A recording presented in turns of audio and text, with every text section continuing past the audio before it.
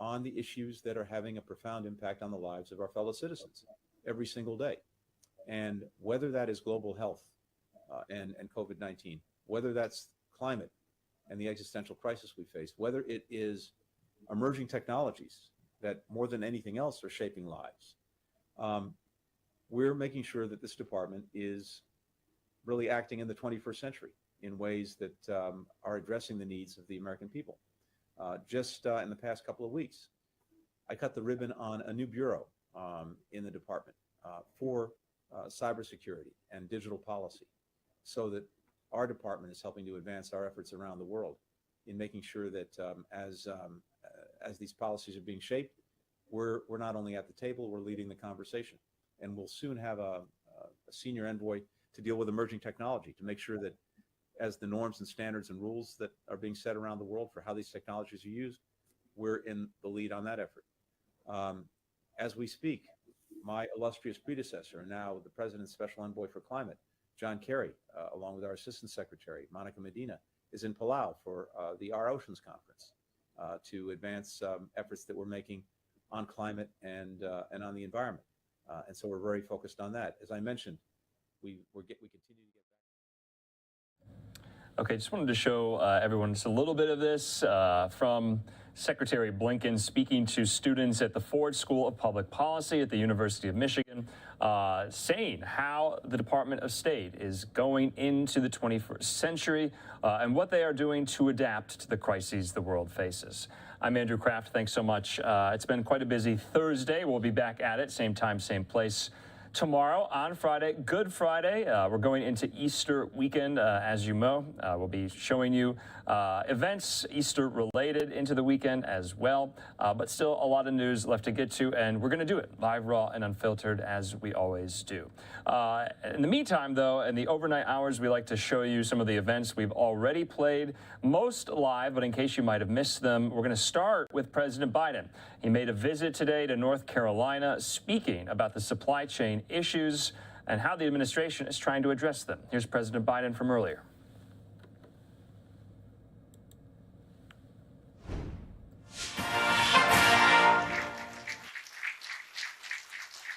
Hello, Greensboro.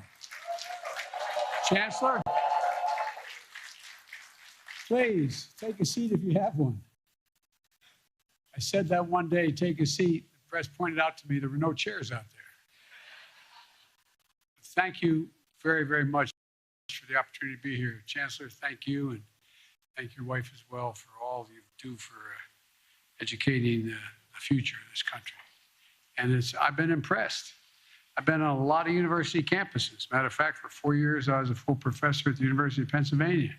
And this is really an impressive place with a lot of impressive students. And it's good to be here at A&T, and I thank you for your sharing your story, Malcolm. He's gonna, did you say where you're going? Am I allowed to say where you're gonna be working? You work at IBM, a little outfit, you know, that is. Just remember, when you're chairman of the board, remember me, okay? If I go by and say, hey, Malcolm, I said, it's Joe here. I don't want to hear Joe who, okay? Well, Mayor Vaughn, thank you for the passport into the city. It's great to be here with a congresswoman who delivers to the people of this district.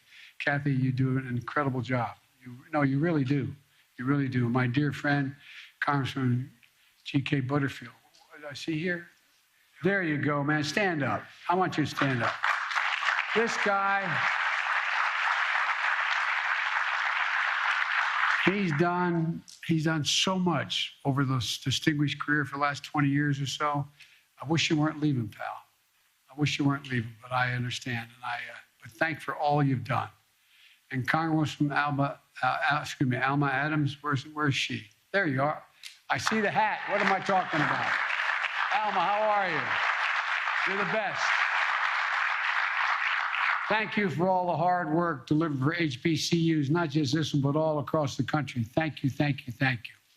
And your outstanding governor, one of the best governors in the entire United States of America, I say that without reservation, Governor Roy Cooper. Gov.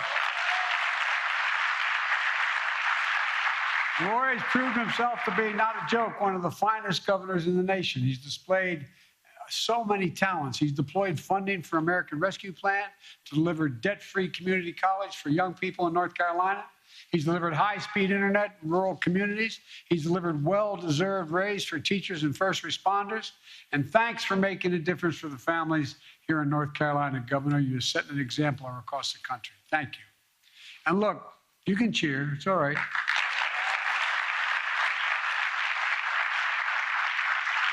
There's a debate in my administration that we never seem to be able to settle. And that is that the vice president is incredibly talented. She's a Howard graduate. A great school. And I hear about Morehouse men from my senior advisor, Cedric Richmond, all the time. And then you've got a great university here. But Delaware State. Delaware State. They launched me into my career, not a joke. As I got elected to the United States Senate when I was 29 years old, Chancellor. Had to wait 17 days to be eligible to be sworn in, true story. And it wouldn't have happened. And I won by a rousing 3,021 votes. And it wouldn't have happened without Delaware State. What most people don't realize is Delaware has the 8th largest black population in America. And the fact is that's, as I say in Claymont, Delaware, where I was raised, a little steel town in Delaware, you all brought me to the dance. And but here's the deal. I got a member of my cabinet who is also slightly partial in North Carolina A&T, Administrator for Environmental Protection Agency, Michael Regan. Michael. Good. Of course, you never hear Michael bragging about the place, as long as you don't have your hearing aid on. But look, he's a proud Aggie, and welcome back to the campus, Michael. And let me tell you, talking about some incredible students here today, I know why Michael's so proud of this school. I really mean it. And A&T is an extraordinary university with a great tradition, an HBCU tradition. You know, more than 180 years of excellence, delivering on that sacred promise we made in America, that every American, every race, every background, every zip code should have a fair and equal chance to go as far as their God-given talents can take them. And you're providing that here, Chancellor, because there's so many great professors here, and the program here is so strong. You're giving people an opportunity to take advantage of their God-given talents. That's why I reestablished the President's Board of Advisors on HBCUs, with not one, but 2 North Carolina A&T alums on it. Willie Dees and Janine Yisler. Are you here? Are they here? Stand up, Willie. Stand up, Jane. Thank you.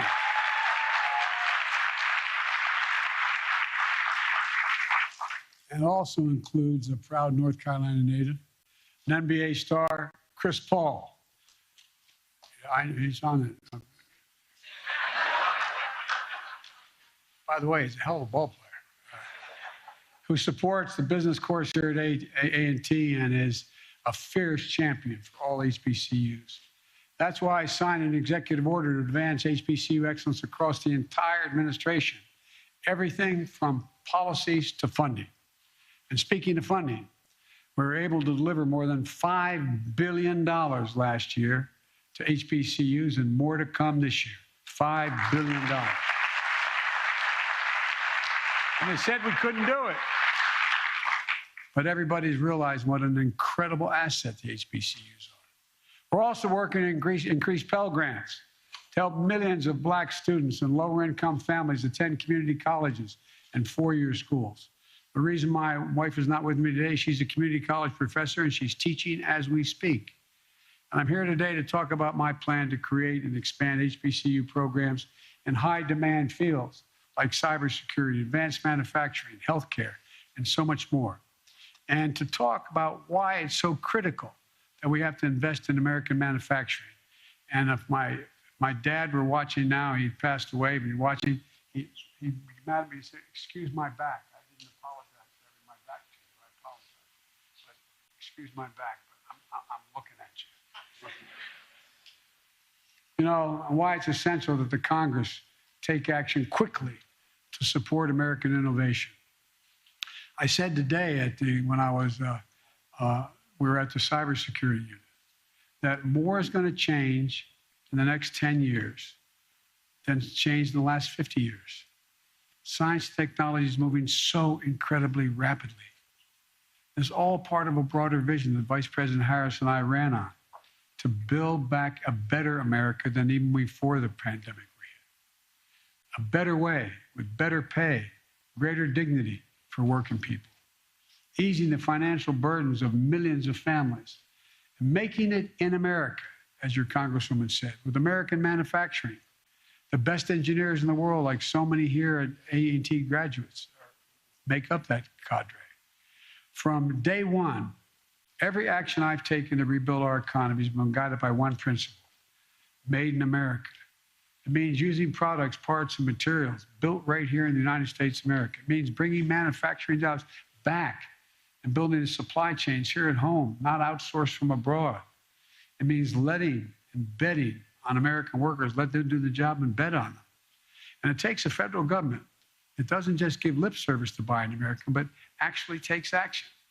Most people don't know, I know the Congresswoman knows, there's been a law in the book since the late 30s that says that you can use American tax dollars.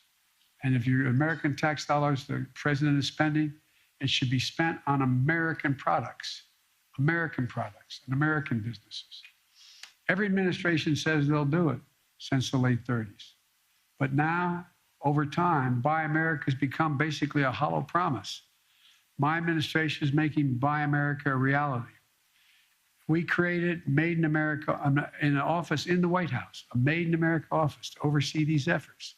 You know, what's happened is that the exception used to be if the president spends about $600 to $700 billion a year money on federal projects every year, from decks of aircraft carriers to so much more. And it's supposed to buy from American businesses and American products.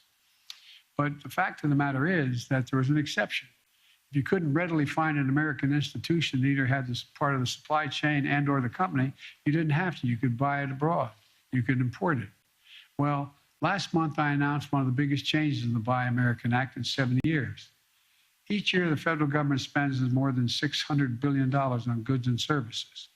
And in the past, if the manufacturing product that you get purchased by the federal government says it is substantially all substantially all in America, it worked.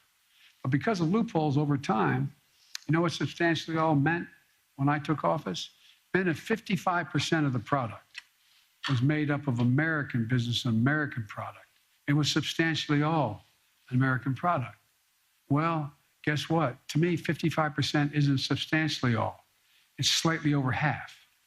And so we issued a rule to raise the amount of domestic content required to be considered made in America from 55 to 75%. Substantially all is going to start meaning substantially all. And that's good for American workers and for American businesses, for communities like Greensboro. And I want to thank Congresswoman Manning who's been a strong, strong supporter of Buy America. Now we're seeing the results of our economic vision. Our economy created 431,000 jobs in the month of March alone. 431,000. 7.9 million jobs over the course of my presidency. More jobs in the 14 months I've been president than any president ever created in American history. Unemployment at 3.6%. It's down from 6.4% when we took office 14 months ago. It's the fastest decline in unemployment to start a president's terms ever recorded. North Carolina, thanks to the American Rescue Plan and the leadership of Governor Cooper, has added 194,000 jobs in the last 14 months. 194,000 jobs. Good job. That's 67,000 jobs ahead of where the state was before the pandemic hit. And unlike the past recoveries, this time around with the American Rescue Plan, we made a choice to bring everyone along. So not only has unemployment rate dropped at a record pace here in North Carolina and across the nation, but Black unemployment fell by more than 30%, more than 30%. Hispanic unemployment fell from nearly 9% to 4.2% in the year 2021, the fastest single drop ever recorded. We had the largest one-year drop in long-term unemployment ever recorded in American history. Look, folks, as the child tax rate, we've seen the lowest child poverty rate ever projected, an estimated nearly 40% decline in child poverty, the lowest number of home foreclosures ever recorded, a record low credit card delinquencies because families have more money in their pockets to pay their bills. The list goes on. All told, this economy grew by 5.7% last year in 2021, the fastest growth in 40 years. And in the process, doing all this, we still cut the deficit last year by $350 billion, just last year alone, and by an additional $1 trillion this year if the budget goes through. So, folks, don't tell me this trickle-down idea is the only way to grow an economy. We're actually lowering the deficit, not increasing it. And after a long, tough stretch, Americans are back to work. Our economy has gone from being on the mend to being on the move. Now, I know that we're still facing challenges of high prices, inflation. I grew up in a family where when the price of gasoline went up at the pump, it was a conversation at the kitchen table with my dad. Putin's invasion of Ukraine has driven up gas prices and food prices all over the world. Ukraine and Russia are the 1 and 2 largest wheat producers in the world. We're number 3. They're shut down. We saw that in yesterday's inflation data. What people don't know is that 70% of the increase in inflation was a consequence of Putin's price hike because of the impact on oil prices. 70%. We need to address these high prices, and urgently, for working folks out there. And that's part of why what I'm going to talk to you about today, why it's so important. When we build more in America, we increase economic capacity, and ultimately it helps lower everyday prices for families. That's what we're starting to see. Look around. American manufacturing is coming back. Once again, we're seeing the pride that comes from stamping a product made in America. Companies are choosing to build their new factories here in America, when just a few years ago, as you all know,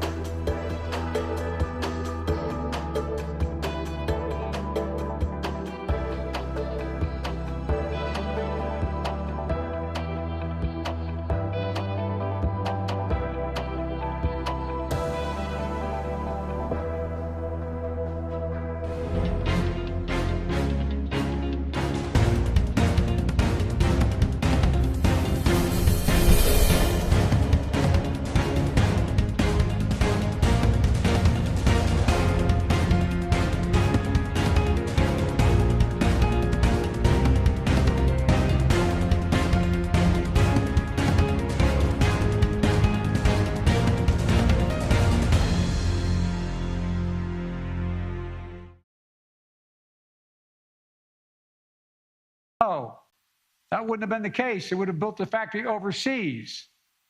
Intel. Intel is building the chairman of the board of Intel asked to come and see me a little over a month ago. He's building a semiconductor mega site just outside of Columbus, Ohio, investing $20 billion. And by the way, we invented this little thing we call about the size of a fingertip. And guess what? Every advance in it is because of us. We don't make them anymore here. You go to Taiwan and other places to get it. Up to 8 state-of-the-art factories are going to be in one place that Intel is building. 7,000 new jobs building the facility and 3,000 jobs running the facility. You know what the average salary of these jobs running the facility will be? $135,000 a year.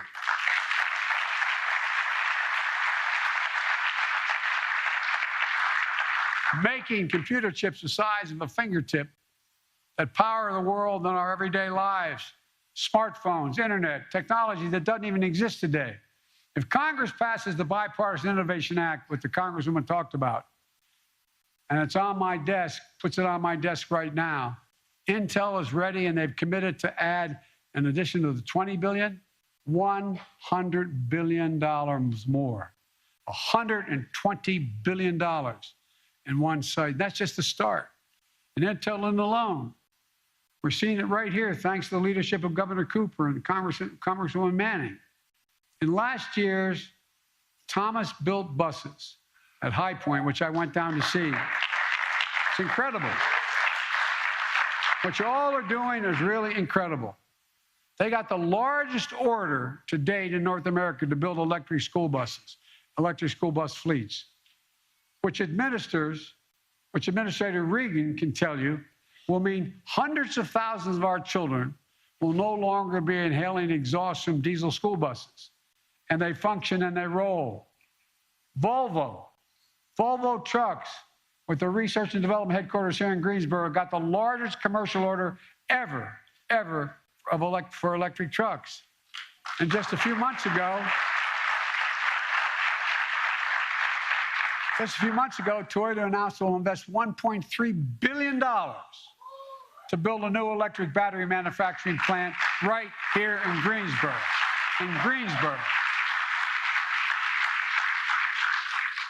And folks, you know what that also means? Not just the factory, but the IBEW is going to be putting in 530,000 charging stations throughout America. 530,000.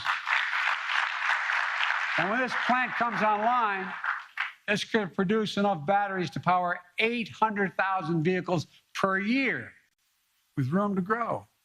It's going to create 1,750 good-paying jobs right here in the Greensboro community. And folks,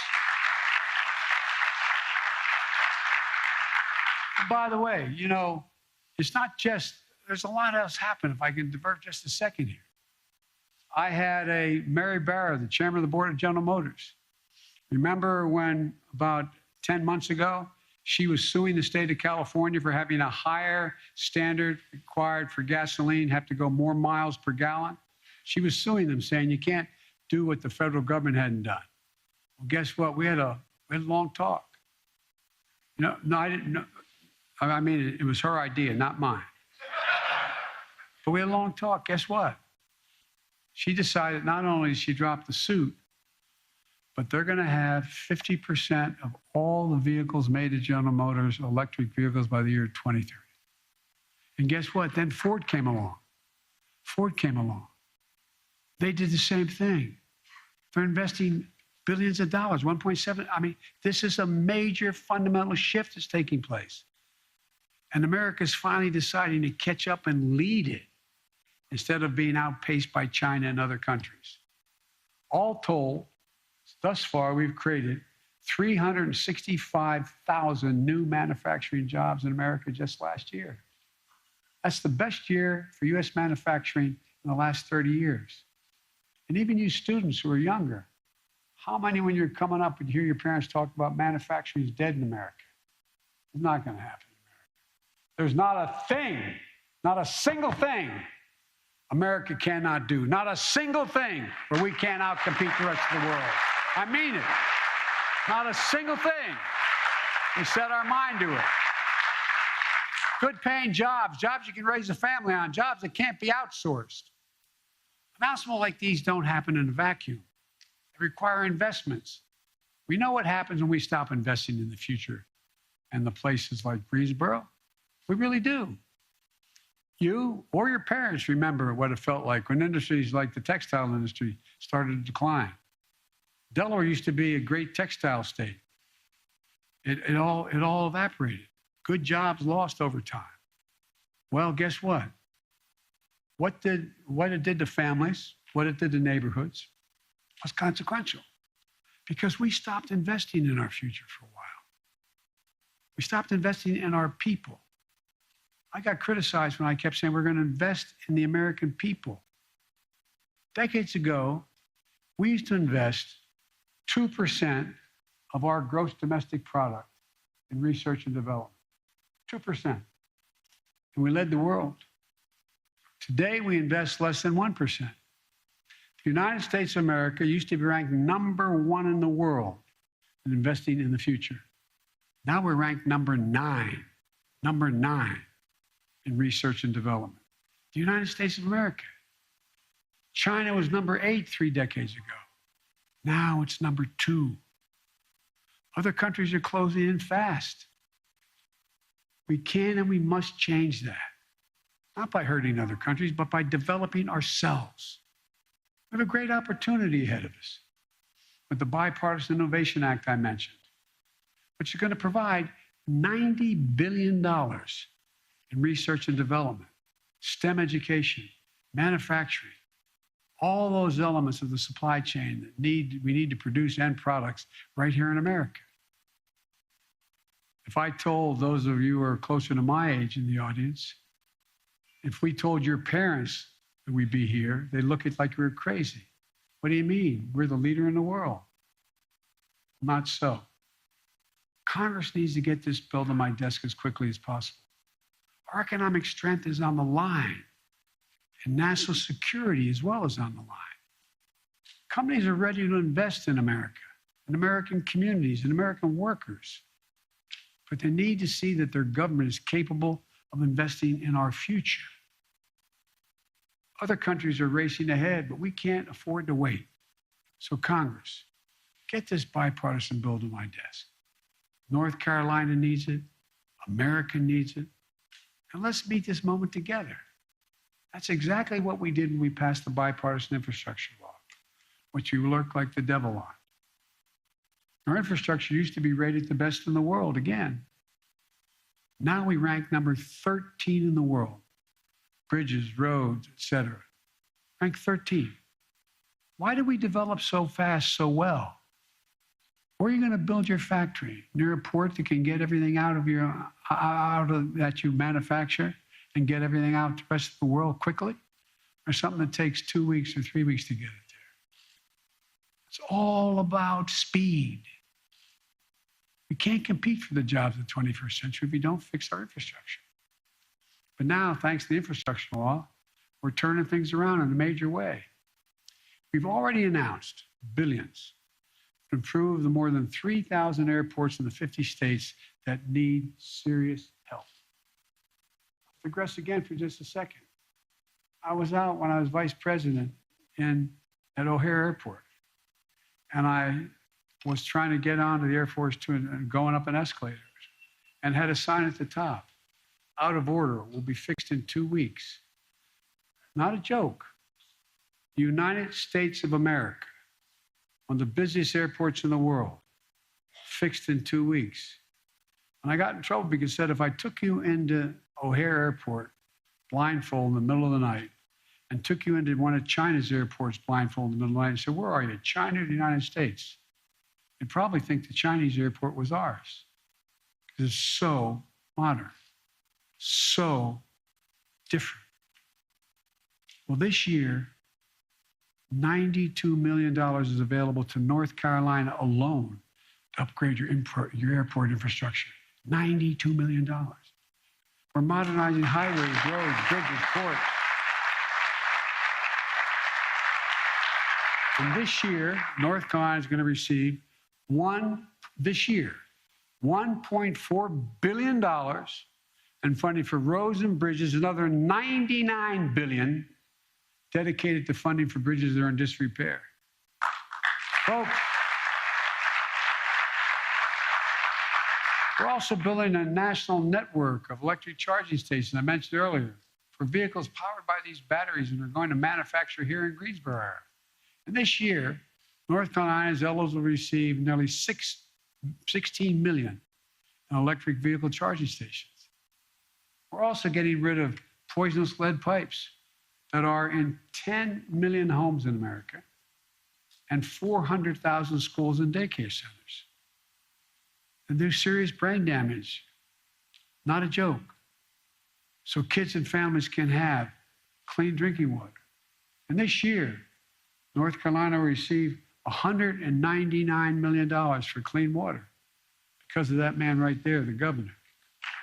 And folks,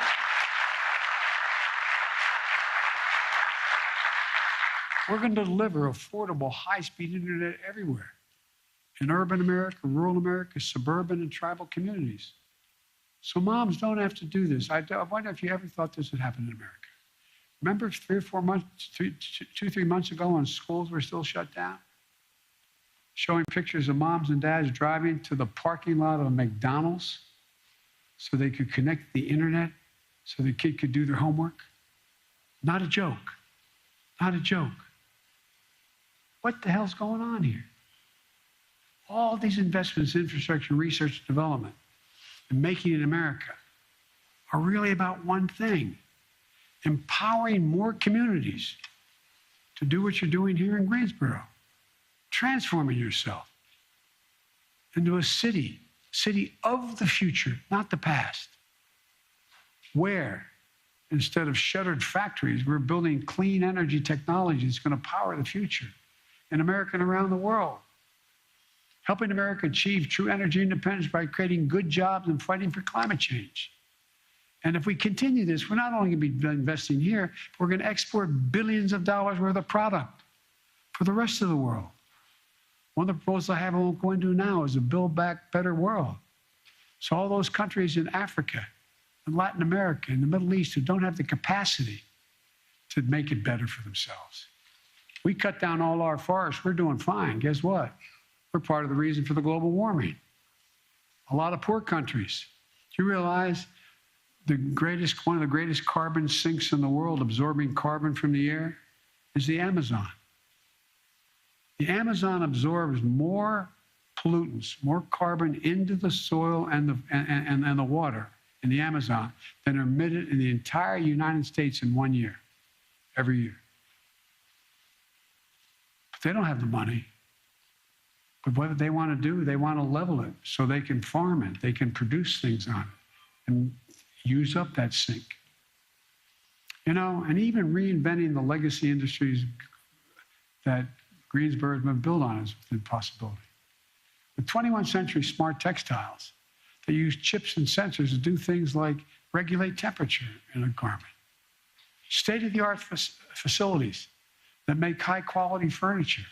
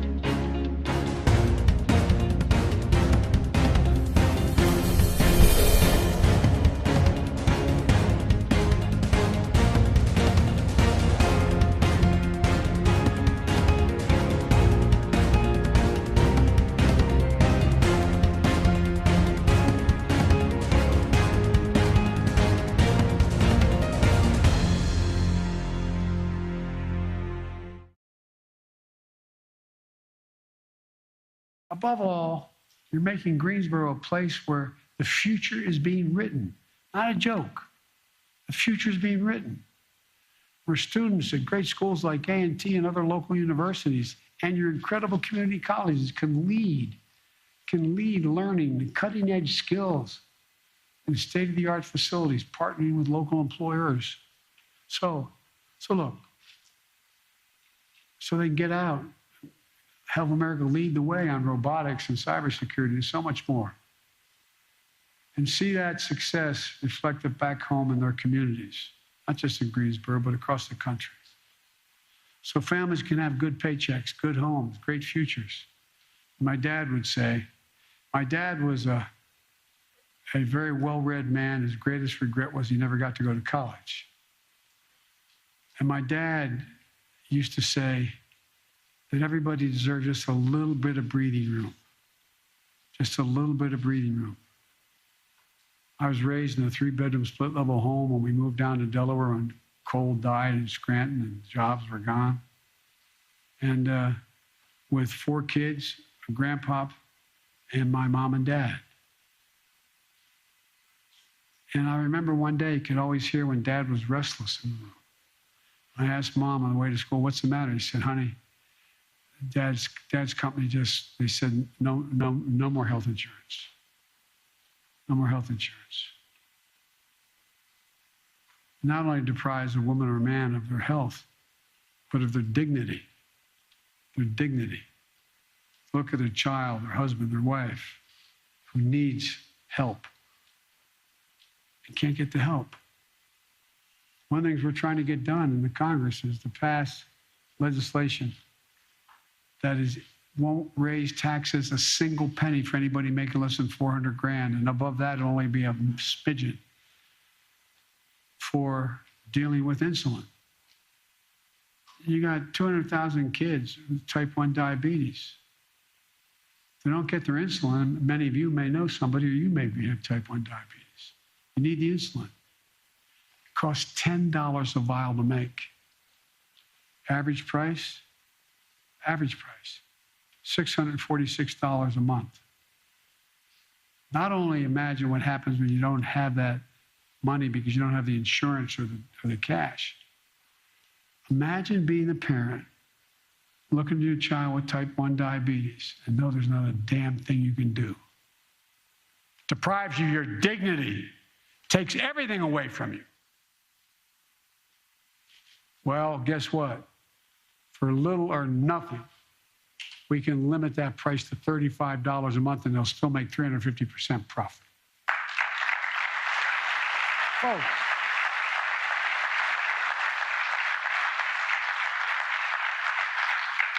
that's the story we got to keep writing. And by the way, I'm a capitalist.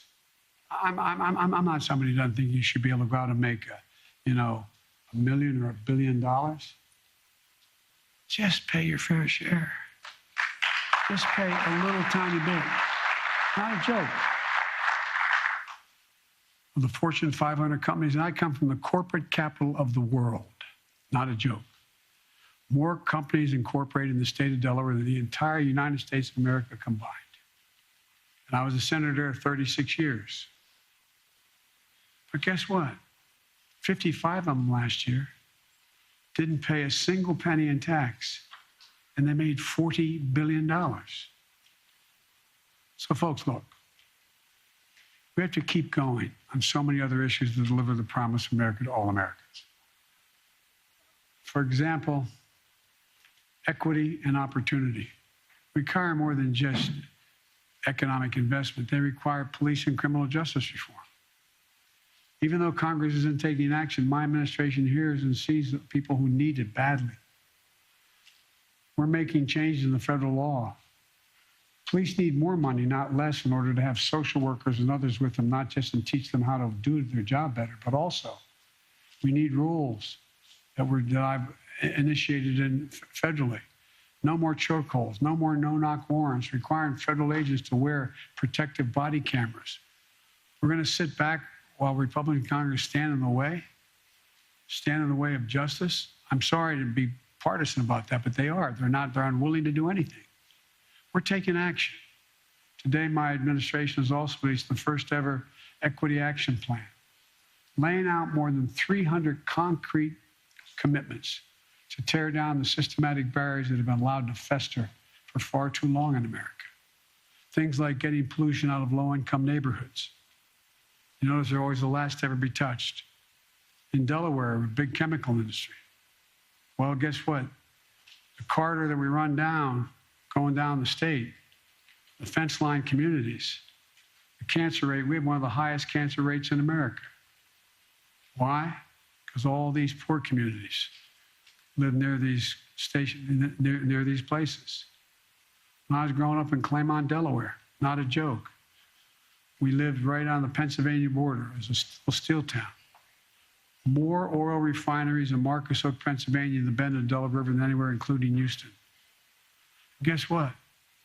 When it got to be fall, I was in 4th grade, and there got a little frost. My mom would get in the car to drive me to school, which is only 3/4 of a mile away, but it was on a highway. Turn on the windshield wiper, there'd be an oil slick on the window.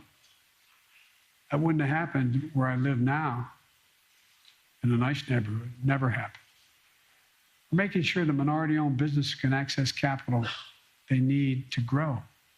So no community is locked out of opportunity. Look,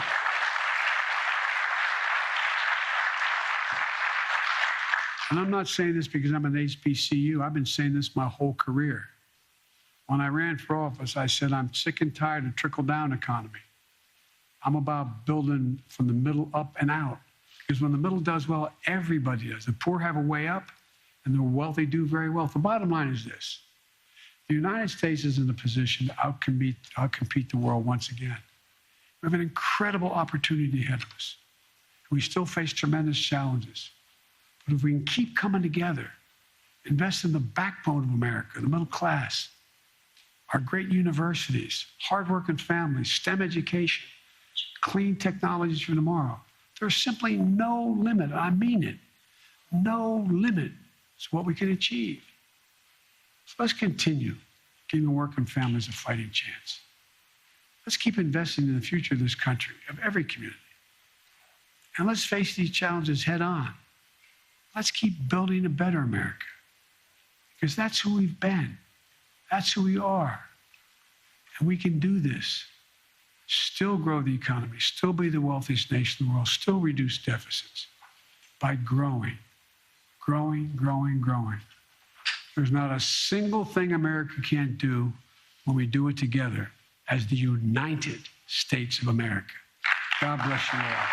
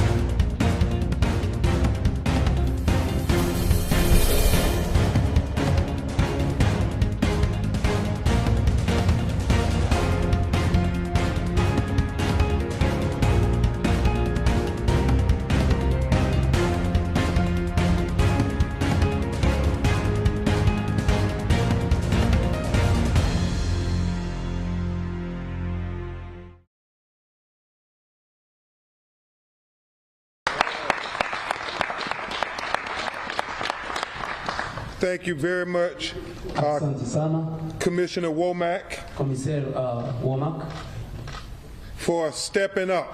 kwa kuona kama umekuja mbele, Womack didn't step back, akurudi nyuma, he stepped up, alishimama, and that's true leadership. na ile ndio leadership ya mzuri, Thank kiongozi you. mzuri.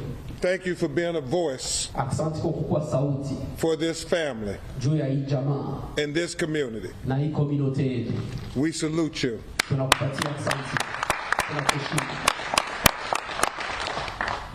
I'm Attorney Ben Crump, Mimi niko Attorney Ben Crump, niko avoka, along with Attorney Ben Johnson, niko na avoka mwenye wanaita Ben Johnson, Attorney Ayanna Hatchett, niko na avoka wanaita Ayanna Hatchett, Attorney Robin McCoy, niko na avoka wanaita Robin McCoy, who is the president of the Michigan Black Women Lawyers, yeye ndio kichwa ya banamuke wote wa avoka hapa mu Michigan, and her partner, Attorney Ed Taylor, na partner wake avoka Ed Taylor, and Attorney Steve Grimm. na niko na avoka mwingine wanaita Steve Grant. We have the privilege Tuko na hii uwezo of representing the family ya kurepresente familia of Patrick Leola. na Patrick Lioya. We have present with us here Tuko na hapa sisi his mother and father, baba yake na mama yake ya Patrick Lioya, Peter Pira Lioya, and Miss Madame Dorcas, Mama Dorcas Lioya, and they will address you along with their son at the end. na watazungumza na nyie kwa kumwisho na mtoto wao. Asante mkaka. They will express to you Watawaambia how very devastated gesi biko wa kuvunjika moyo they are biko at seeing, kwa kuona in their words, mu maneno yao pekee their son executed. gesi mtoto wao walimuua kama nyama. Before you hear from them, you're going to hear from Attorney Johnson and Attorney McCoy. Mbele msikie kutoka kwao, mnataka msikie kutoka kwa avoka Johnson, And you will hear from the mother of Breonna Taylor, na mtasikia kutoka kwa mama yake na Breonna Taylor, Miss Tamika Palmer. Madam Tamika Palmer. Breonna Taylor was born here in Grand Rapids, Michigan. Breonna Taylor alizaliwa hapa Grand Rapids, Michigan.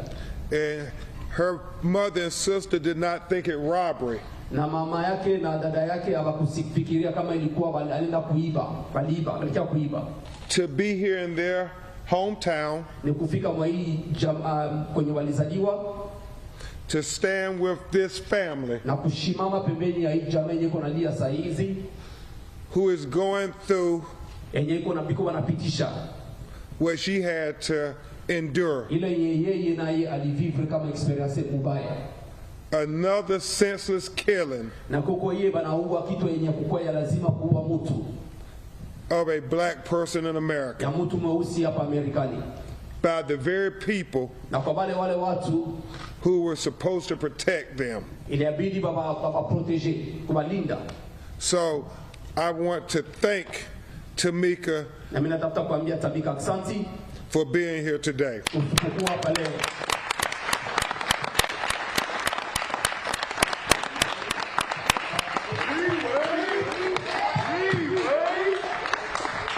Yeah, Breonna's spirit is in here with Patrick's Tunasema spirit. esprit ya Brianna iko hapa na ya Patrick yote kwa pamoja.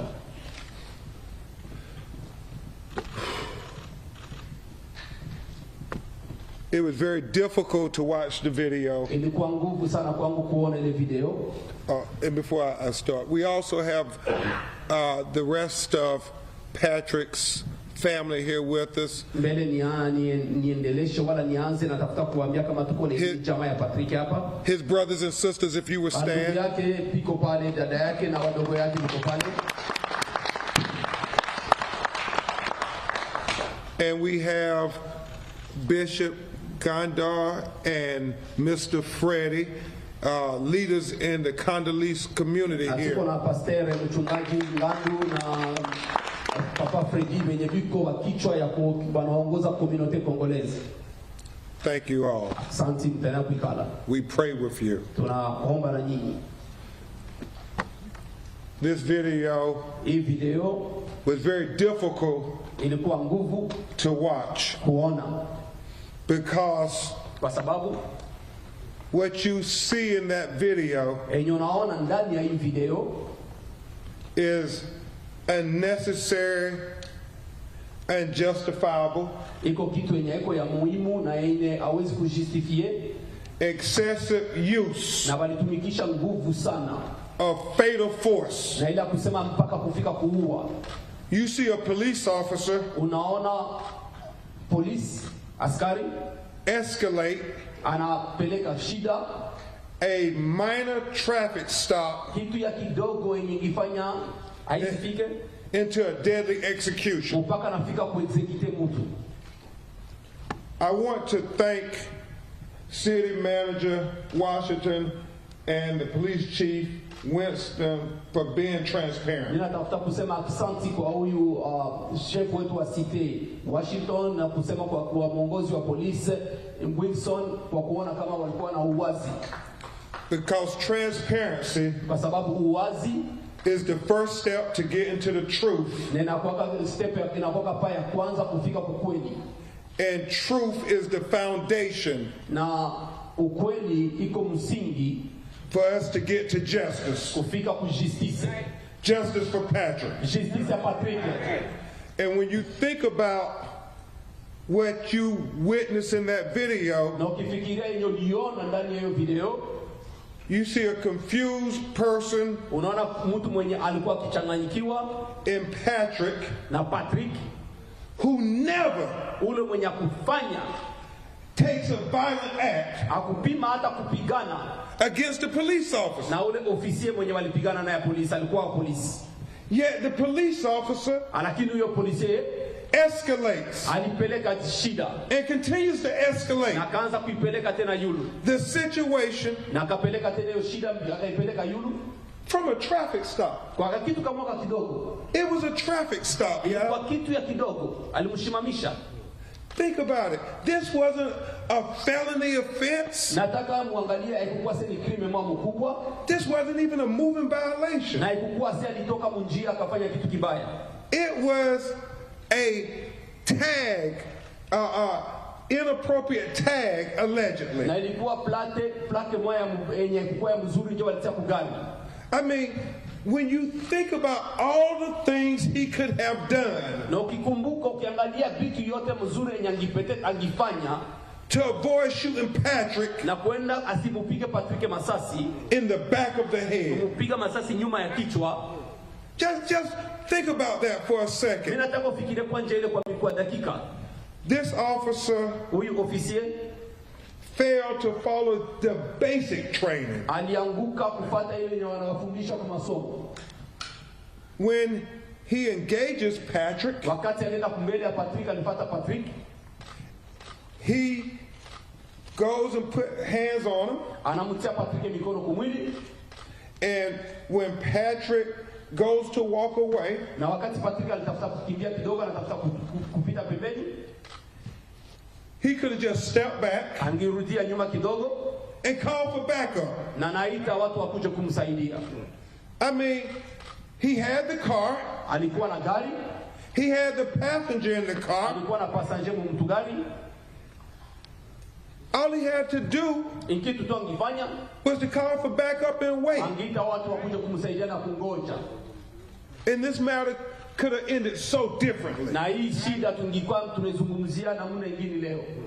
But yet, Lakini he went hands on, alienda akamtia Patrick mikono.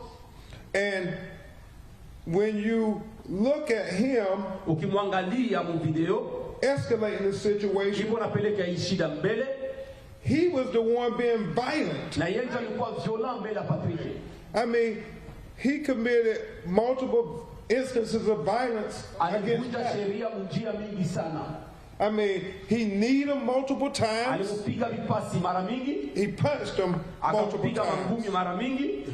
Yet Patrick did not retaliate. Na Patrick hakumrudishia hata kidogo. Patrick, Attorney Johnson, didn't try to have combat with this officer. Patrick hakupenda kupigana hata kidogo na huyu ofisier Avocat Johnson. He was simply trying to get away. Alikuwa anatafuta tu kumkimbia. And when you think about George Floyd and other Na ukikumbuka George Floyd na wengine, atrocities of hii matendo machafu black waliwafanyizia, people by police, matendo machafu ya polisi kwa watu wa mtu mweusi, you can only imagine what was going through Patrick's mind utaenda kukumbuka kuangalia kitu gani ilikuwa nenda ndani ya mafikirio ya Patrick as he tried to get away from this officer. wakati alikuwa anatafuta kumkimbia huyu ofisier. And then, instead of calling for backup, Na kwa hiyo kuliko aite watu wa kumsaidia, he takes his taser out, anatosha teza yake, and instead of creating distance, na ule akuwe mbali naye kuliko akuwe mbali naye, which is the basic reason you have a taser, ndio kusema anawafundisha, ndio maana unakuwa na hiyo teza, so you don't have to have close hands-on contact. hautakuwa naye pembeni wakati unatafuta kuitumikisha. You have the taser so you can create safe distance Anasema unakuwa na teza juu tumikishe mbali mtu asikufikie, and deploy the taser na unakamata unatumikisha hiyo teza to do what it is supposed to do. na ifanye kazi gisi balijenga kufanya kuitengeneza. But when you are in close proximity, Lakini wakati uko pembeni na mtu, then you are not following the basic training of taser use. hauko unafuata gisi walikufundisha kwa masomo. As Attorney Johnson and I discussed, it is your natural instinct when Na some, gisi mimi na Avocat Johnson tulizungumza, iko kitu yenye kwa natural instinct. when you're close to somebody and you go to put a taser, they go to move your hand. Wakati uko pembeni ya mtu mwenye uko unatafuta kumtia teza, anapasha kukamata kutosha mkono yako, ndio gisi mwanadamu anakuwaka. And that's exactly what Patrick did. Na ndio kitu yenye Patrick alifanya. And the officer deployed his taser twice. Na ofisier alikamata, alitosha teza yake mara pili, alimpiga mara pili. And that model of taser Na hiyo modeli ya teza only allows you to fire it twice. nena kuona kupermettre upige tu mara pili. And once, Attorney Taylor, you fired it twice, Na wakati usha kuipiga mara pili, and this is important, na hiyo yenye kwa ya muhimu, unless you have another cartridge to put in the kama taser, uko na bateri nyingine ya kutia ndani ya teza, Commissioner Womack, it is ineffective. Commissioner Womack haitatumika. So, had the officer been paying attention to his training, Ingekuwa sasa ofisier alikuwa anafuata yenye walikufundisha kwa masomo, he would have known angejua that that taser, hiyo teza because he had fired it twice, kisa aliipiga mara pili, was rendered ineffective at that ilikuwa time. pale mara moja haikutumika tena. So there was no reason Sasa hakukuwa sababu yoyote for him to have any intimate fear na kukuwa kuogopa of the taser being ya used hiyo against him. teza kukuwa kutumikishwa. However, when you look at the video, Na ukiangalia video mzuri, you don't really see when he's on the ground that he has the taser. na ukiangalia mzuri wakati Patrick iko chini, mikono yake hana teza. And we're going to look at the video and talk about the video. I'm sorry, we're going to talk about the video in just a moment. Tutazungumza juu ya video kwa muda kidogo, Especially the last 15 seconds. na kutokea ile dakika ile sekunde 15. But before I get to that, Mbele nifike pale, even after he deployed the taser twice, hata kama alitosha ile teza mara pili, if he had been following his training, angefuata training yake, that would have presented to him again na bangimuonesha tena, angeifanya tena another opportunity ingine opportunity to de-escalate ya kusema ile situation siendelee, and call for backup. na angeita watu wakuje kumsaidia. What was so wrong about him calling for backup? Kitu gani ilikuwa mbaya aite watu wakuje kumsaidia?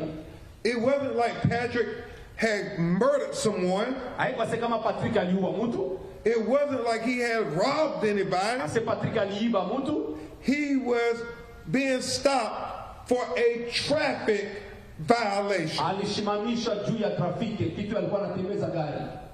But yet, Lakini he still did not de-escalate. na kusema akufanya kama hiyo situation isiende mbali. He escalated even further. Alipandisha muda mrefu, alipeleka mbali sana. And he was on top of Patrick. Na alikuwa juu ya Patrick.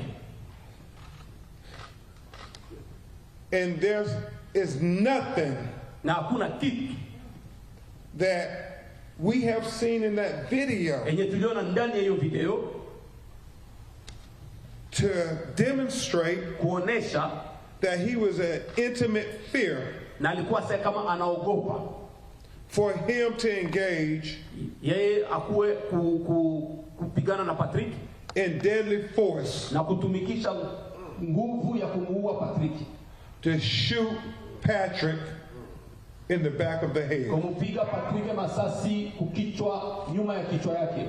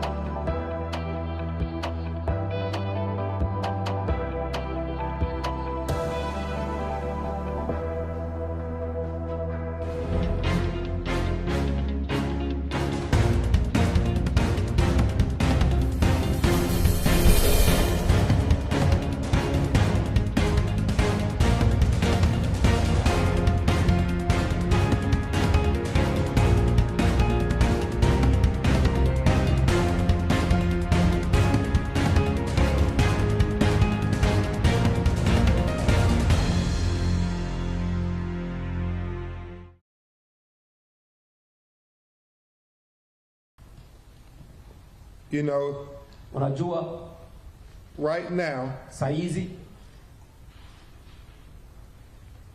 our leaders in the United States of America, waongozi wetu hapa ndani ya nchi ya Amerika, we are condemning tuko tunakondane nguvu sana Russian soldiers basoda ya Rusi for shooting civilians kupiga basivile watu population in Ukraine in the back of the head. nyuma ya kichwa kuwapiga masasi nyuma ya kichwa. Why aren't we condemning Wakati sisi tuko tunakondane ile police officers ofisia wa polisi hapa here in the United States of America hapa shooting unarmed anakamata anapiga masasi kwa mtu mwenye ana bunduki, black civilians mtu mweusi in the back of the head? nyuma ya kichwa. It's a simple question. Iko tu swali mimi natafuta kuuliza.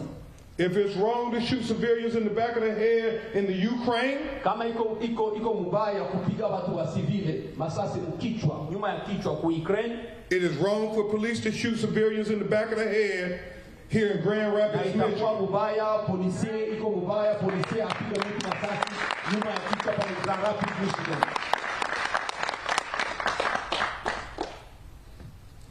And when you look at Na wakati unaangalia the video, hiyo video and I know Mimi najua you in the media are able to capture mko capable ya kuangalia, mko na just uwezo as kuona our experts have started to capture the video, na gisi ba expert wetu biko banaanza kuangalia ndani ya video, especially the last 15 seconds, spesialma ile 15 sekunde yenye inabakia, which is the crux of the matter. ile ndio iko vraiment significant kwa muhimu. Attorney McCoy and Attorney Johnson, as we understand, Avocat McCoy na Avocat Johnson gisi tunasikia that when you engage in deadly force, kwa wakati unaanza kutumikisha nguvu sana ya kuua, you look specifically at that time frame while the officer is engaging in the force, na unaanza kuangalia pale pale kwenye ule ofisi alitumikisha ile nguvu to determine if it is justifiable use of deadly force. kuamua kama alitumikisha nguvu ya kuua mtu. And based on what we see at the point where he shoots the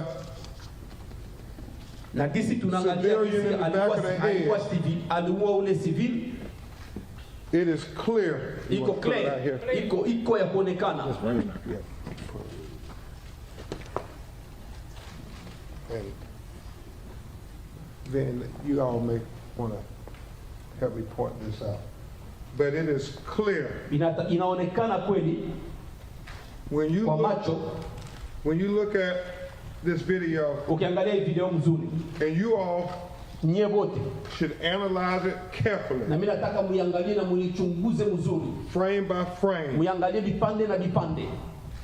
You see Unaona that Patrick Patrick hand is on the ground angalia mikono yake kwa udongo, and his other hand is under him, na ingine mkono yake kwa chini yake, elbow and hand touching the ground. na unaangalia hii kude yake na mkono iko nagusa chini, The officer na ofisier is in the far superior position. iko juu yake, na anaonekana iko juu yake na iko na mamlaka juu yake.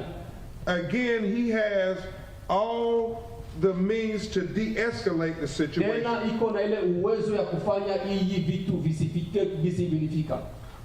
We see no Atuone popote instance of intimate force or fear on Patrick's. atuone hata ngambo yoyote kama Patrick atanakuwa niko naleta intimidation ya kusema kuogopesha huyo ofisier, To justify him reaching for his service revolver, kwenda kujustifia kuangalia kisa na kamata bunduki, taking it and putting it to the back of Patrick's head, na kuitia juu ya kichwa ya Patrick, nyuma ya kichwa ya Patrick, and pulling the trigger, na kupiga masasi blowing his head off. na kapasula kichwa yake.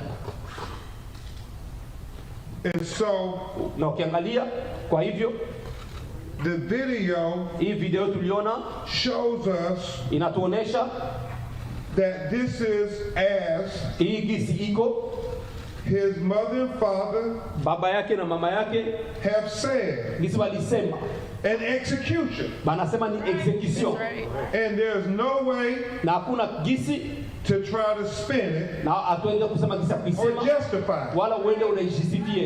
It is an unjustifiable use of deadly force Hawezi kuexplike na walifanya gisi, hawezi kuexplike, alitumikisha nguvu sana, because the police escalated kwa sababu polisi ndio mwenye alianza, a traffic stop ilianza kwa ya kushimamishwa tu into an execution.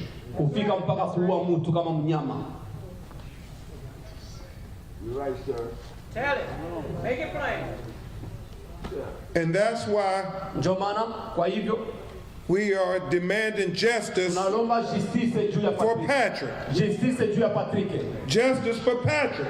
justice juu ya Patrick, Justice for Patrick. justice juu ya Patrick, Justice for Patrick. justice juu ya Patrick, Justice for Patrick. justice juu ya Patrick. Yes, sir. Thank you. Based on what we see in that Kupitia kwenye video, tuliona ndani ya hii video, we believe tunaamini that kama this officer huyu ofisier should be terminated inabidi wanamfukuza kukazi for engaging kwa ile alifika in unnecessary, kutumikisha nguvu excessive use kwenye haikuwa of kutumikisha deadly force. na kutamaliza mtu kuua mtu And his mother and father na baba yake na mama yake and their family na jamaa yake are asking ndiko wanalomba that the state attorney huyu avoka wa itaji charge him to the full extent of the law wamupeleke mpaka mbele ya justice na wamstaki for killing their son, kuua mtoto wao, for breaking their hearts, kuvunja roho yao for making his young children na kufanya watoto yake orphans, bakwe yatima, fatherless. bakwe yatima.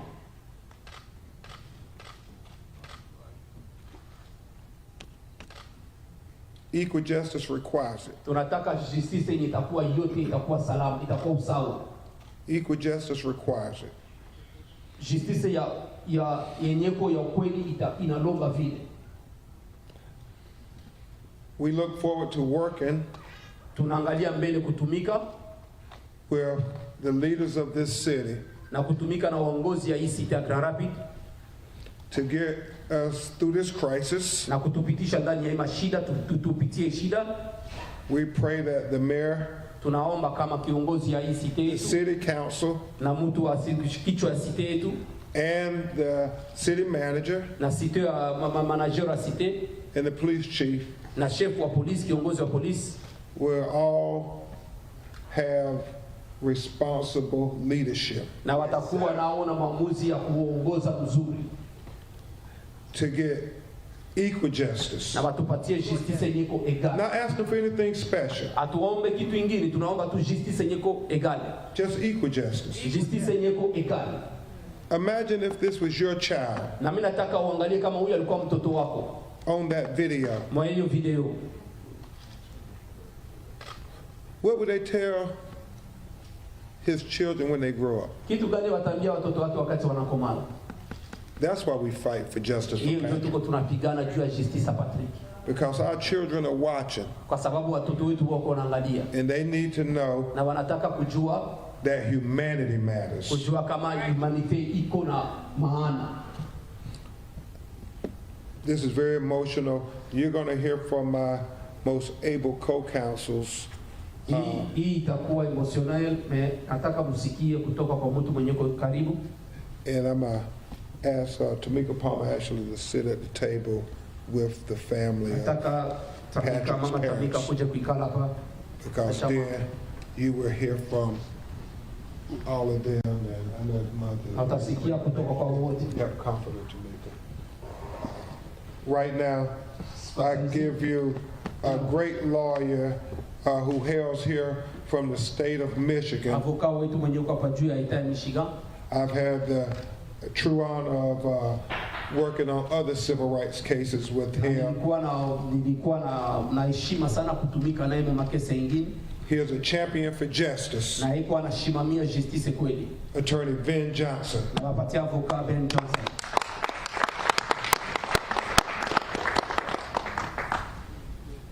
Good afternoon.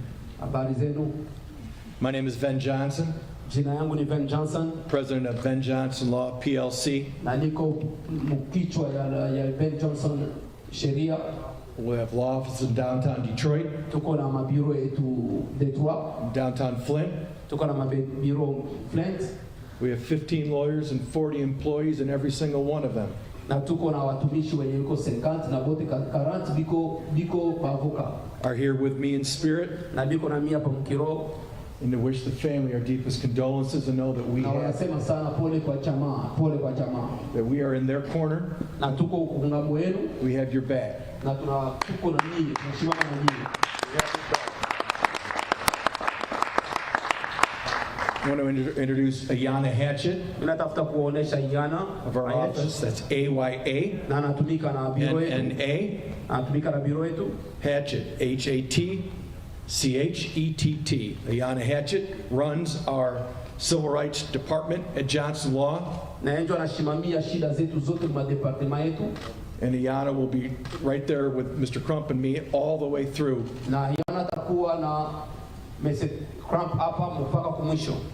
which will entail, of course, the civil portion of the lawsuit. Mpaka kufika kwenye tutaenda kustaki.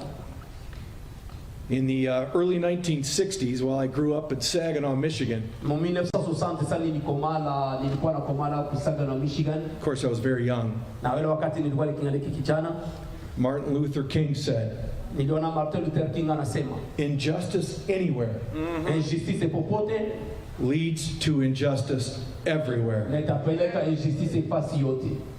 Injustice anywhere Injustice popote leads to injustice everywhere. na itapeleka injustice fasi yote. Ladies and gentlemen, Na mimi nataka kuambia wandugu, on Monday, siku ya kwanza shortly after 8 a.m., ilikuwa après kipande ya saa 2 asubuhi, when many of us were enjoying our morning coffee, wakati si wengine tulikuwa tunakunywa kafe yetu at work, on the way to work, na tulikuwa kukazi na wengine kwenda kukazi, dropping kids off at school, tulikuwa tunaacha watoto wetu kwa masomo. whatever you were doing, Hiyo itenyo ulikuwa unafanya, Patrick was dying. Patrick alikuwa anakufa. Patrick was dying in what can only be described when someone is shot in the back of the head Enye tutena kusema mtu alimpiga masasi nyuma ya kichwa, as an execution style homicide. na ilikuwa executions. So give me a minute.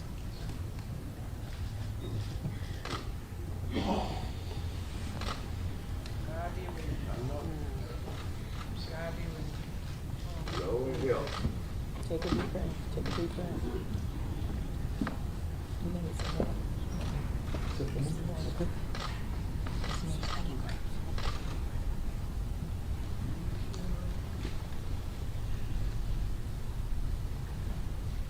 Ilikuwa wanamuua kama mnyama, At our firm, we say, na yenye tunazungumza no justice, kama hakuna justice no peace. na kuenda kwa kimya, Spelled our way, K-N-O-W. na tunazungumza vile.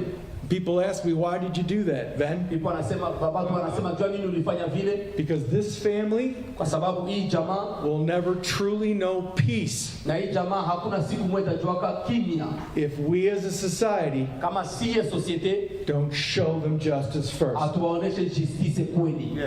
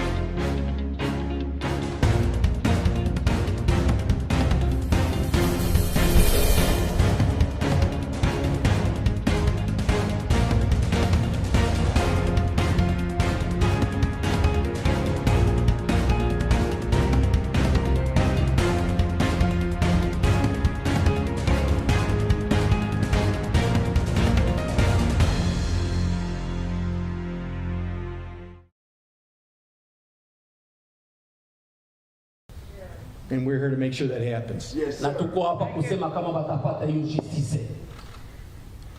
This will be called, of course, an excessive force case. You all know that. Na hii kweli tutaita kama nitumikisha nguvu ya kupita. After Ms. Hadgett, pardon me, sir. after Ms. Hatchett and I and Mr. Crump talk about strategy, Wakati mie na mama Hatches na papa Crump tulizungumza juu ya strategy, likely to be filed in the federal courthouse right downtown. na tutaenda kustaki kwenye tutafika ndani ya kuu kwenye tutaenda mbele ya jije. And what one of the major factors of that Na kitu lawsuit will be hapa kwenye kutaenda kustaki tutafungula kese is one simple question. ni swali tu moja. Did the officer, Ule ofisier at the time when he pulled the trigger, wakati alikokota masasi alikuwa anapiga, did he have a reasonable fear eske alikuwa anaogopa kweli that his life kusema kama maisha yake was in immediate danger? maisha yake ilikuwa inaenda kukua, ilikuwa mudanje pale pale? That's the test. Hiyo ndio testi hii, And I ask you, na mimi nawaomba, how can anyone be in reasonable fear for their own life when you're on top of somebody? kama ayenjo tena kugopea maisha yako kama mtu uko juu ya mtu, When you have both knees wakati uko na on magoti yote mbili on the back of Patrick's knees, uko nyuma ya Patrick, mgongo wa Patrick, when you have one arm forcing him down on the ground, na wakati uko na ingine mkono mwenye uko yuri yake flat on the ground, wakati uko chini kweli, or even if Patrick pushed up, still on the ground and wakati under hata Patrick control. alisukuma hivi alikuwa kingaliki chini. Patrick had no weapon, Patrick hakukuwa hata na silaha yoyote, no gun, no hakukuwa na knife, silaha, hakukuwa na nothing. bunduki, hakukuwa na kitu yoyote. Patrick never threatened him. Patrick hakumnesa hata kidogo. You hear nothing about words coming out of Patrick's mouth saying, I'm going to do this or do that. Hausikia hata kitu mwana natoka mkinywa wa Patrick kusema kama na kuua na kuumiza wala na kufanyizia hivi. What you actually saw was Patrick defending himself. Na ile niliona kama Patrick alikuwa anajidefend yeye peke. So we believe this is crystal clear. Sasa tunaamini kama hii iko ya kuonesha There is no reasonable person that could be in immediate fear for their life. hakuna mtu mwenye kweli atena kuwa anaogopea maisha yake Hence, this officer is guilty. kama huyu ofisi kweli anasitakiwa. Na iko kupangwa. Ofisi wa kupangwa. Before I turn on the microphone back over, I hear this everywhere I go. Yeah, nimpatie mikro, nipatie Papa Crump mikro, niko nasikia hapa yote kwenye niko naenda. Yeah, but then, he didn't have to fight. Mimi niko nasikia kwa sababu seven hangipigana. The answer is, police are trained to engage in this very thing. That's part of their job and training. Na jibu iko kusema kama wanafundisha wa polisi kupiga kwa shida yote, iko parti ya kazi yao wanafanya. Under the law 42 USC 1983. Na kupitia ndani ya sheria makumi nne na mbili ya 1940. You cannot shoot and kill an unarmed man because he resists. Hawezi kupiga mtu masasi mwenye hana bunduki kama jua aliresiste. You will hear Mutasikia that Patrick tried to take the taser away. mutasikia si kama Patrick alitafuta kukamata teza yake. And folks, I just saw this yesterday. Na mimi niliona jana hii, I've watched it 400 times. niliangalia mara mingi sana. Ms. Hatchett, Crump, and I are going to watch it 4 million Na more. tutaangalia tena mie na Miss Hatchet na tutaangalia na Papa Crump tena sana. We've already hired experts, police misconduct experts, Tushaangaje expert wa polisi wanajua kuangalia ma video kuchunguza forensic pathology na experts, kuangalia wale watu wanajua kuangalia kuchunguza vitu kidogo kidogo, and they're going to tell you the same thing I just told you. na watawaambia kitu enye mimi nawaambia. Cannot be in immediate fear for your life when you're on top. Hawezi kuogopa majuu ya maisha yako kama uko juu yule ya mtu. And no weapon ever was being used against the officer. Na hakuna hata bunduki moja silaha moja yenye ilitumikishwa juu ya ule ofisi. So, as it relates to Patrick, on behalf of Johnson Law, Na mimi nataka kusema juu ya Johnson sheria, we are absolutely proud to do what we've done for me 36 years, and that is stand shoulder to shoulder with Ben Crump and his firm on behalf of the Olas. It's our pleasure to be here. And I thank you. tutashimama na sisi tunashimama na Papa Crump na tutaenda kusimamia jamaa tukipiganisha mpaka kumwisho. Thank you very much, Attorney Ben Johnson, Asante sana Avocat Ben Johnson here in Michigan. hapa Michigan, And he is correct.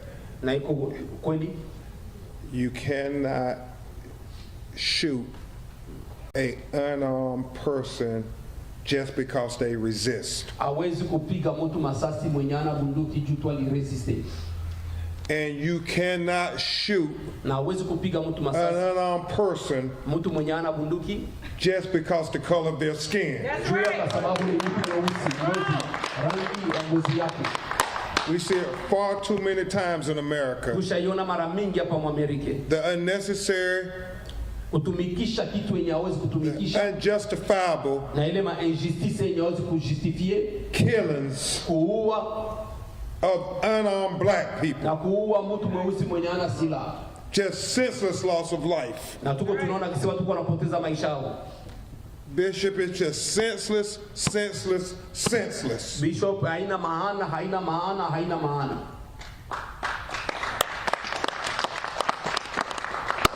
And it's heartbreaking. Na inavunja roho.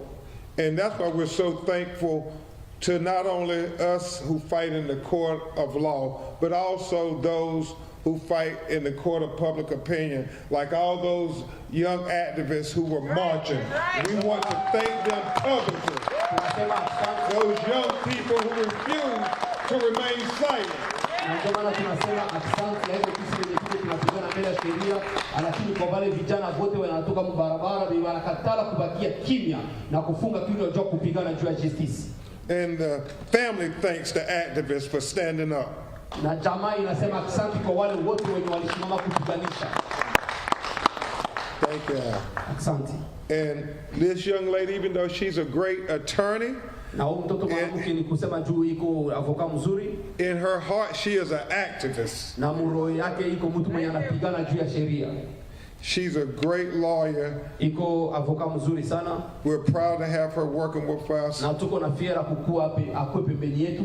on this very important matter Na iko aisema hii kesi yenye iko ya muhimu sana. in the state where she was born Na kwa hii eta yenye alizaliwa ndani. and where she is Na kwenye ye iko the president na iko kichwa of the Michigan ya Michigan Black Women ya banamuke weusi Lawyers, baye wanapigania sheria.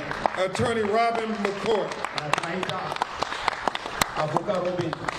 Thank you, Ben. Thank you, everyone, for being Asante here. Ben. Asante kwa mtu kwa nyinyi wote wenye mko hapa. So I stand here. I'm the president of the Black Women Lawyers Association of Michigan. Niko kichwa ya And- banamuke bote ya avoka kwa Michigan. We're committed to social justice. Our prayers and our thoughts we are traumatized by this. Our hearts go out to the family of Patrick Luelo.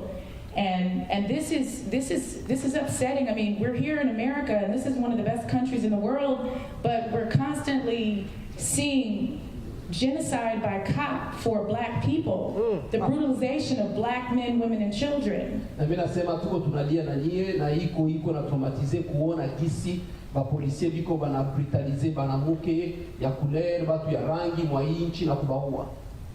Yeah, I first met Ben in 2015 at the National Bar Association's annual conference. Mu 2015 tulikuwa kwa conference.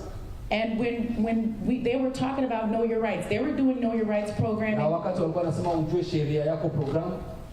I was doing programming on what to do when stopped by the police. Na mimi nilikuwa nafanya programu ya kusema utafanya nini kama polisi na kushimamisha. I'm an advocate for children, and I'm a criminal defense attorney. Na mimi nashimama juu ya sheria ya watoto na mimi nakuwa napiganisha wale wenye wanastaki.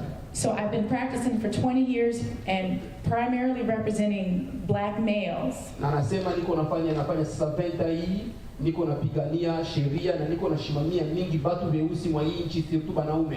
And I would tell the black males, as long as you do everything that you're supposed to do, go to school, do your homework, everything's going to be okay. Na mimi nawaambia kama unafanya vitu yoyote kisi ifano unafanya, unaenda kwa masomo, unasoma, unafanya madevoir yako, vitu vyote vitakuwa mzuri. But in America, that's not the case. Lakini hapa Amerika haiko njoo yenye iko kitu ya muhimu hiyo. You're not safe like Breonna Taylor. You can't even be in your home. If you're a black person in America, you can't be in your home. You can't be on the street. You can't be in your car. you know, most cops, I think there are most cops that are good cops, but there are some racist cops that are out there. Na mimi nasema kama bapolisie, mimi najua kama kwa bapolisie wenye biko bazuri, lakini kuko bapolisie wenye biko ba racist kule nje. And it's incumbent that we root out those racist cops from our police department. Na itakuwa mzuri sana kusema kuwatosha ndani ya department yetu ya polisi. When I started doing the programs on what to do and stop by the police, wakati nilianza kufanya programu ya kusema kitu gani tena kufanya kama polisi na kushimamisha, I would talk to the children. I would be in the middle schools. I would do them in the high schools, in the colleges, in the community centers. Nazungumza na watoto kuanzia kwa masomo primaire, gardien primaire, unafika msecondaire mpaka kwa universite. And I would partner with the police, with the prosecutor, with the defense attorney, the judges. Na natumika na ba policier, natumika na ba magistrat, natumika na ba procureur, na natumika na ba juge.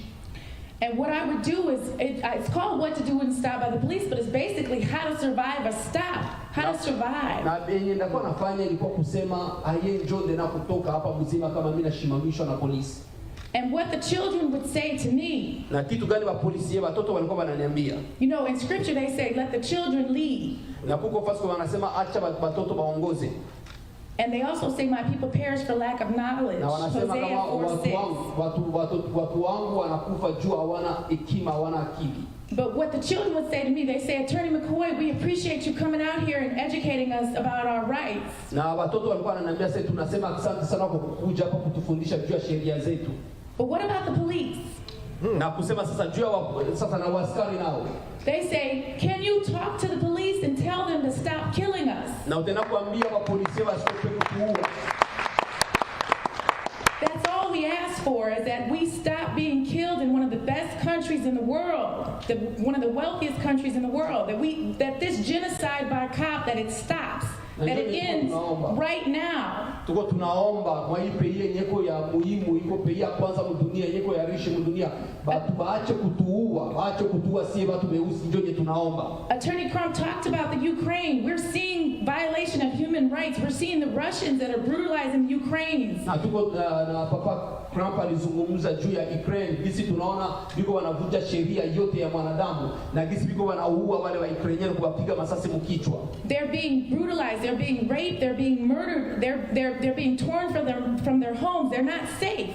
Biko wanabapiga, biko wanawaua, biko wanabaviole, biko wanabatosha kunyumba hapo na habana usalama. And we too in America, African Americans, black and brown people, we're not safe. We're not safe in the streets, in the car. Patrick was driving his car. Na si hapa Amerika ni si watu weusi. Hatuko na usalama. Like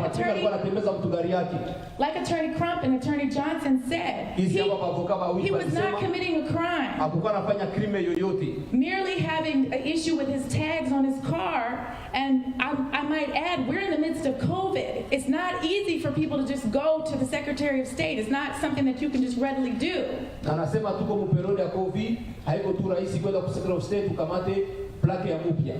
And your failure to go get the tags. Attorney Taylor is here. He handles cases with traffic violations. We handle traffic violations. We do criminal defense.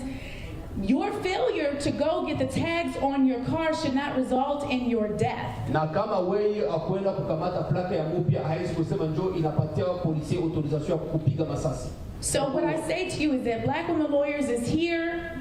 I've been getting calls from the members. You know, we're strong, 450 strong. We're here to do what we need to do to make this happen, to make the parents happy, to make this.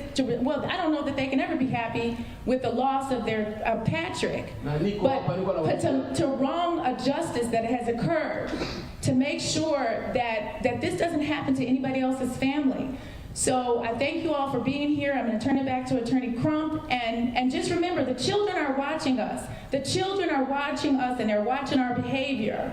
And we must do better. I mean, I'm running for state rep in this state in the 32nd district, and that's why I'm running. It's because the children have said to me, we must do better. We've got to do better in this state. We've got to protect everybody's rights. So thank you and God bless you all. Thank you, Attorney McCoy. Thank you for your leadership. Now we're going to have the parents Patrick, and Tunatafuta kuona sasa Mother wazazi Breonna hapa. Taylor all come to the podium if they could. Wazazi mkuye mke And kuzungumza. I'm so thankful to Tamika Palmer trying to cover Ms. Douglas.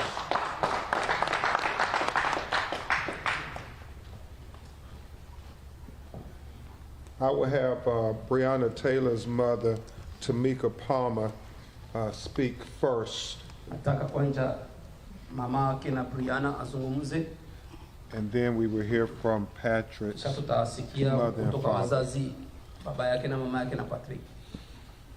I don't really have a lot to say, Sina mengi ya but kusema, lakini first I want to apologize. mimi natafuta kusema Just that we kuomba haven't done msamaha. enough to make sure Patrick was safe.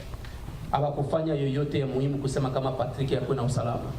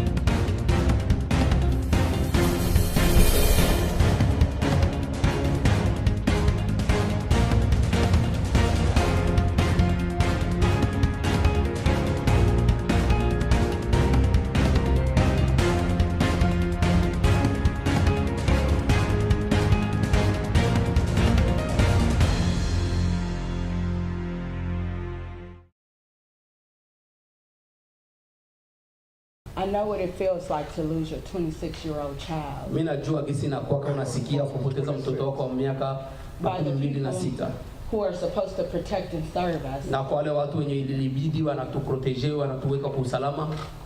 We've all seen the video. You can watch it 100, a billion times. Si wote tunaona video na tena kuiangalia We mara saw mingi. what happened, and it's clear what needs to happen. Na tuliona enye ilifika na gisi inapasha kufika. We can't keep letting these people kill our children. Na tuwezi kuacha hawa watu waendelesha na uwa watoto wetu. The only thing that needs to happen is Kitu yenye inapasha kufika. this officer needs to be arrested, convicted, and prosecuted. Huyu ofisi inabidi wamfunge na wampeleke kwa justice. And that's from the heart of somebody who fought to get justice for her daughter and still is fighting. Tamika Palmer. Y'all give her a big round of applause for being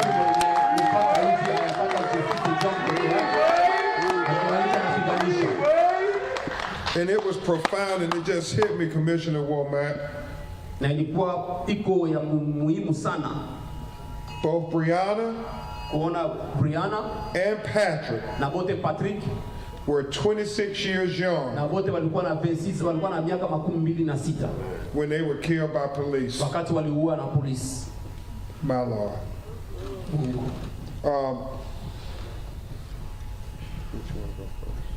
The father. Right now, we will hear from the father Sasa hizi tunaanza kusikia kwa baba of Patrick, babake na Patrick, Peter Iola.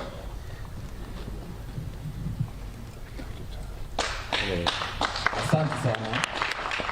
Thank you so much. Mimi ni Peter Lioya. I am Peter Lioya. baba yake ya Patrick Lioya. I am the father of Patrick Lioya. Patrick Lioya ni mtoto wangu wa kwanza. Patrick Lioya is my firstborn son. Alikuwa na miaka 26. And he was 26 years old. Kama mnaniona hapa, the way you see me now, sina mingi ya kuongea. I don't have much to say. Roho yangu inavunjika kabisa. My heart is really deeply broken. Sikuwa najua kama katika hii nchi, I didn't believe that in this country, kama kuko genocide. That there was a genocide in this country. Sikukuwa najua. I didn't know. Sikukuwa najua kama hapa mwa nchi, I didn't know that here in America, kunaweza kuwa execution ya mtu kwa kumuua. There can be an execution style to kill someone. Kwa kuua mtu na risasi. To kill someone with a gun. Tena uwawe na askari polisi mkubwa. And to be killed by the police officer. Kwa nia yangu mimi, on my wish now, nilikuwa najua kama ukikutana na polisi, I knew that if you met with a police officer in America, utakuwa umesave maisha yako. You will be safe. Your life will be spared. Lakini cha kunililisha kabisa kuona mtoto wangu, what is making me cry more to see my son ameuawa kabisa na askari polisi mkubwa. He has been killed by a police officer. Kwa kosa ndogo sana. For a small mistake, fault. Wakati nimeona video hii, by the time when I saw this video, roho yangu kabisa imevunjika. My heart was really deeply broken. Hapa naona kabisa ni maisha yangu, sina maisha. Right now I'm seeing that I have no life. My life has come to their hand. Maisha yangu ilikuwa tayari ni Patrick mtoto wangu. My life was Patrick, my son. Nilikuwa nawazia Patrick ndo sasa amenigomboa. I was thinking that Patrick will take my place. Lakini kuona kabisa ameuawa unyama na ule askari polisi. And to see that my son has been killed like an animal by this police officer. Kwa kweli kwa kuona hii video wametangaza. And to see this video they show. Hapa naona sina maisha, nimesikia roho yangu kabisa imevunjika. I see that I have no life. I see my heart being broken. Naomba sheria. I'm asking for justice. Naomba sheria. I'm asking for justice. Naomba sheria. I'm asking for justice. Naomba sheria juu ya Patrick. I'm asking for justice for Patrick. Justice for Patrick. Justice for Patrick. Naomba sheria juu ya Patrick. I'm asking justice for Patrick. Patrick ni mtoto wangu mtulivu sana. Patrick was a quiet kid. Hakukuwa na nia ya kugombana au mtu wa vita. Patrick didn't like to fight. He was not a brutal kid. Lakini nimeshangaa kuona ofisi mkubwa yeye ndo anampiganisha Patrick. And I was surprised to see that it was the officer that was really beating Patrick. Tangu Patrick amezaliwa mimi sijaona napigana. Ever since when Patrick grew up, I never see Patrick fight. Lakini hii video ya officer nimeona officer mkubwa amempiganisha Patrick. And I see this officer fighting with my son. Roho yangu imevunjika sana. My heart is broken. Kuona officer mkubwa agisa amemwikalia mtoto. I see an officer being on top of my son. Na kumpiga risasi kwenye kichwa. And to shoot him on the back of his head. Roho yangu imevunjika sana. And my heart is really broken. Naomba sheria juu ya Patrick. I'm asking justice for Patrick. Justice for Patrick. Justice for Patrick. Justice for Patrick. Asante sana. Thank you so much. Justice for Patrick. And now you hear from his mother, Dolphus. Na mimi kwa majina naitwa Dr. Lioya. And my name is Dr. Lioya.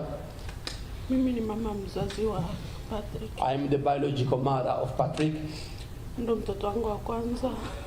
He is my firstborn. Na navunjika moyo sana. I'm really deeply hurt and wounded. Nashindwa kujizuiza. I don't know what to do. I cannot stop myself but for crying.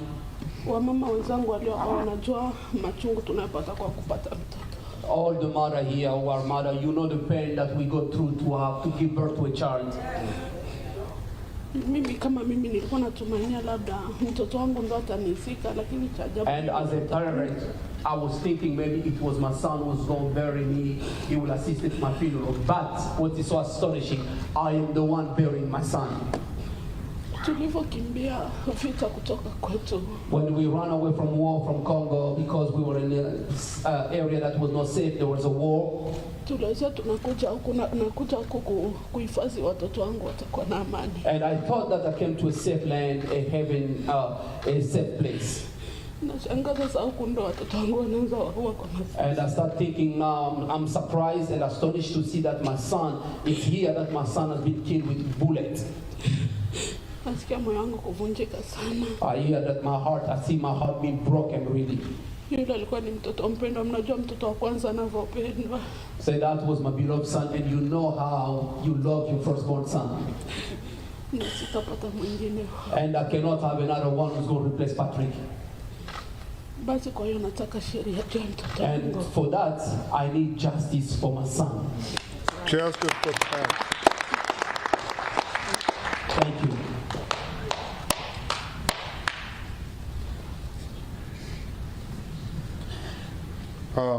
And before we have questions, Patrick's brother has asked to say a word on behalf of his family for Patrick. My name is Thomas Lioyer. I'm Patrick's younger brother. I don't really have a lot to say, except that we are very heartbroken. I live in Lansing, and from time to time I'll come over here to Grand Rapids, so my brother will come to Lansing.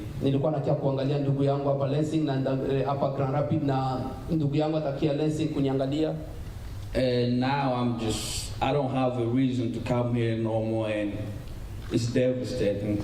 Na sina tena sheria gani ya sababu ya kukuja hapa kwa sababu roho yangu inavunjika na mimi naumizwa sana. As they all say, we all saw the video. I saw it yesterday, and jinsi wote wanasema tuliona video. It was the most horrifying thing I've ever seen. Na ni kitu yenye boga yenye siona kama maisha yangu. And it was just very sad to see that. Na ilikuwa kitu mwa huzuni kuona. But I know we got people that are supporting us and helping us through this. Na mimi najua kama kuko watu wanashimama na sisi. So yeah, we will get the justice for my brother. Na mimi najua kama tutapata sheria ya Patrick. Good job, Tommy. At this time, we will try to take your questions. Mr. Crump, what would you say needs to happen on a national scale to put a stop to these tragedies? Anasema Bwana Trump, kitu gani ndio tunasema kutokea kwa nchi juu ya kustope hii kitu isikuwe inaendelea. As we have advocated after Breonna Taylor was killed,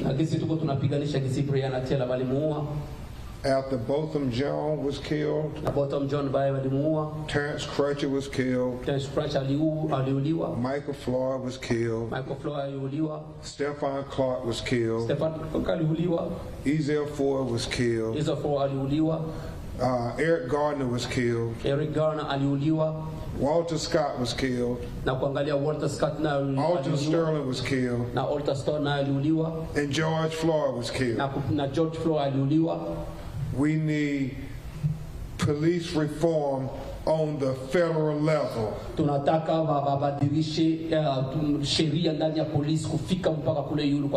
We can't afford not one more day to pass, because as Tamika Palmer said, how many more of our children have to die before we change the laws and change the policy here in the United States of America? And so we need President Biden to issue the executive order immediately. And we did need the United States Senate to finally do what they know in their heart is the right thing to do. Anasema itakuwa muda ngapi katika tuweze kupoteza tena watoto wetu. Ndio maana tunalomba President Biden afike apitishe law ya kusema kuproteger na Senate ifanye kazi yake gisi inabidi kufanya kazi. How many hashtags do we have to have before they finally say enough is enough? And hopefully Governor Whitmer and the leadership here in Michigan and the leadership in Grand Rapids na kusema kama huyu governor wetu mwenye kwa hapa Whitmer na wale wa viongozi wote wa Michigan na Grand Rapids can be the example for the United States. Na batena kuwa mfano juu ya Etats-Unis d'Amérique.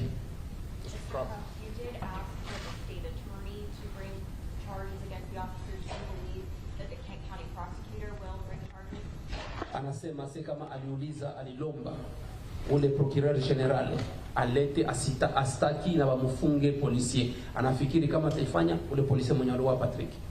I will speak on that and I'll allow Attorney Johnson to also weigh in on that. Tazungumza kwa ile kisha nakupatia neno kwa Avocat Johnson. Based on what we see in the video, kwa yenye tunaona mu video, this officer should be charged and held accountable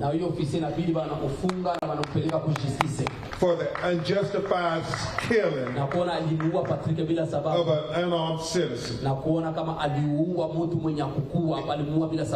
It is that simple. As everybody knows, the Michigan State Police have been asked to investigate. Once they complete their investigation, they will then either ask for a warrant of arrest or not. And then it's ultimately up to the Kent County prosecutor to bring charges or not.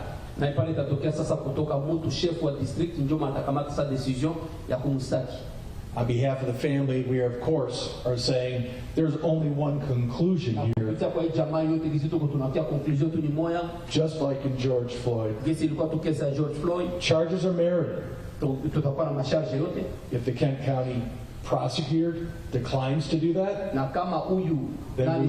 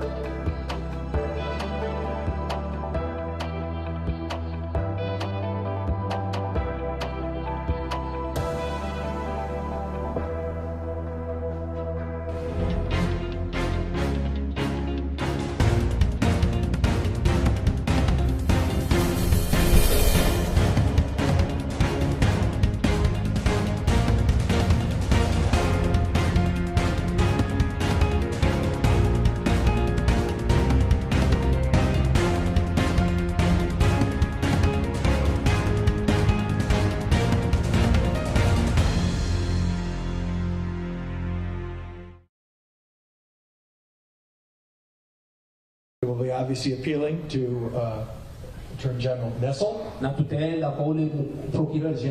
to the federal authorities, and others. Mr. Crump. And I will say this. We saw Attorney General Keith Ellison in Minneapolis. Na tuliona Procureur General Keith ku Minneapolis. And we saw the Attorney General in Kentucky. Na tuliona Procureur General in Kentucky. And we would hope na tuko na matumaini that the prosecutor will follow the example of Keith Ellison and having the courage na procureur general wa hapa atapata exemple ya Keith na atapata ile courage to make the American promise of equal justice under the law na kusema atafanya ile a reality here in Grand Rapids, Michigan. Itakuwa kusema se kama justice ikuwe egal. Yes, ma'am. So, Mr. Crump and Mr. Johnson, you can answer this as well. I spoke with the NAACP. They said that the officer, the man on the picture, had not been interviewed yet. Have you all heard that as well? And is this investigation 101? Like, Well, we would be shocked if over 10 days after he killed the unarmed civilian, he hadn't been interviewed yet. Walisema se kama swali kusema se kama ule officier, ça fait presque 10 jours hapa yamfanyisha interview. Njoo na anasema se itakuwa vraiment choquant kuona kama siku 10 ishapita na bayamfanyisha interview. That would be very problematic. Na ile itakuwa vraiment shida sana. Yes, yes, sir. Now, from my understanding of what you just said, you said the state police was going to pick that up and try and take those charges the next way, right? That's what you just said. So my question is, how can we trust the next police officer when the first police officer or the police department didn't do their job? now, and that's a very valid question. And that's why we have to keep the young people engaged and the activists holding people accountable. Because remember in Ahmaud Arbery, it wasn't the prosecutors who made that murderous father and son duo who lynched Ahmaud for jogging while black be arrested and brought to justice, because the prosecutors saw the video on day one. They saw it on day one. It wasn't until 74 days later when we the people saw the video and we demanded justice when they arrested them. So what we have to do is demand our leaders to follow the law and not have two justice systems, one for white people in America and another for black people in America. But we have to have equal justice for everybody in the United States of America. Can I respond further to your question? Your question was basically, is this normal? Well, ladies and gentlemen, welcome to normal if it's a police officer involved shooting. So what happens is, because the police officer realizes, and everyone realizes, that criminal charges may come about, they delay it. They give him, in this case, access to a union lawyer who then consults with him.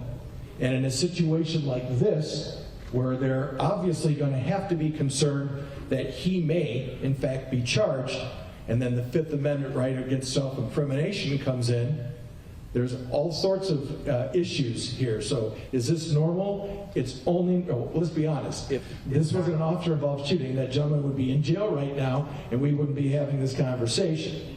But because he's a police officer, it's a whole different set of rules, I'll put that in air quotes, and delay, deny, defend. He has a question, sir. He has something you want to say. Kuko neno nimesahau kidogo. There's something I did forget a little bit. Patrick iko na wadogo zake. Patrick has some sibling. Lakini hawakuuliza, lakini wanaendelea kuniuliza nikifika nyumbani. They didn't ask, but they keep asking when we get home. Wanataka kuona ule askari polisi aliyeua ndugu yao, wamjue jina na sura. They want the police who has killed their brother to be identified. They want to know the killer of their brother. They want to know his name, and they want to know his face. They want him to be put out there. I'm asking for the law to release his face, his image, and his identification, because I would like to know the person who have killed my son. I have the right. Thank you. Thank you, Peter. That's important. And we want to know his history. Mr. Crump, do you believe the explanation that the body camera accidentally shut off just a second or two prior to the gunshot being fired? Well, that is a question that Attorney Johnson and Attorney McCoy. Kamera yake ya mwili ilizimika mbele apige masasi, 2 seconds mbele apige masasi. Ndio anasema ile ni jibu yenye Avocat Johnson atajibia. Fully expect to investigate. Tuko tunafanya machunguzi kweli. It is ni kitu such a coincidence. Ni coincidence.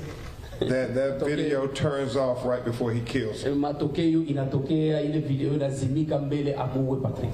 But I am very thankful to many people all across America who have already started emailing and making contact with us on social media as to what their analysis is of that video, and it has been very helpful. Na wanasema asante sana kwa watu wote hapa Amerika jinsi wiko wanaanza kutuma ma-email na kusema wiko wanafanya analyze ile video.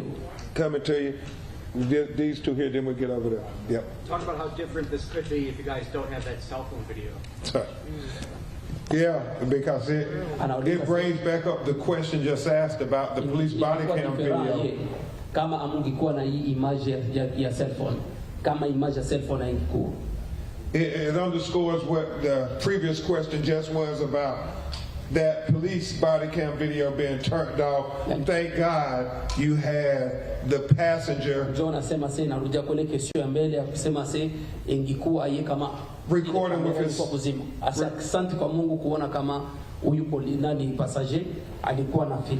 recording with his cell phone video. And the neighbor home surveillance video. But I just want to say to people all across America, even though they try to say don't video us, keep videoing the police. Keep videoing the police. Because transparency is important for them, and it's so important for us. Thank you for that question. Yes, sir. This mother just said that she brought her sons to escape war, to escape violence.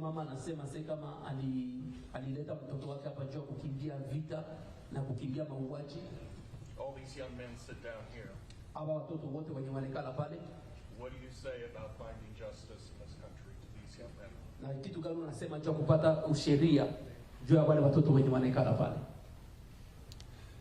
Thank you for that question.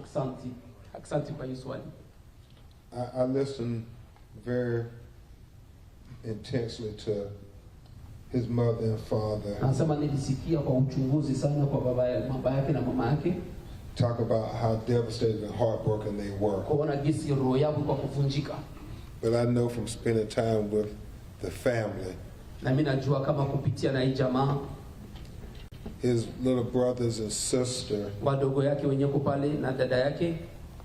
continue to ask, how could they do this to him? And the question remains, will he get away with it? It's one thing for us to say that America is the great beacon of liberty and justice for all.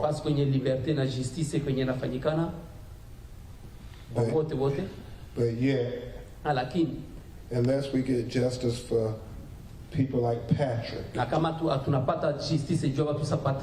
people like Brianna, people like Pamela Turner, is it just rhetoric? And if we don't get justice,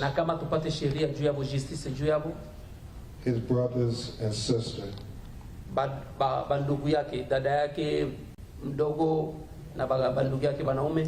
and many people, especially young people,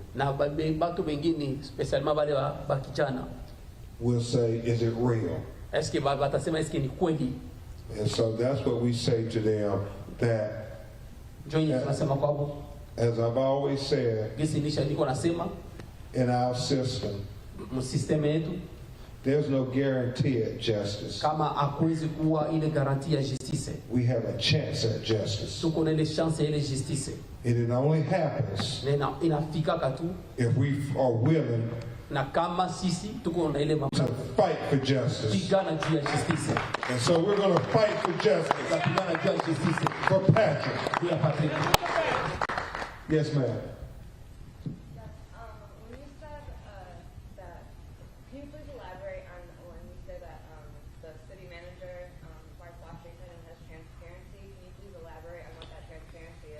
Yeah, well, it was very transparent to them. The prosecutor asked them not to release the videos, and they made a decision that for the sake of transparency, they were going to release the videos. So we want to acknowledge them for showing leadership in that moment, because they could have continued to try to hide behind this, you know, I guess, standard operating procedure. For most police departments in America, that say as long as it's an ongoing investigation, we're not going to show the video. Okay. And that is normal. Anauliza swali. Including Michigan, big time. Okay. Anauliza swali. Alisema kama manager wa site wetu na watu wenye walikuwa hapa, alifurahi sana kuona uwazi yao ya kuonesha video. Tena kuzungumzia, anasema Procureur General alikuwa anabambia basi magistrat alikuwa anabambia basi libere ile video. Meabu akasema juu ya kuonesha ile roho isilifunjika, acha tutile video kule bado waone ukweli. Okay. You want to say, you want to hide something, they told him. Kwa wakati nimepata bahati ya kuoneshewa ile video. Even myself, when I had a chance to see the video. Mbele wa release hii video wame release. Before they release the video. Nimeona video. I saw the video. Lakini cha maajabu sana. What was so amazing. Walinambia keep secret. They told me to keep secret. Usiseme. Don't say anything. Keep secret. They told me keep secret. Nikaona ni maajabu sana. And I saw that it was amazing. Mimi nimepoteza mtoto. I have lost my son. Umemuua kwa masasi. You kill him with a bullet. Unanambia ni keep secret. And then you are telling me to keep secret. Basi nimelia sana. And I'm crying. I'm deeply hurt. Yeah, and that is normally what happens. Na normalement ile ndio inafikaka. They try to delay. Wanatafuta kuikalisha. And sweep it under the rug. Na wanapitisha pembeni. But we're not going to let them sweep it under the rug. We refuse to let them sweep it under the rug. And so I am thankful for the city showing that transparency. Na mimi nasema asante kwa shefu wa Grand Rapids kuonesha ile uwazi. Because you all know here in Michigan, man, there was unajua hapa Michigan in I guess Benton Harbor somewhere, they had a black man killed by the police, but it showed him doing something wrong on the video. They released that video immediately. Wanaonesha kama mtu alikufa hapa na wanaonesha kama ule mtu mweusi ndio alikuwa anafanya kitu kibaya. Aliachilia ile video mara moja. But when the police is shown doing something wrong in the video, mara kati wa polisi anafanya kitu mbaya. They try to fight releasing that video. Wanapigana juu wasiachilie ile video. But thank God for the people demanding it. It's the people who make the video. We're going to take a few more from a couple of journalists, gentlemen there, and then you. Yes, representing the citizens of Kalamazoo, we would just like to know what is possible, what can be done to prevent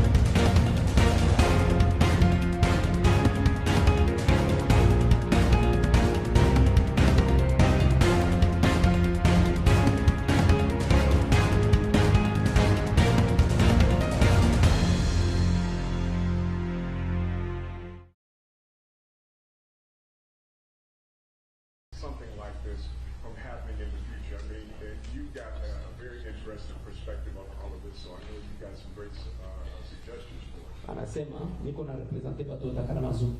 Kitu yenye niko nauliza, kitu gani ndio tutena kufanya ili isitufikiake tena? Swali, tutafanya nini juu isitufikie tena? I think as Attorney McCoy was saying, lakini nafikiri kisi avoka McCoy alisema, we have to deal with the crux of the matter. I don't know how not to just speak truth to power. Anasema tutaenda tunapiganisha wajambazi na wale watu wenye kukorompi na sijue kisinda kusema juu ya hiyo. I don't believe the police ever would have busted in a young white woman's house at 1 o'clock in the morning. Sikubali kama polisi anaingia nyumba ya mtoto wa mwanamke wa mzungu 1h du matin. Yeah, and that's just the reality of black people in America. It seems like they always do the most versus doing the least intrusive thing. And I think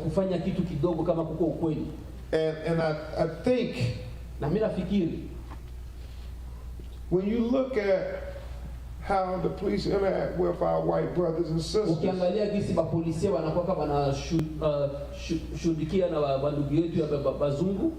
you see they can de-escalate just fine. So what that tells us, it's not a matter of training really. It's a matter of bias. And we have to constantly deal with the racist, discriminatory, bias institutions that keep presenting and producing these results over and over again. We just got to deal with it, America. We got to deal with it.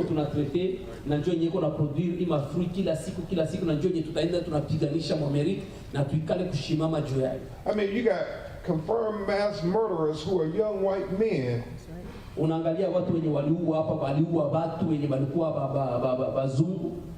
Who the police follow for hours.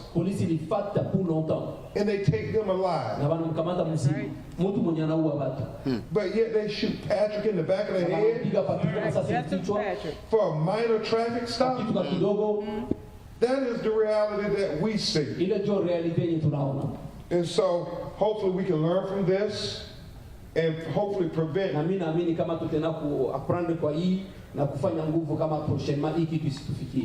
Some of the hashtags in the future. Okay, last two. Mr. Crump, we saw in the video that the officer asked Patrick if he knew English. Do we know if there was a language barrier there where Patrick really had no idea exactly what was going on between him and the officer? Asa anasema tuliangalia mu video kama ule ofisa alikuwa anamuuliza Patrick kama anajua Anglais. Est-ce unafikiri kama kulikuwa matatizo ya lugha pale? We know that Congolese community have been concerned about those things often. Na tunajua kama community congolaise iko vraiment concernée na mabitu na shughuli kana sana mabitu. And we will continue to work with the leadership in their community. Na tutakuwa tunatumika sana na wa leader mu community. And the leadership in Grand Rapids and others. Na wa leader mu Grand Rapids na wengine. To make sure they understand the importance of the communication barriers. Communication. Barrière. Thank you. Mr. Crump, can you tell us what exactly these demands are so that we as grassroots organizers on the ground can actually fight for those things? Yeah, and that is a great question for the last question. Watuambie vitu wenye tuko tunalomba josie wenye tuko kubarabara twende tunapiganisha juu ile sheria. And I think the first thing, na nafikiri kitu ya kwanza directly from the patriarch of their family, na kutokea kwa kichwa ya jamaa yao, is they want the identity of the police officer to be known, so they can know his history. Na banapasha kujua pase yake. I can guarantee you they're going to do everything in their power to try to learn the history of Patrick and to assassinate his character. Na mimi nakwambia watafanya nguvu yao yote bajue pase ya Patrick na kutafuta kuassassine karaktera Patrick. But just like his father said, they want to be secret about what blood may be on their hands. Na visi babake na Patrick anasema wanatafuta kuwa na siri kuona damu nyingi kwa mikono yao. So the family is demanding the identity of the officer. Na jamaa iko na lomba identite ya officier. They want the officer to be terminated. Na wanalomba ule officier bamfukuze. And they want the officer to be prosecuted. Na wanalomba ule officier bampeleke justice.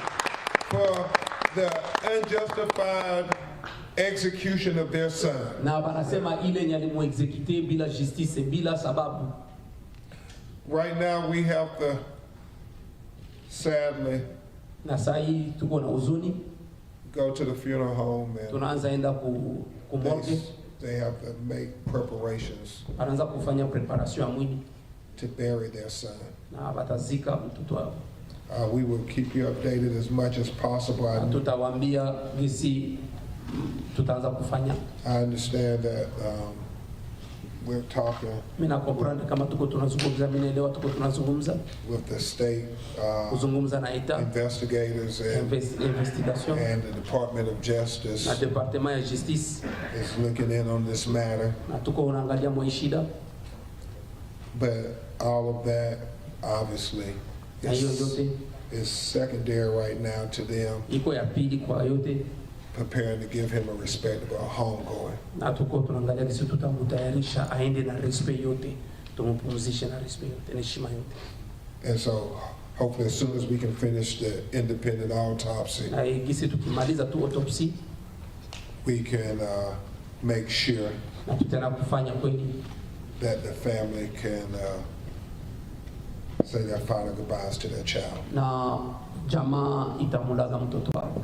And we continue to thank the community for standing up with the family, the activists for standing up with the family and continuing to protest injustice. Na kushimama kupiganisha juu ya injustice kontra injustice. And the family continues to ask that they do it peacefully. Na kusema kama jamaa inasema muendeleshe mnafanya kwa ukimya. Because Patrick was not being violent on the video. Anasema Patrick mu video hakukuwa violent. And so they asked that we not be violent. Na balombe kama si na banalomba na si tusikwe violent. And following Patrick's example. Na kufuata example Patrick. On his last seconds on this earth. Na ile 15 sekunde ya maisha yake hapa dunia. Thank you all. Asante sana. Thank you for coming out. Speaking on the citizens of Grand Rapids that watch this, that are contacting me too.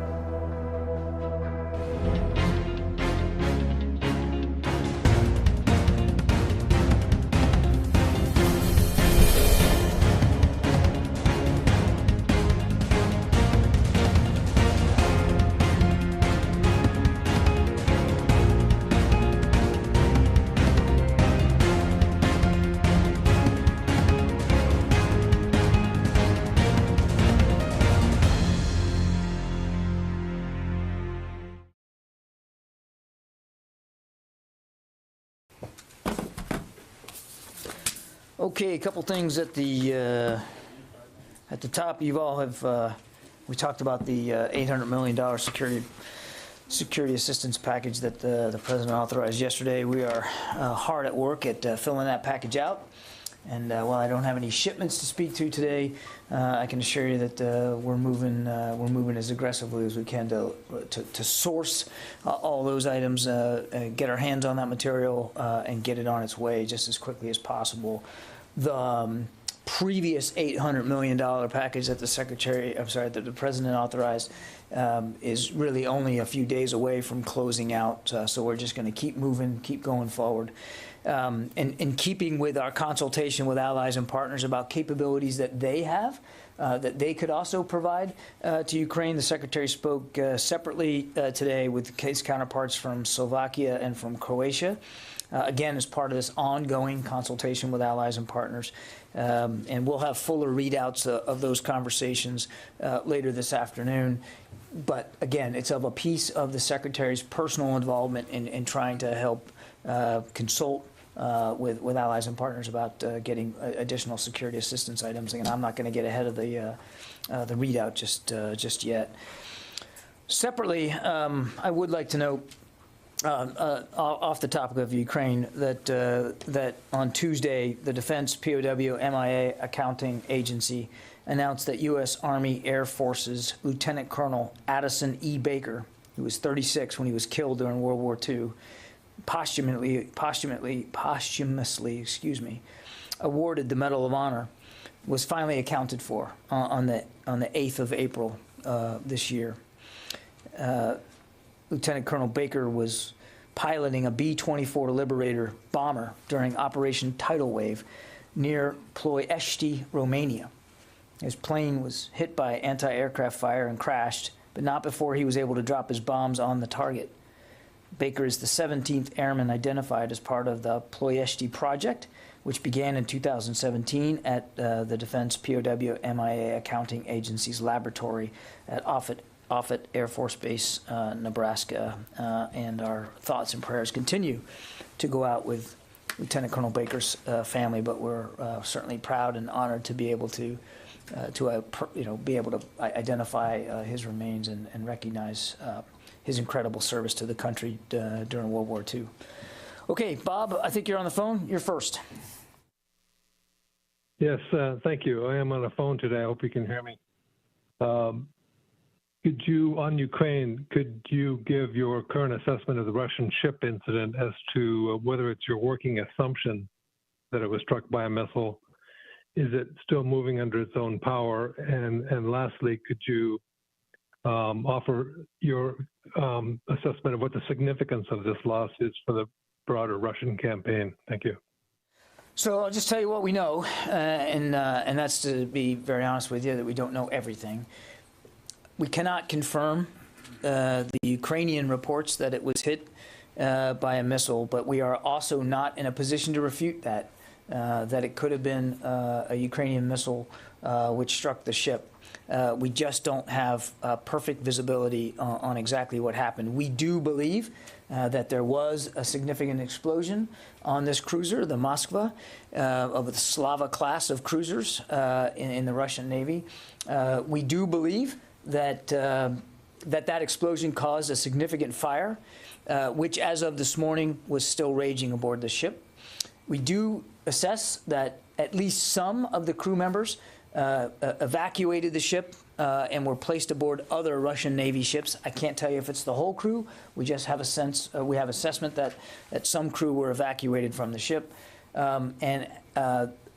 We are, this morning, we had assessed that the ship was underway under its own power. We are no longer able to make that certainty today, this afternoon. We're not exactly sure that the ship is actually still able to make its own way.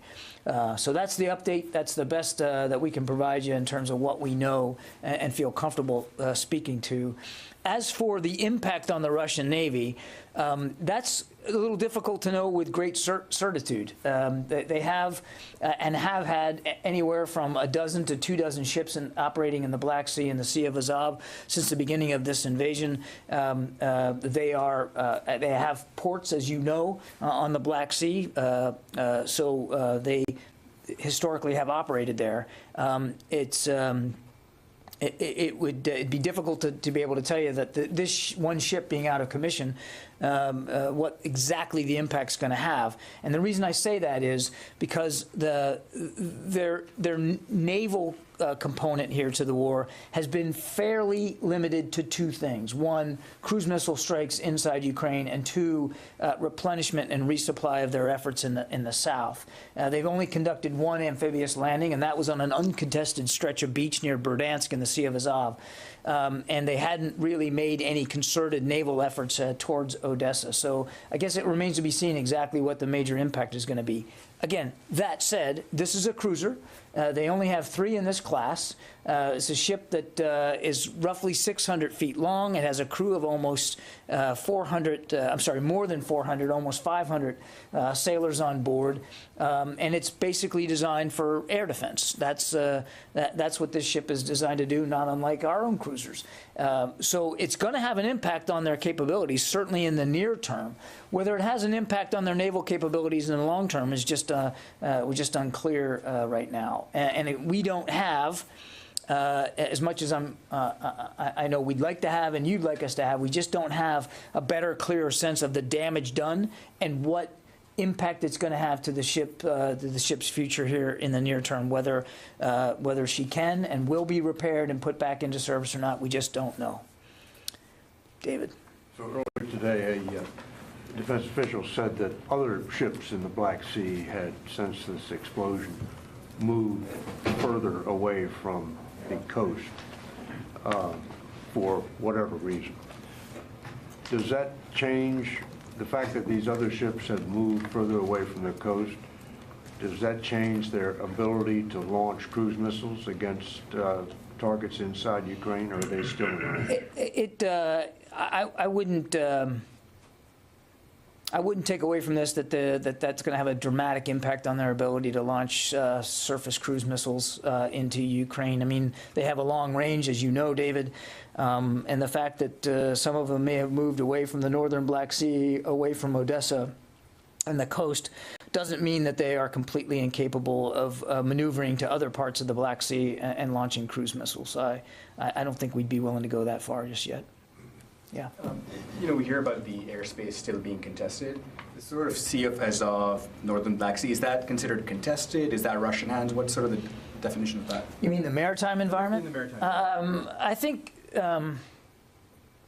you would be going too far if you said, or we were to say, that the northern areas of the Black Sea were not contested, that the Russians had freedom of maneuver completely inside the Black Sea. I think that would be going too far. For a couple of reasons. One, the Ukrainian Navy, though small, still has operating craft. Two, they do have coastal defense capabilities. You saw the Brits had given them some coastal defense missile capabilities. We, in this latest package, are offering them some coastal defense unmanned surface capability. And three is the issue of mines. We know that mines have been a factor, particularly south of Odessa, and that some of those mines could be free-floating and therefore not moored to a specific area, and therefore could affect a Navy's ability to freely maneuver in that maritime space.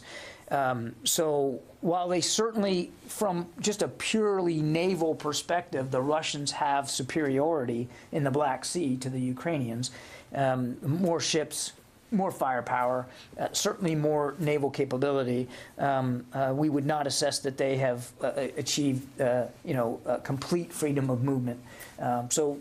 Again, they have used the maritime environment to strike inland.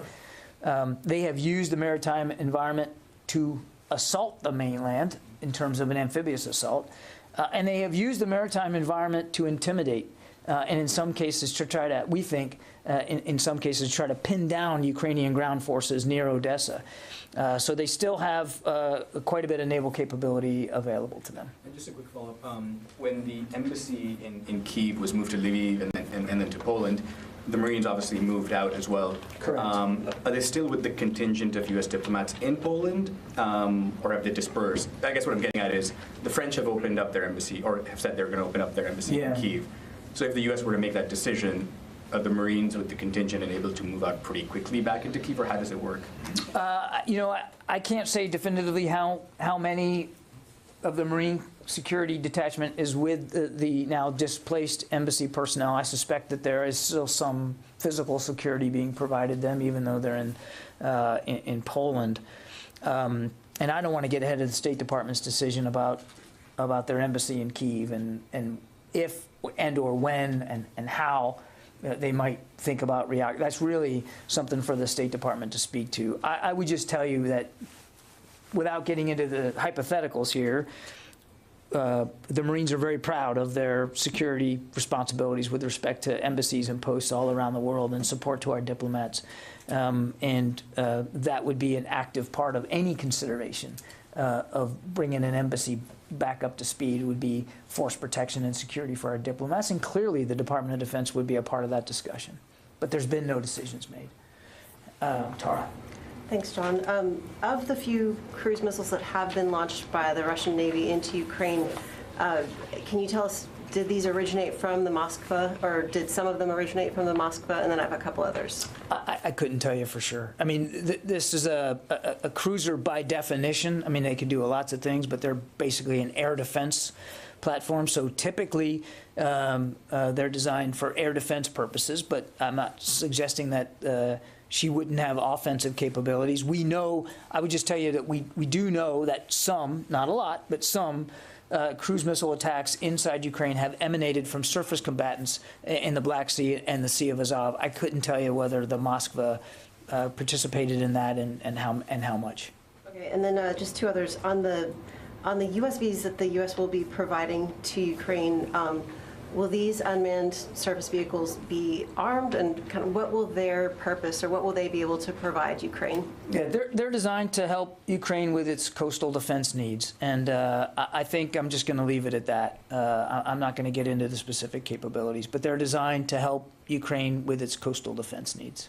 And as the next tranche of $800 million goes in, is there any concern that, because these are more advanced weapons, Russia may contest those supply lines? Can have those supply lines remain uncontested to this point? Yeah, all I can do is tell you what we're seeing today, and flights are still going into to transshipment sites in the region, and ground movement is still occurring of this material inside Ukraine. That every single day there are security assistance weapons and material and support equipment that is getting into Ukrainian hands. And as we've said before, we're going to keep doing that as much as we can, as fast as we can. There have been we have not seen any Russian efforts to interdict that flow, and so we're just going to keep doing it. And as you know, we don't talk about the specifics of that flow so that we can preserve a measure of operational security, and we constantly look at it every day, monitor it, change it, adapt it as needed. Yeah, Sylvie. You said that Russia has still naval superiority in the Black Sea. Just in terms of numbers of ships and capabilities, I think that's a mathematical truth, yeah. Okay.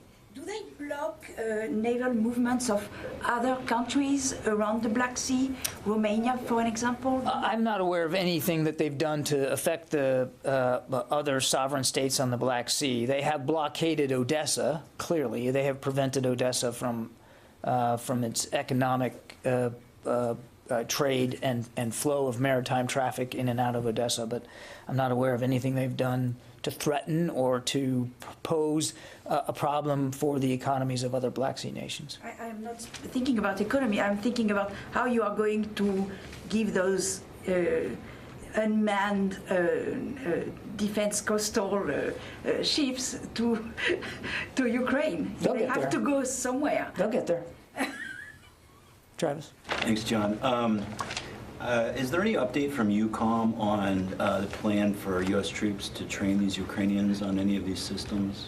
I don't have any details to speak to today. As I said yesterday, we're mindful of the clock, and we're mindful that there will be a basic fundamental training need for some of these systems. I want to stress, Travis, that as I tried to do yesterday, perhaps not perfectly,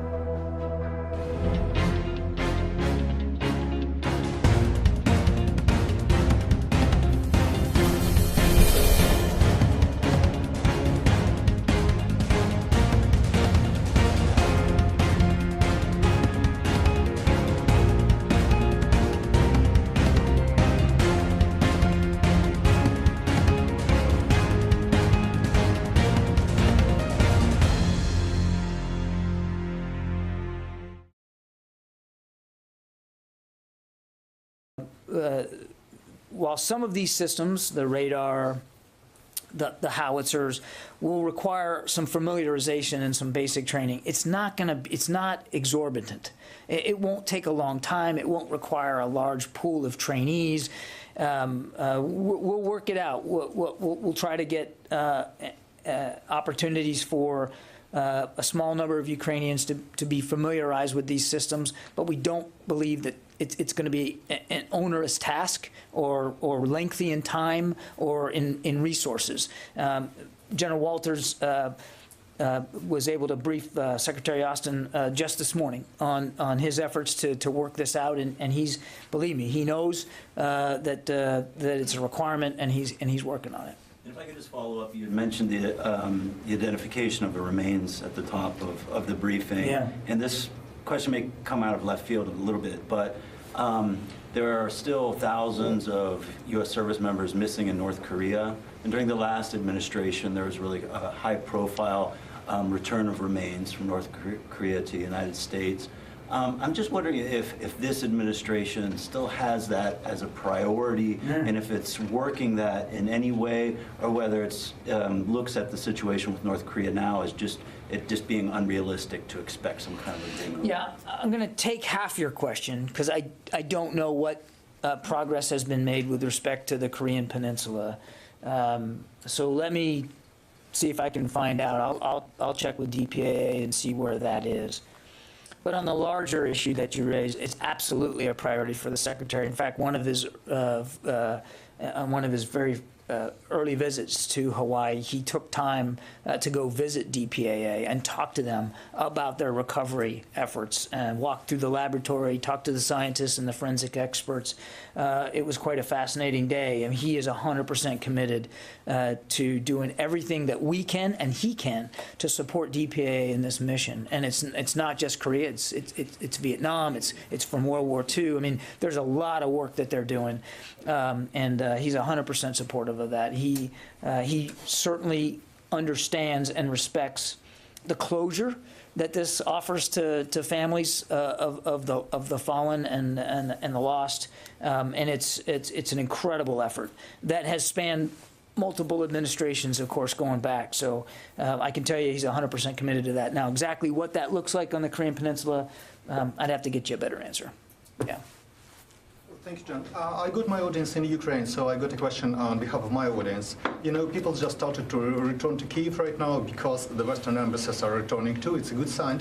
And right now, people are just concerned so very much, and I spoke with my colleagues on the ground, I spoke to politicians today about this Russian military threat to strike Ukrainian decision-making centers, including those in Kyiv. Possibly means Minister of Defense, possibly means Office of the President. Sure. So could you share your assessment? Firstly, is Russia, from military point of view, able to do it? And secondly, if it will happen and Ukraine will, strike back, might it be the significant escalation of the situation?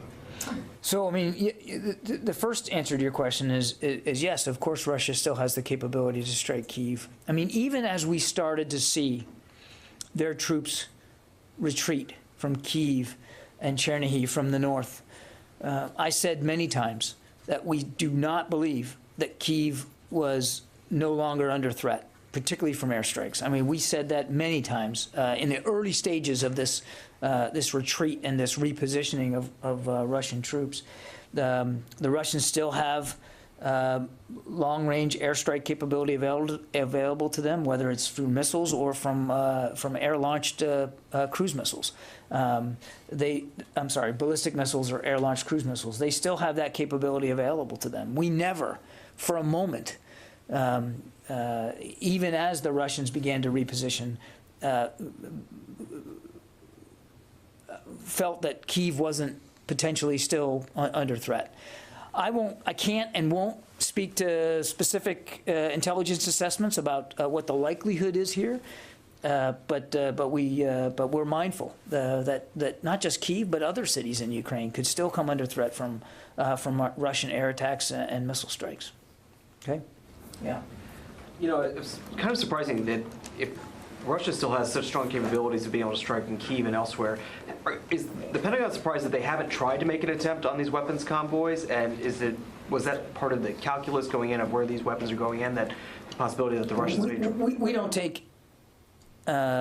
don't take any movement of weapons and systems going into Ukraine for granted, not on any given day, and that's why we're very careful about how much information we put out there about it. That's why we're careful to modulate that activity on any given day. We're not taking it for granted, and frankly, neither are the Ukrainians either. We get these things into their hands, and they're moving it inside their country. I think the less we say about that, the better. Yeah. John, Ukraine says it reclaimed a checkpoint along the border with Belarus. So how important would that move be at this current stage in the war? And is Belarus still hosting those Russian soldiers, not only to resupply, but redeploy them? I haven't seen the report that they've retaken a checkpoint, so it's difficult for me to go into much detail about that. We have not seen, continue to have not seen tangible efforts by Belarus to involve their troops inside Ukraine. Now, that said, they have housed Russian troops on their soil, continue to do so today. They have allowed missile strikes to occur from their soil. They have allowed for airstrikes to be launched from their soil. So clearly they are enabling the Russian invasion inside Ukraine. But in terms of their actual forces being involved, we just have not seen that. And again, I haven't seen this report, so it's difficult for me to assess the significance of this checkpoint.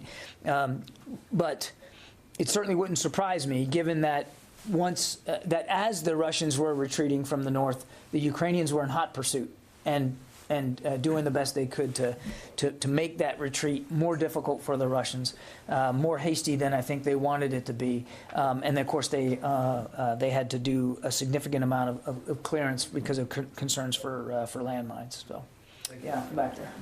Mike Stone at Reuters. It was just yesterday, that's all. I just didn't know. Just reminding you. But I got it. Your face is burned on my brain. Mike Stone for Reuters, got it.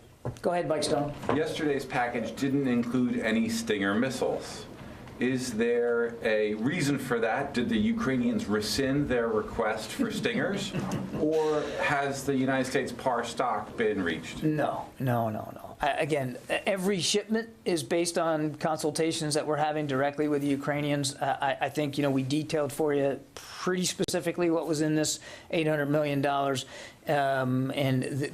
These were items that we knew and that the Ukrainians made clear that they wanted. I mean, we'll have some later after the briefing today. I think we'll be able to give you an update on the total numbers of things that we provided, including Stingers, and you'll see that it's quite a lot. I would not rule out going forward in future drawdown packages or deliveries of security assistance that there might be additional Stingers going forward. But this package was very much tailored in consultation with the Ukrainians on what they believed they needed specifically for the fight in the Donbass. And as we talked about yesterday, given the terrain, given the kinds of reinforcements, given the kinds of capabilities that the Russians, bless you, are beginning to push into that region, things like artillery and counter-artillery radar, those were some of the big items that we really believe were most important for this next tranche, but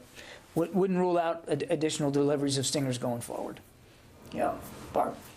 I wanted to follow up and clarify on your answer to Idris on the embassy. You said that, because of Marines providing security, that the Defense Department would be part of any discussions, but that no decision has been made. So.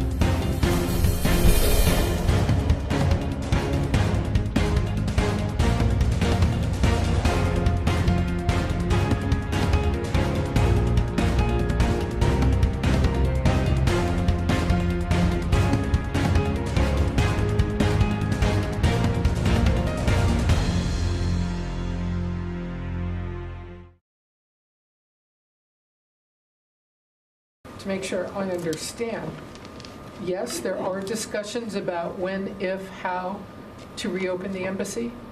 I'd refer you to my colleagues at the State Department. You said that you would be part of these discussions, but no decision has been made. Can you tell us if you are discussing it with them? I would refer you to the State Department. My other question is, Medvedev, I can't say his name, Medvedev said today that Russia would significantly bolster its western flank and start moving weapons there if Finland and Sweden were to join NATO. And I was wondering if you had any update whether you yet see Russia moving weaponry towards that flank. I don't have any update for you on that. Yeah. Joe. Yes, sir. Thanks.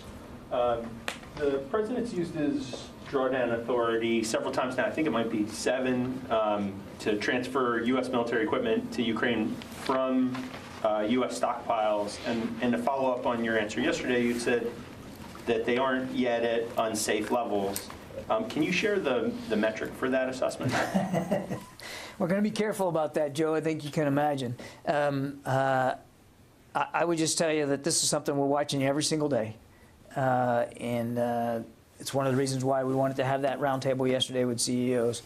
I'm not going to get into specific metrics, but I can assure you that we are not at the point where our inventories of these systems have or will imminently affect our readiness. We're watching this literally every single day. And we don't want to get to a point where that becomes an issue, which is, again, one of the reasons why we had this discussion yesterday with the CEOs. We're comfortable that our stocks are in keeping with our readiness needs. But we obviously know that as these packages go on and as the need continues inside Ukraine, we want to lead turn that. We want to be ahead of the bow wave on that and not get into a point where it becomes a readiness issue. To that end, will the Secretary be recommending at any point that the Defense Production Act be used to ramp up production?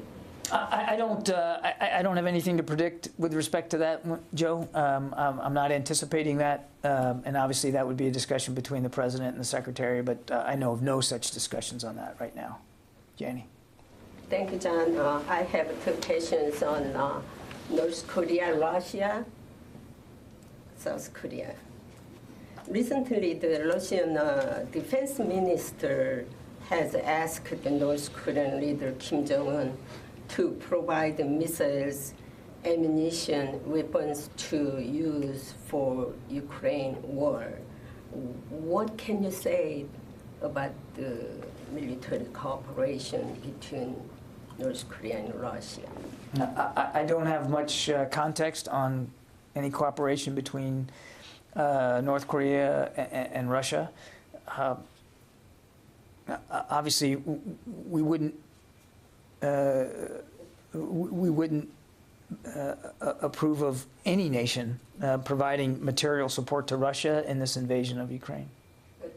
North Korea and China, excuse me, they support economic and military, aids. So it can be affected more strong war in Ukraine. It affected the Korean Peninsula. How did you estimate this? Yeah, again, let me put it this way. We haven't seen any tangible support from either China or North Korea to Russia, point one. Point two, in addition to doing everything we can to help Ukraine defend itself, we also have responsibilities in South Korea to help the South Koreans defend themselves and to reinforce our security commitments on the Korean Peninsula, and we're still very able and very capable of doing that. South Korea, excuse me, because I have a little will the aircraft carrier Abraham Lincoln is in Korea right now, in Korean Peninsula. Will this Abraham Lincoln joint U.S. and South Korea joint exercise next week, or why they coming to Korean Peninsula? Well, it's not uncommon for U.S. aircraft carriers to steam in that part of the world. Not unusual at all. I don't have anything on the Lincoln schedule to speak to today or what exercises she might contribute to. I'd refer you to U.S. Forces Korea for that. But look, freedom of navigation is freedom of navigation, and our carriers demonstrate significant maritime power all over the world. It's not uncommon for them to operate in those waters. Mike. Yeah, John, if the Moskva is the flagship of the Black Sea Fleet, do you know the identity of the admiral whose flag it was and what's his disposition? I don't. I've seen colloquial. Yeah, Did he transfer his flag to another ship? Yeah, I've seen colloquial comments about her being the flagship of the Black Sea Fleet. I have nothing to corroborate that she was in fact a real flagship in the way that we consider a flagship. I mean, she's obviously. It's a cruiser and probably the biggest surface combatant that they have in the Black Sea at this point. And there's only 3 in that class, so the Russians didn't make a lot of them. But whether she was an actual flagship with an actual admiral and staff aboard the way we conceive of it, I just don't know. Yeah. Rio. Thank you. I want to ask you about the security deal between China and the Solomon Islands. The diplomatic efforts are ongoing to encourage the Solomon Islands to reconsider the deal. So from the military perspective, do you think this security deal is a part of China's broad effort to project power beyond the second island chain? It certainly could be. I refer you to the State Department for more detail. I would just tell you that we do understand that the Solomon Islands and the PRC are discussing a broad security-related agreement. The broad nature of that agreement itself leaves open the door for the potential deployment of PRC military forces to the Solomon Islands, excuse me. And we believe that signing such an agreement could actually increase destabilization within the Solomon Islands and could set a concerning precedent for the wider Pacific Island region. So, I mean, obviously we're concerned about this. Okay, let me go to the phones. I haven't done that very much. Jeff Shogel, happy birthday, Jeff. Thank you very much. The Air Force is helping families of transgender, gay, and lesbian children who are in states that have passed anti-gay and trans laws like Florida, Alabama, and Texas. I'm wondering, is the Defense Department coming up with any policies to help military families who feel that who live in states that have passed laws like this? Jeff, I'm not aware of any departmental-wide policies. I think what the Air Force did was communicate to airmen and their families that if they needed any assistance or advice or counsel as they transferred from base to base, that there was a set of resources available to them. Carla Babb, VOA. Hey, thanks, John. Like Barb, I am interested in Russia's threat to deploy nuclear weapons in and around the Baltic should Finland and Sweden join NATO. How concerning is this threat to the Pentagon? And also, Medvedev was claiming that Russia was not to blame for this. What would you say about that? Sorry, that's my daughter. Sounds like you got a bit of an armed conflict going on there at home. Are you okay? We are okay. That is what happens when you try to lock your office door and you have a 4-year-old. That did not sound nonviolent. Oh man, I got to get my brains wrapped around this again. Look, we obviously take any potential nuclear threat very, very seriously. And we noted early on in the conflict when Mr. Putin decided to offer some bellicose rhetoric with respect to nuclear capabilities, that we noted at the time that we took that seriously, and that we continue to monitor it as best we can.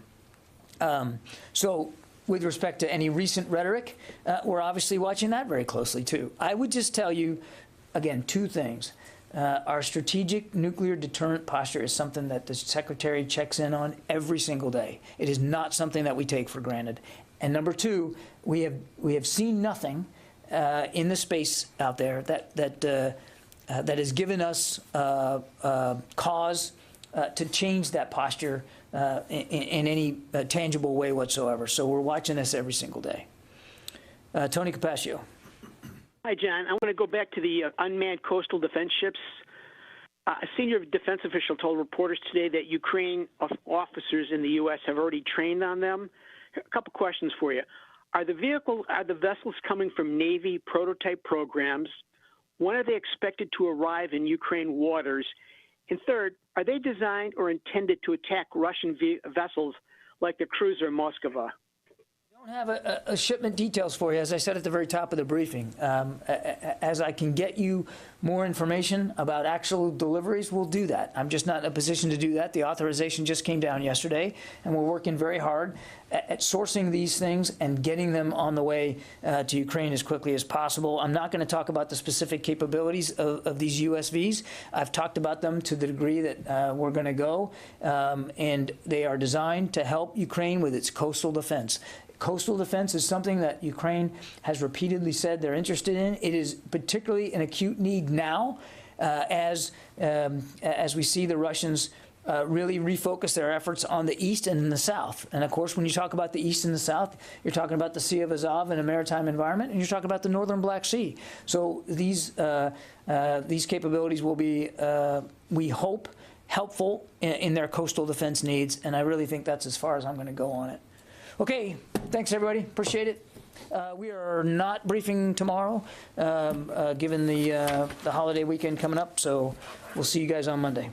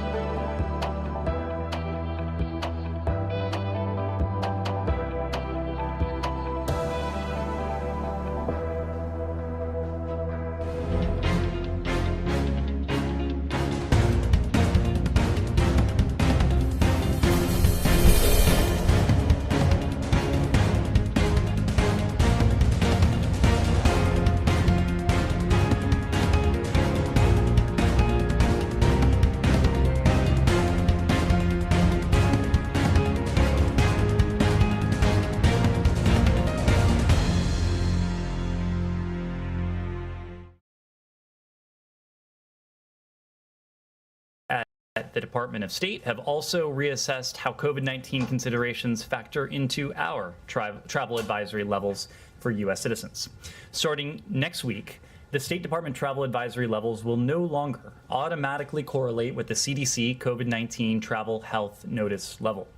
However, if the CDC raises a country to a level 4 for COVID-19, or if COVID-19 related restrictions threaten to strand, isolate, or otherwise seriously affect U.S. citizens, the State Department's travel advisory for that country will also be raised to a level 4 or do not travel.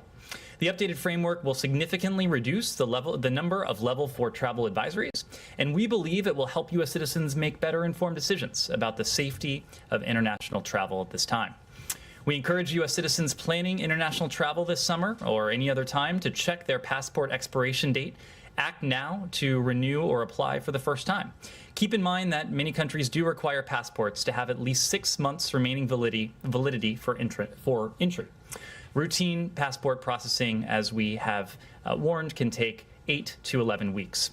We also encourage U.S. citizens to stay connected with us via travel.state.gov and through our @travel.gov social media accounts, and to enroll in the Smart Traveler Enrollment Program, or STEP, to receive timely alerts about evolving health and safety conditions. And finally, today, the U.S. Department of State released our first ever equity action plan to implement Executive Order 13985 on advancing racial equity and support for underserved communities through the federal government. We joined over 90 federal agencies and all cabinet-level agencies across the U.S. government in this launch. This plan is the product of President Biden's historic executive order directing federal agencies to address barriers to opportunity for underrepresented and underserved communities. Our Equity Action Plan outlines commitments, actions, and accountability mechanisms to improve our effectiveness in successfully integrating equity across our foreign affairs work. With that, happy to take your questions. Daphne. Russia warned today that it would deploy nuclear weapons and hypersonic missiles in Kaliningrad if Finland and Sweden join NATO. Is the U.S. concerned about Russia upping its rhetoric around this? And then I have a question on embassy staffing as well. The warning I saw in that regard came from a former Russian official who is no longer in power and arguably may not have been in power at the time he purportedly was in power. So no, we don't have a specific response to that. The Russian Federation knows where we stand in terms of our commitment to Article 5. The idea, the sacrosanct commitment we have that an attack on one is an attack on all, but we don't have a specific response to that. And France said today it will very soon transfer back its embassy in Ukraine from Kyiv to Lviv. Are U.S. embassy staff still commuting from Poland to Lviv? And are there any plans to stop commuting and be fully operational in Lviv or to reopen the embassy in Kyiv?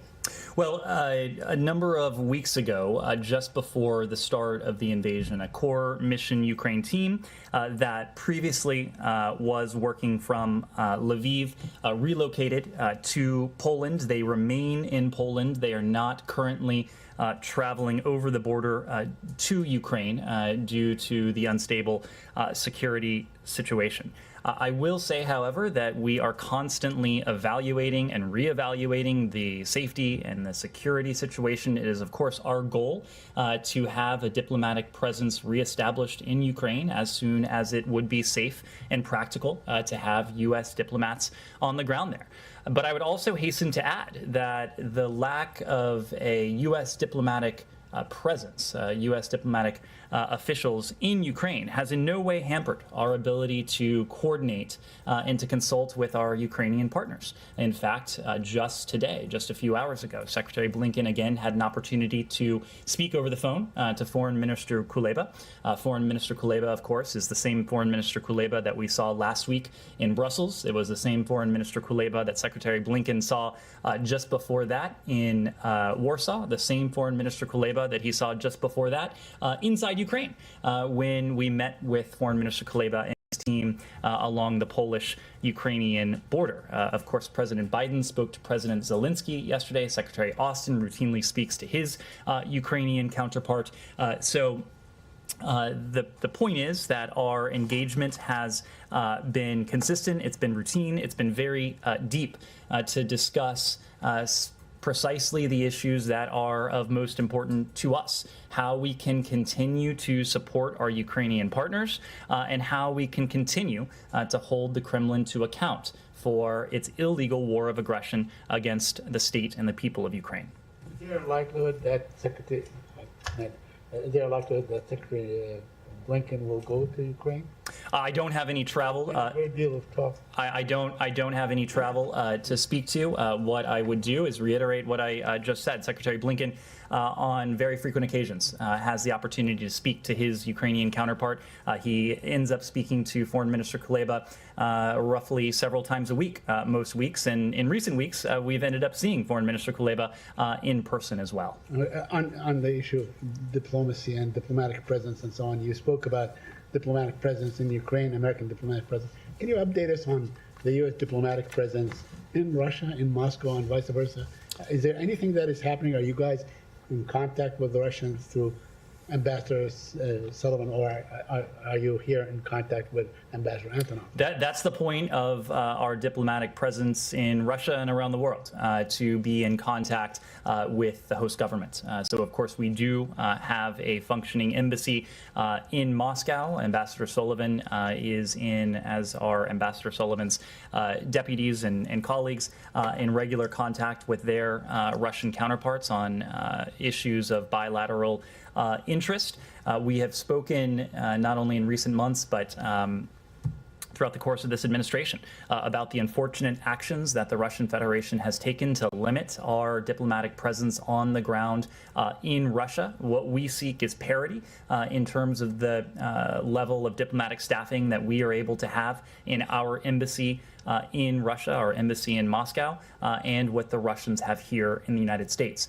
We believe that the diplomatic relationship, the ability to communicate clearly, effectively, and oftentimes frankly is important in all times, but it's especially important in times of increased tension and in the case of Russia's aggression against Ukraine in the case of conflict.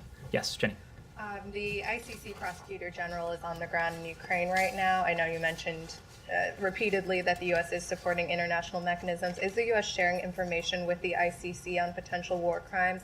And then can you just clarify, is the U.S. doing its own assessment of whether atrocities like genocide and war crimes have taken place in Ukraine? Let me start with that second question, which I appreciate because I believe there is a misimpression about the process that is involved here. I think specifically there's a misimpression that the department would require a demand signal or an order from on high to undertake a careful review of what is transpiring on the ground in Ukraine. To be clear, there is a constant demand signal, including from Secretary Blinken, for insight into potential atrocities or atrocity crimes committed around the world. And as a matter of course, our Office of Global Criminal Justice and their colleagues, other experts from the department, are carefully reviewing all of the inputs that are available to us regarding what is transpiring in Ukraine. That includes very public data points that all of us have seen across our television screens, that we've read in newspaper, but it also includes details gleaned from intelligence reporting as well. As we've said, and this gets to the first part of your question, our priority at the moment is pursuing accountability for atrocity crimes. And we're supporting the efforts of various accountability mechanisms, including the efforts of the Ukrainian Prosecutor General, whose work we have assisted since long before Russia's current military campaign in Ukraine began. We've been assisting this work for the better part of a decade now.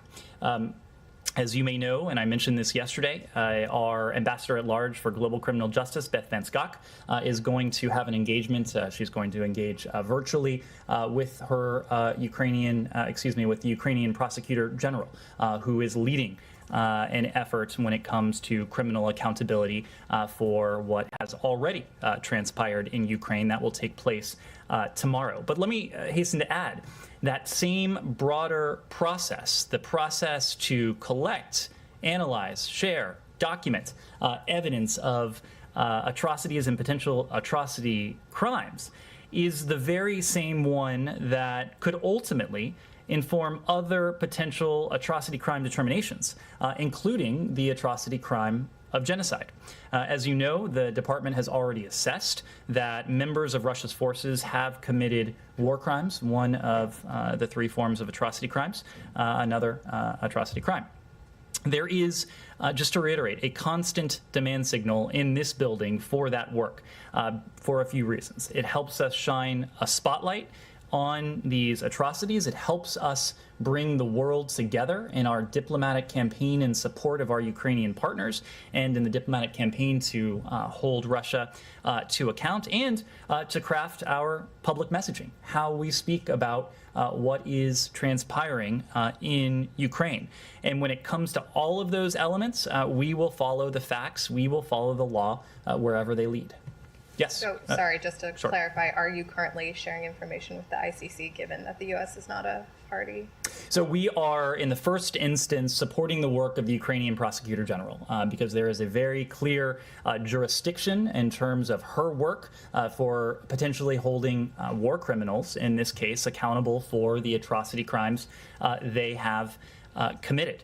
We are consulting very closely with allies and partners about potential other accountability mechanisms. In fact, we've helped to birth at least one accountability mechanism. We, as part of our re-engagement with the UN's Human Rights Council, helped to establish the Commission of Inquiry that is now focused on this as well. The OSCE and the Moscow mechanism, the first report of which was issued yesterday, we're supporting. But when it comes to the ICC, we know that the ICC is one potential venue for accountability. We have cooperated with the ICC in the past. I believe I mentioned this yesterday, that within recent days, the trial of a former Janjaweed commander has begun at The Hague under the auspices of the ICC. That individual is being tried in part based upon evidence that the Department of State ourselves collected for his role in the genocidal campaign that the Omar al-Bashir regime carried out a number of years ago. But we are consulting very closely with allies and partners with an eye, first and foremost, to the mechanisms and to the jurisdictions that will help us see that ultimate goal of accountability achieved. Yes. Thank you, Mr. Price. Good opportunity for me. I have 3 questions. Good to see you. Number one, thank you. Number one, the Taliban still continue their policy toward Afghan girls not allowed to go to school. What will be the next consequence from the State Department? Number 2, the people who approve for SIV visa still they have some problem because they have children over 21 or 22 years old. They have problem, they cannot travel without their kids. And number 3, the people who applied for the SIV visa after September 10, they didn't get any response from the State Department. And also the last question, some Afghan former soldiers disappearing from the Taliban jail. Nobody knows where they are. Of course, some people think that they get killed by the Taliban. And Afghan people think that United States forgot Afghan people and all attention goes to the Ukraine. I don't know. Well, nothing could be further from the truth. As you know, we have continued to stand by the people of Afghanistan in terms of our humanitarian leadership and the contributions that we have made, including in recent days, to the humanitarian needs of the Afghan people, but also in terms of what we're doing diplomatically on the world stage together with our allies and partners. And you raised the issue of girls' education and the egregious decision last month, March 23rd, what was supposed to be the first day of the school year for school children, including girls across the country, turned into a day of horrible disappointment and despair for millions of Afghans, with the Taliban's very regrettable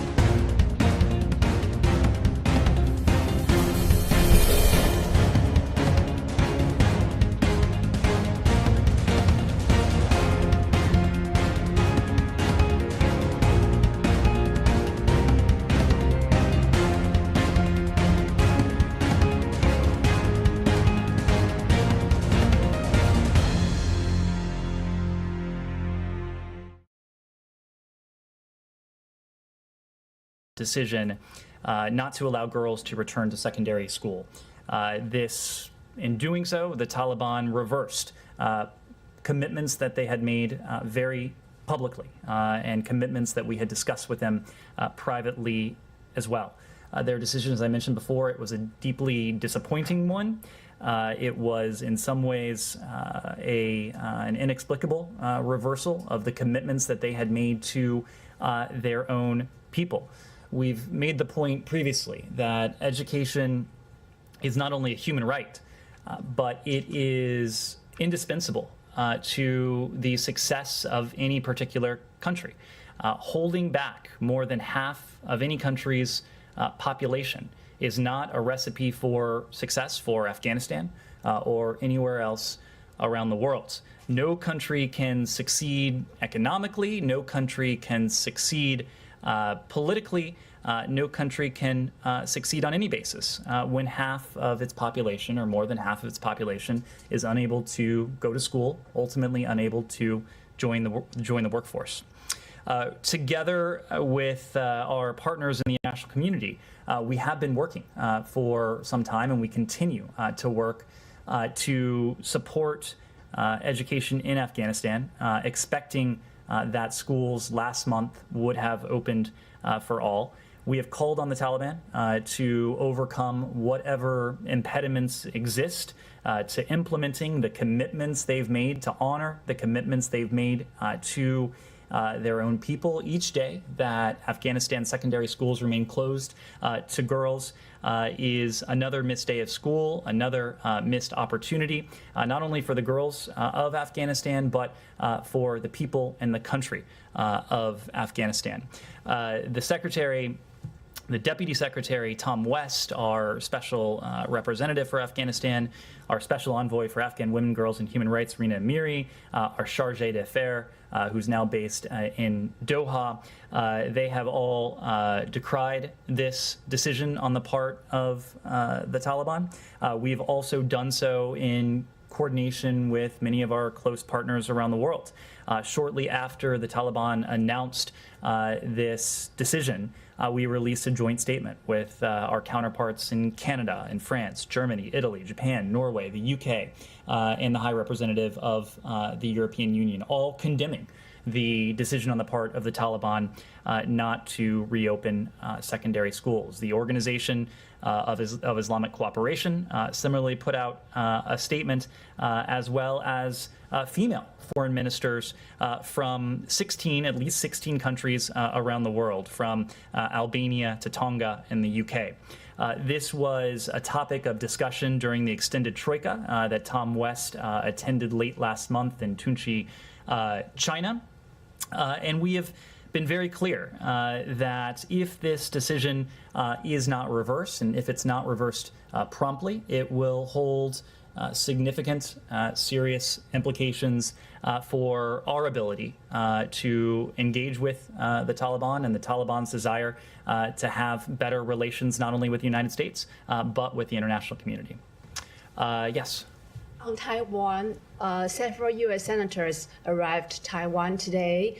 Do you have anything on that first of all, and then second of all, was the State Department given a heads up before their visit? What is the message the U.S. is sending to Taiwan and China? Thank you.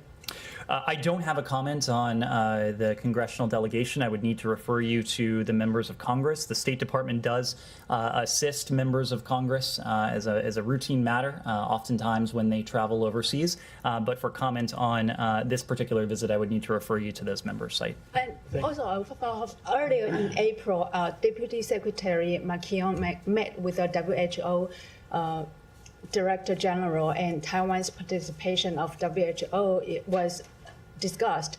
How hopeful is the United States that Taiwan will be invited as an observer to the World Health Assembly in May? Thank you. Well, it's something that we support, that we have consistently supported. We believe that Taiwan, consistent with its status, should have meaningful participation in international organizations. So it's something that we'll continue to support, Saeed. Thank you. I have a couple of questions on the Palestinian issue. First of all, I want to note that the Palestinian Affairs Unit Chief, George Knowles, spoke to the family of Ghadah Sabtin yesterday to express your condolences to the family and demand investigations. Does that mean there's a marked change? I mean, you've never done that before. Do you have evidence that this was done in a cold-blooded fashion, for instance? And she was a mother of 5, she's partially blind and so on. I don't have any additional information for you on that. As you know, our officials on the ground do often engage with Israelis, with Palestinians, but I don't have anything to read out from any particular engagement. Okay. I have 2 other questions. The Israeli Times of Israel newspaper reported that the U.S. aims to fold Palestinians into an expanded cooperation between Israel and Arab states. How do you envision this happening? Well, Saeed, you saw the Negev ministerial that Secretary Blinken attended with several of his counterparts from Israel and the Arab world. And there was a focus during the course of that ministerial on, of course, the Abraham Accords and the normalization agreements that have built bridges and brought new opportunities for Israelis and Arabs alike, with normalization becoming in some ways the new normal and the opportunities that come with that. But what we heard during the ministerial itself and what you heard during the press availability that the ministers participated in was a recognition on the part of Secretary Blinken, on the part of others, that normalization can't be a substitute for progress between Israelis and Palestinians. And so as Israel and its Arab neighbors enjoy additional opportunities owing to the progress that normalization is bringing with it, there was a concerted desire on the part of Secretary Blinken, on the part of his Arab counterparts, on the part of Foreign Minister Lapid of Israel, to do what we can across several different areas, the working groups that are emanating from the Negev Forum, to achieve progress when it comes to conditions for the Palestinian people. And my last question regarding the human rights report, the human rights report that was issued a couple of days ago, it talks extensively about the West Bank and Israel and so on. My question pertains to the 6 human rights organizations that were listed as terrorist organizations. They issued an appeal to you, to Europeans and so on, to follow through. I mean, you were investigating this. You, I guess, requested the Israeli to supply you with why they listed them to begin with, and that was back in October. Where do we stand? Have you gotten a satisfactory response from the Israelis? You believe that these organizations should be or should remain listed as terrorist organizations? Well, we have received detailed information on that very question from our Israeli partners, and it's something that we're continuing to review. Is their response satisfactory as far as you're concerned? We've received... That they have committed such a grievous act to require enlisted or being enlisted on the terror organization. We've received detailed information from our Israeli partners on the basis for their designation. We're taking a very close look at that ourselves. Michelle. Do you have any update on the talks with Iran? Any new session in Vienna soon? And did the U.S. freeze any money for Iran, or do you know of any of your allies that unfrozen any amount? All of our sanctions remain in effect, and all of our sanctions will remain in effect until and unless we're able to achieve a mutual return to compliance with the JCPOA. It's been very unfortunate to see a number of stories that are false, that are completely untrue, not only on the questions of sanctions, or reported sanctions relief, I should say, but the related question, or the way it's been conflated, of false claims of a detainee deal. The fact is, unfortunately, we don't have any breakthrough to announce. Any information relating to our negotiations regarding wrongful detainees, Americans who are held wrongfully in Iran, would come directly from the State Department. We know there's been a lot of false information out there. We urge everyone to exercise caution with these reports. But the fact is now that there are two parallel tracks that are underway with Iran. One, as we've talked about, in the context of Vienna for a mutual return to full implementation of the JCPOA, and one on the release of all 4 U.S. citizens who are unjustly held in Iran. Unfortunately, at this stage, neither of these negotiations has been successfully concluded. Any reports otherwise, including, as you referred to, Michelle, reports that Iranian funds held in restricted accounts in third countries would be transferred, are false. And our partners have not released these restricted funds to Iran, nor has the United States authorized or approved any such transfer of restricted funds to Iran. We are continuing to approach both of these negotiations with the utmost urgency. We urge Iran to do the same. We urge Iran to allow U.S. citizens Bakr and Siamak Namazi, Ahmad Shargi, and Murad Tabaz to return home to their loved ones. Yes. Thank you so much, sir. This is Jahan Zaib Ali from Airway News TV Pakistan. Pakistani newly elected Prime Minister Shehbaz Sharif has said that he wants better relations with United States to promote shared goals of peace, security, and development in the region. Does the U.S. see his election of PM Sharif as an opportunity to improve the bilateral relations with Pakistan?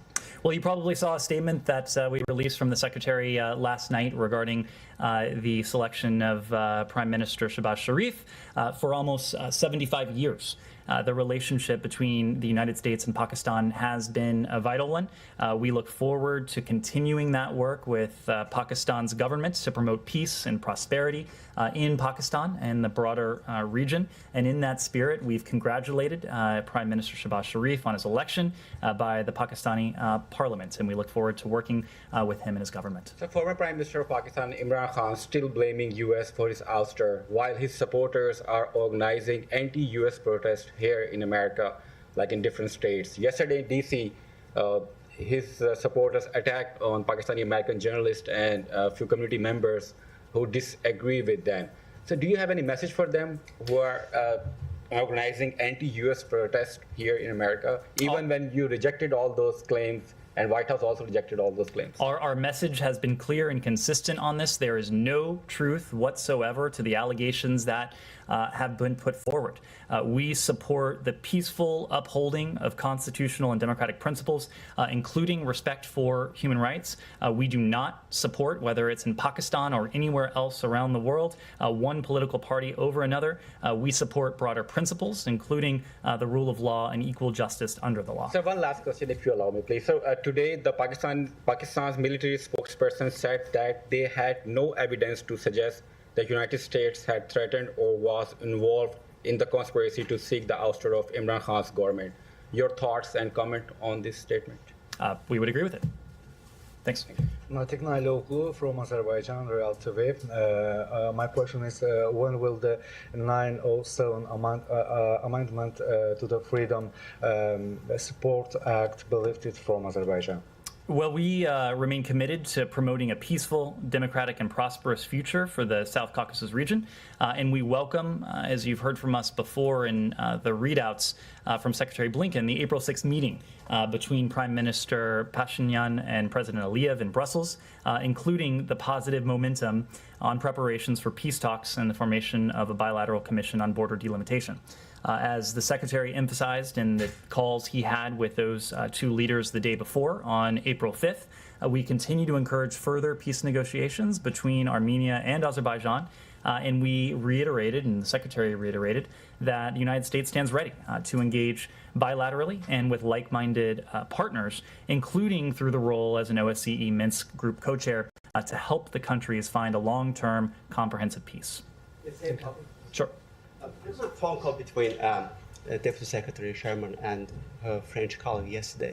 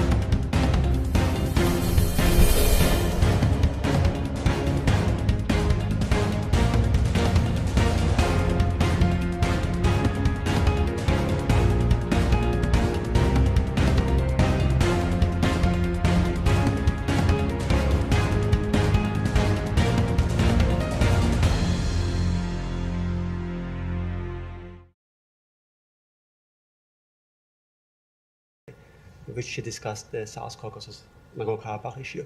Now we have Lavrov a couple of days ago complaining that US and France are not informing us about what they are doing.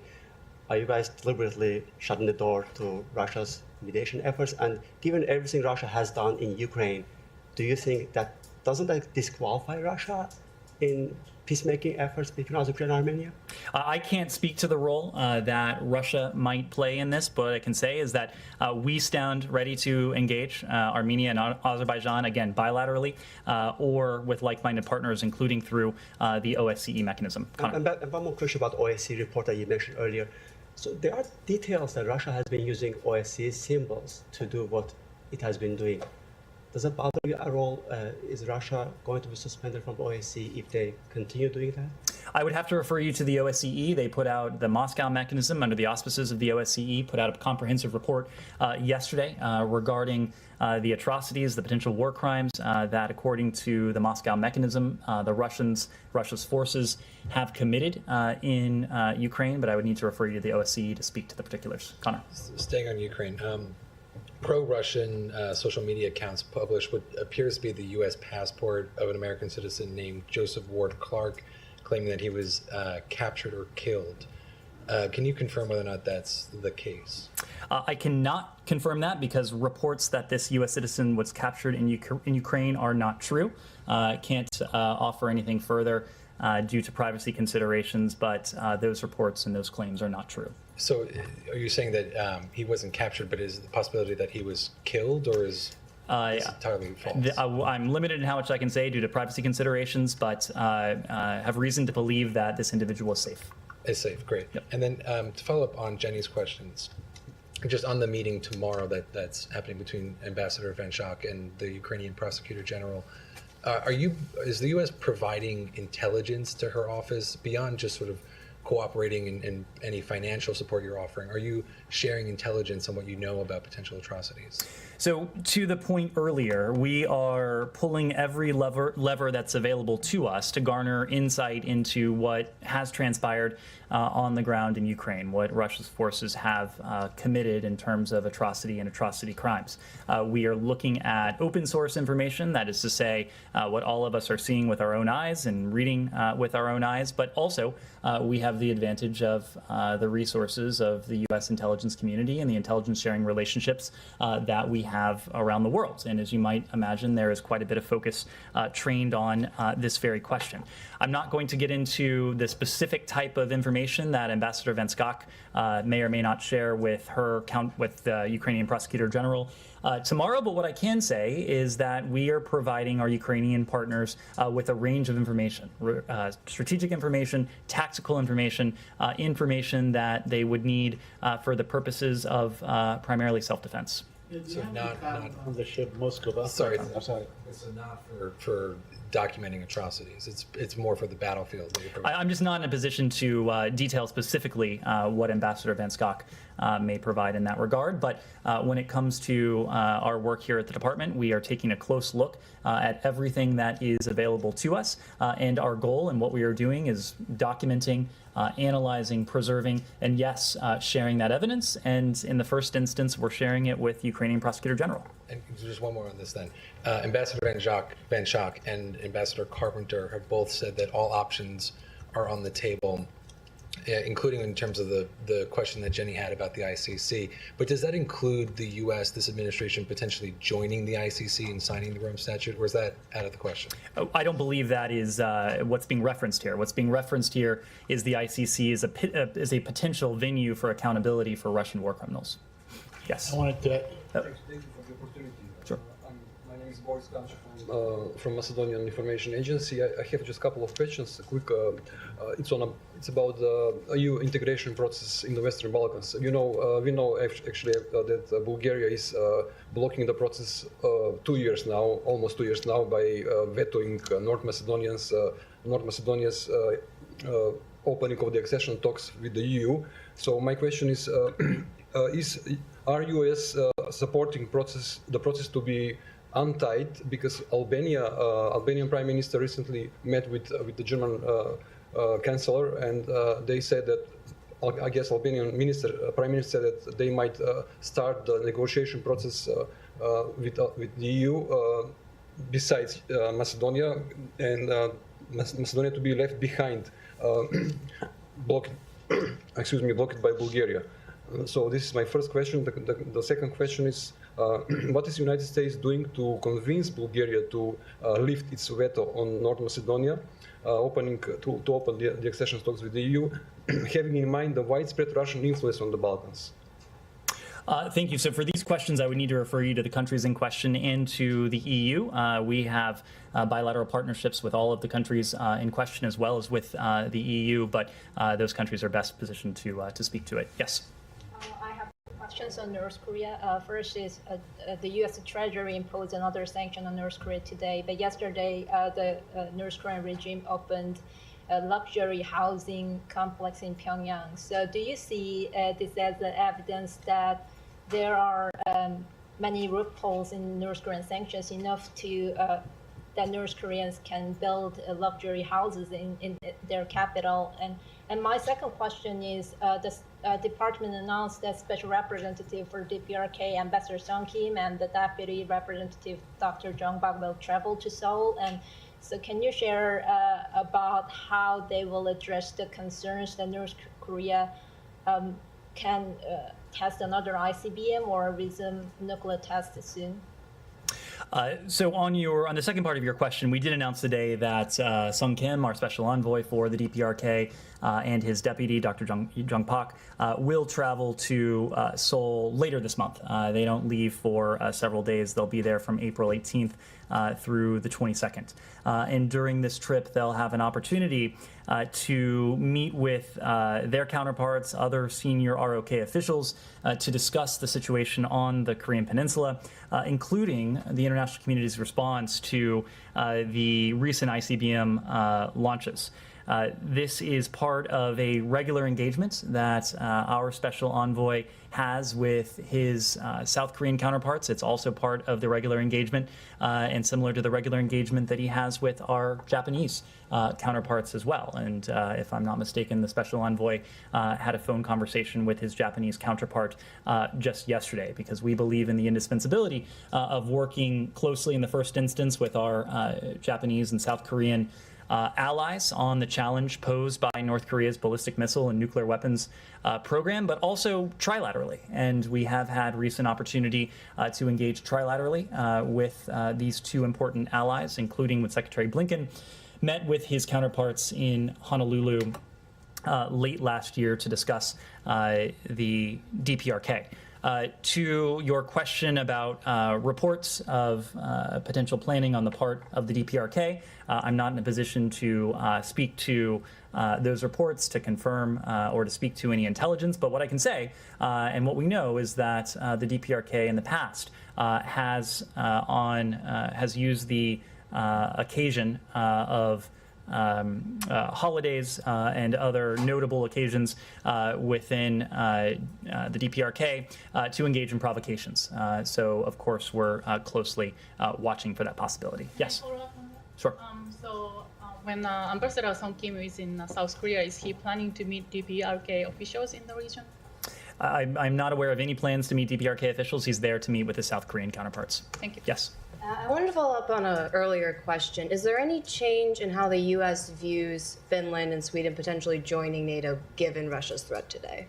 There is no change, because we believe that NATO's open door is an open door.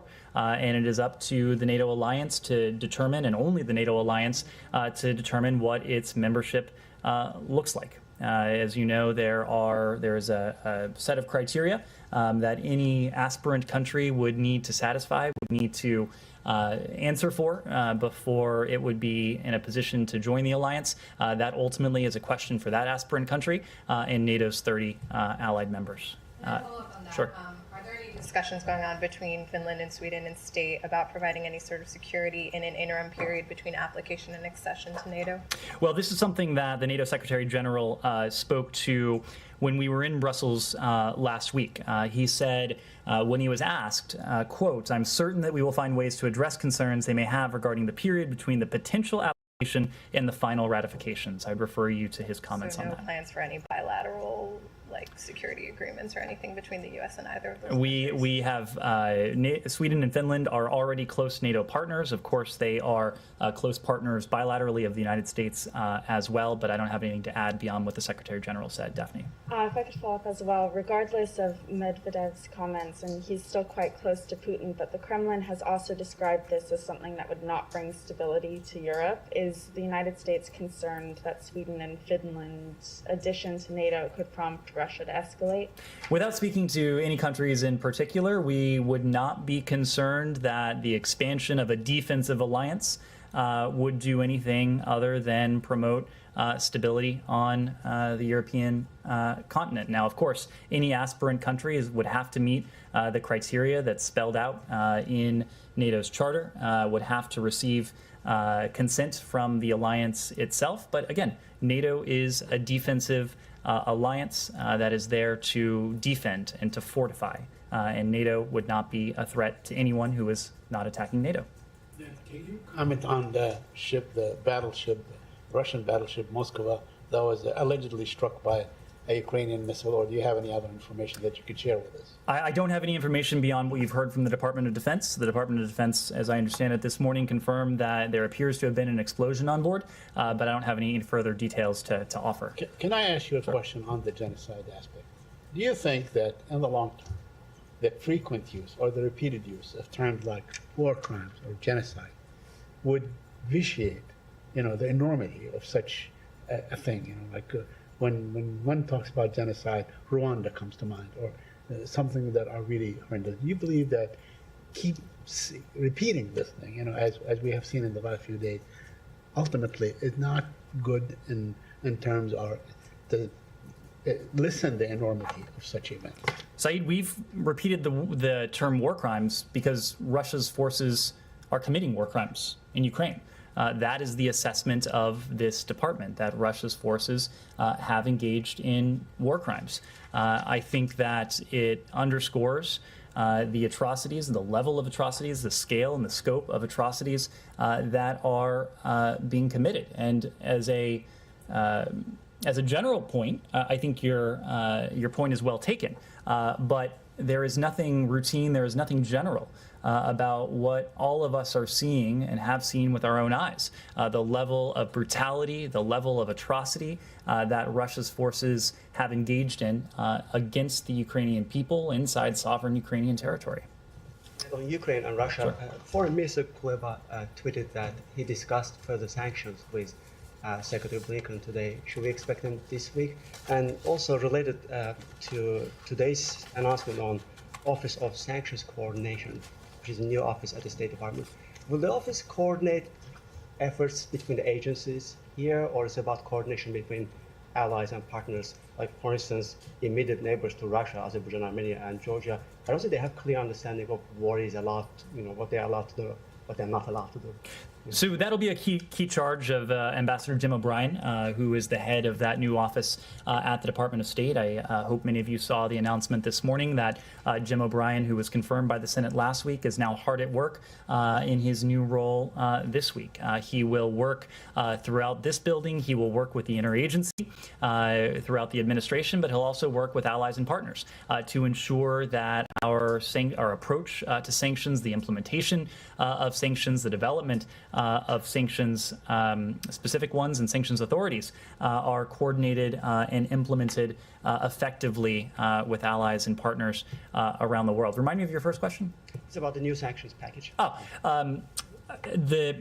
We have previously made the point that as long as Russia continues to escalate its actions against the people of Ukraine until and unless its brutality comes to an end, we will continue to escalate our measures, and that would include additional financial and economic measures against the Russian Federation. Connor. On sanctions, as Russian forces now prepare for this offensive in the east and in the south, is there any sense of urgency to apply new sanctions to provide obviously this new $800 million tranche of weaponry in order to try to stop this offensive from even happening in the first place? Well, Connor, I think what is true, and you've heard this from our Department of Defense counterparts, is that the Russians have quite a bit of firepower, in part because they've been defeated in the Battle of Kyiv, a battle that senior Russian officials apparently thought that they would be able to win within a couple days of initiating it in February. We're now some 6 weeks into this conflict, and Russian forces have been repelled from Kyiv and are now repositioning to the south and the east to begin what we believe to be a concerted campaign against those areas. So what we are doing in the face of this shifting tide of battle is providing our Ukrainian partners precisely the level and the particulars of the security assistance that they have requested and that they would need to defend themselves from the campaign that the Russian Federation plans to undertake, we believe. That is one element of the equation. The other element of the equation is to continue with the pressure on the Kremlin. And that pressure primarily has taken the form of financial sanctions, other economic measures that by just about any metric have had a profound effect on Russia's economy, on Russia's financial system, on Russia's positioning in the world. You take a look at the economic toll of this. And because of the coordinated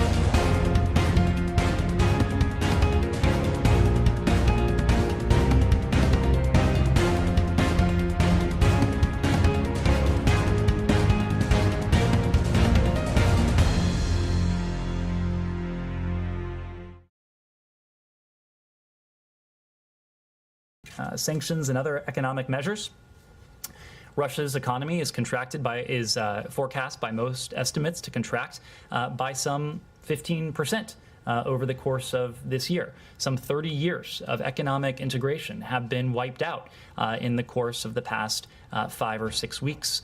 600 companies, multinational companies, have already chosen to leave the Russian marketplace.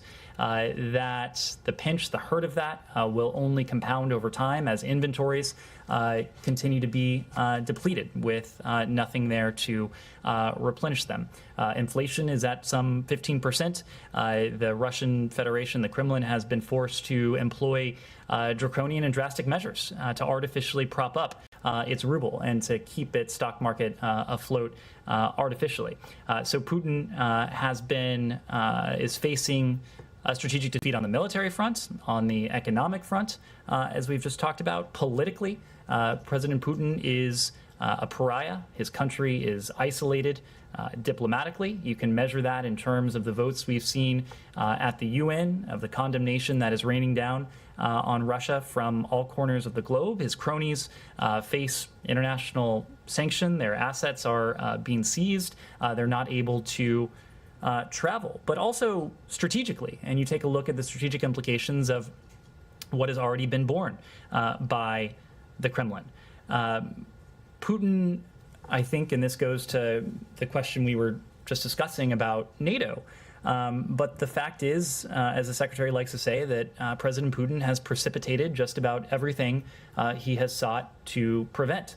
That, of course, has been the case during this invasion of Ukraine, but this goes back over the course of the better part of a decade, starting in 2014, when the European Reassurance Initiative began, when the United States began to increase our investments in the European continent.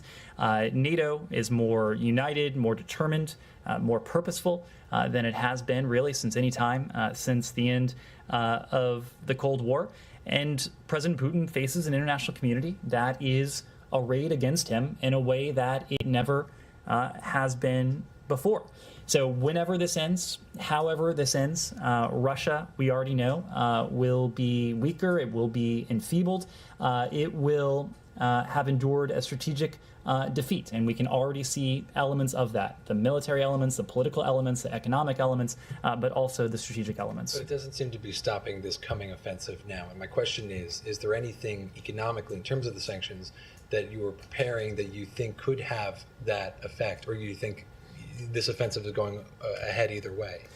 When President Putin made the decision to go into Ukraine, he did so knowing, because we were very vocal, both in public and in private, about the severe consequences that would befall his economy, his financial system, his government, were he to make that choice. President Putin has prioritized this military campaign in Ukraine over just about everything else in Russian society. So what we're focused on now is providing our Ukrainian partners with the security assistance, the level, and the specifics of precisely what they will need to continue defending themselves effectively, and doing, together with our partners and allies, everything we can to further diminish the economic, the political, the strategic standing of the Russian Federation. We've already done that to good effect. Final question or so, Jenny? Given that a number of officials in this administration have said this next phase of the conflict could be months and months long, what conversations is the State Department having about sustaining this high level of support over the course of many months, given there could even be like supply chain issues, for example, or just logistical problems? How are you planning around that? So we have been, I think, heartened, if not at all surprised, by the level of consensus and near unanimity in the international community. And really what is at the core of that consensus, number one, the efforts that the United States has put into this, not over the course of the past 6 weeks, but almost over the course of 6 months now. This was a campaign that started for us last year. Even then, it was a campaign that was built on the first year of this administration, that was predicated on rebuilding, on repairing, on revitalizing the systems of alliances and partnerships, those very systems of alliances and partnerships that have been so very critical to our ability to stand up to Russia and to stand for what our Ukrainian partners are fighting to defend. I think the world has continued to be shocked by the level of atrocity, the level of violence, the level of brutality that Russia's forces have engaged in against the Ukrainian people. I think that will necessarily maintain this level of consensus within the international community. We've had an occasion, several occasions, to gather in Brussels, in other parts of the world, with our key allies and partners who are with us on this, whether that's NATO, whether that's the European Union, whether that's the G7, whether it's our partners in the Indo-Pacific, who of course have been a key element. And there is no sense that these countries are preparing to move on, to look the other way. And in fact, every time we gather, there is renewed horror, there is renewed condemnation, there is renewed determination to continue to see to it that our Ukrainian partners have what they need. Now, there are practical challenges that come with this, supply chains, supplies, other elements of it. Those are things that we are working through, but at a political level, at a strategic level, there's been no indication that we've seen that the focus, the determination, the perseverance will diminish over time. Thank you all very much.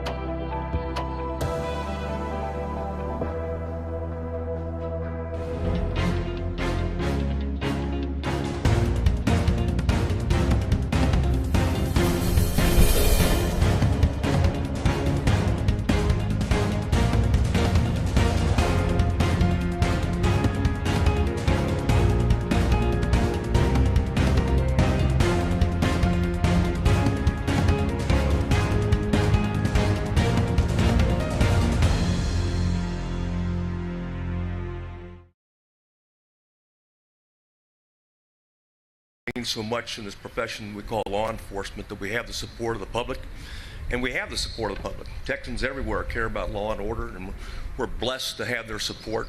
And we're also blessed to have a commander-in-chief that understands that when we lose, one of our men and women provide the ultimate sacrifice to this state, that there are others that sacrifice, including the family of our fallen. And every time we've lost a trooper or a special agent, since I've been director, and since he's been commander-in-chief in Texas, Governor Abbott has time, always finds the time to spend time with the family of our fallen. It means a lot to our people, and thank you, Governor, for your leadership and all of law enforcement. On behalf of them, thank you for your leadership, and God bless you in the state of Texas.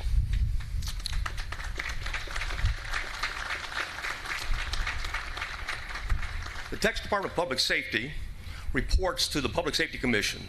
These are men and women from the private sector, all experts in their professions that come together, appointed by the governor, confirmed by the Senate, that oversees policy and procedure for the Department of Public Safety. We're very fortunate to have the type of professionals that the governor has placed on this particular committee because it's so important to what we do. And we're also fortunate to have, Chairman Steve Mock as his designated chair of that Public Safety Commission. Well, has the honor of introducing the governor of the state of Texas. Chairman Mock is certainly a successful businessman out of Houston. He is a philanthropist. He and his family have dedicated much of their time and effort to supporting important causes, including the Houston 100 Foundation and other important foundations that recognizes public safety throughout the state of Texas. So we're very fortunate to have, as chair of the Public Safety Commission, Chairman Stephen Mock.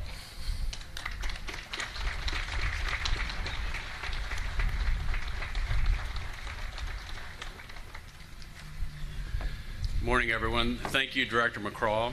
On behalf of my fellow members of the Public Safety Commission, Nelda Blair, Steve Stodgill, and Del Wainwright, we appreciate all you do for the Texas Department of Public Safety and to keep all Texans safe.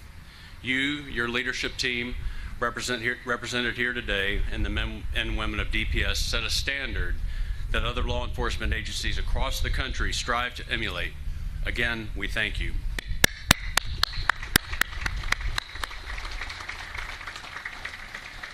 And my fellow commissioners and I are honored to be here with all of you on such a momentous day. It is my privilege to introduce our special guest. Nobody has been more steadfast and consistent in support of members of law enforcement and their families than Governor Greg Abbott. Because of his leadership, communities across Texas are undeniably safer, and the men and women who protect the people of Texas have the resources they need to uphold the rule of law. Time and again, he has been there for the men and women of the Texas Department of Public Safety, and today it is entirely appropriate, and we are honored to have him join us for this groundbreaking, for this important project that has been years in the making. Governor, thank you for all you do to protect Texans and for your unshakable commitment to those in law enforcement who serve every day to fulfill that mission. Please join me in welcoming the Governor of the great state of Texas, Greg Abbott.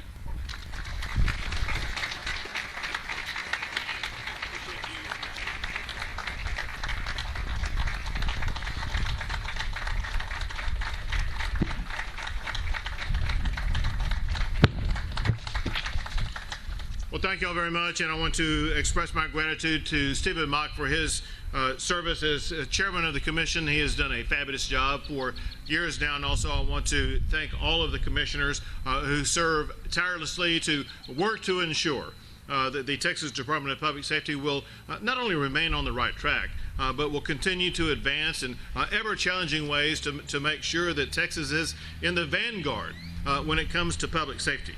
I want to thank Director McCraw and all of the law enforcement officers and DPS service members who are with us today for their service. Let me make this point.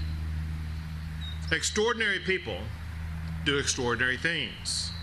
Extraordinary times cultivate extraordinary people. We are in one of those times that is extraordinary, that is cultivating extraordinary people to do extraordinary things. Many of those people are right here at the Texas Department of Public Safety. From the earliest Texas Rangers to the modern day trooper, more is demanded from the Texas Department of Public Safety than ever before. 2 days ago, we'll just give you a glimpse into the magnitude and complexity of the activities that we're involved in, as well as the ongoing involvement of myself with the Texas Department of Public Safety.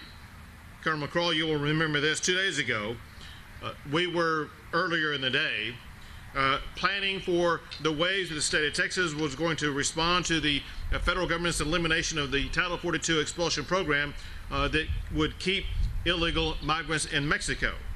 Then later in the day, he was providing me with information needed to negotiate with a governor from Mexico about improving border security from the Mexico side.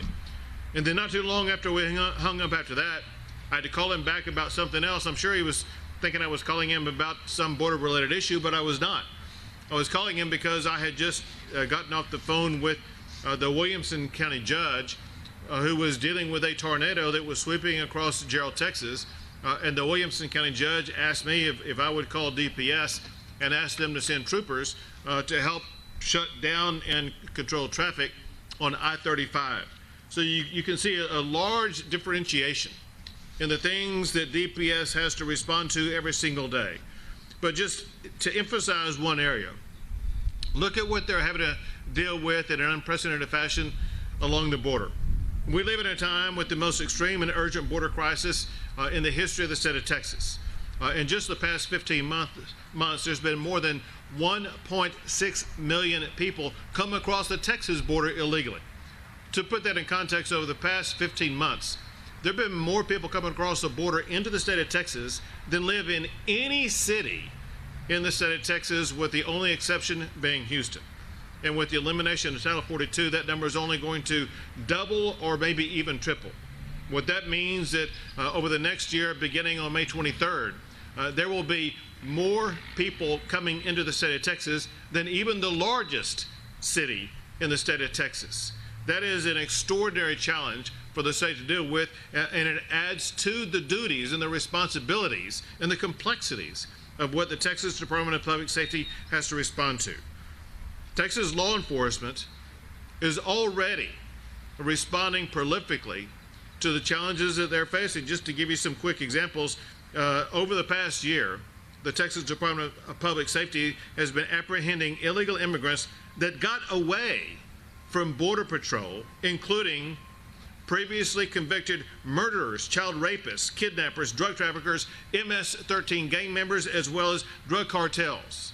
And go back to what I said when I began that sentence, and that is, these are people who got away from the Border Patrol. The point being this, and that is, had it not been for the Texas Department of Public Safety, these people would have completely gotten away in these previously convicted murderers and child rapists, etc. They would be roaming the streets of the state of Texas or some other state in the United States today. The streets of Texas are safer today because of the efforts of the Texas Department of Public Safety to make sure that we protect our communities from these very dangerous criminals coming across the border. Similarly, the Texas Department of Public Safety over the past 15 months, they have seized enough fentanyl to kill every man, woman, and child in Texas, in California, New York, Illinois, Florida combined.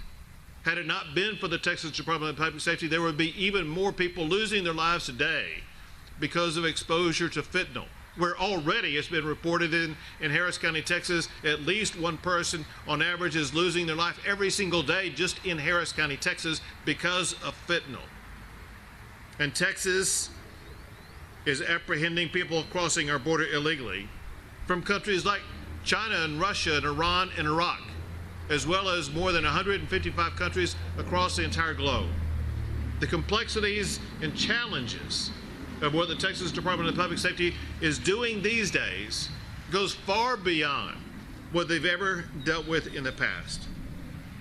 And all of this is being done at a time when, in our history, when they face a different challenge, and that is the challenge of people and communities across this country that are pushing back and showing hostility toward law enforcement in the first place by talking about things like defunding law enforcement.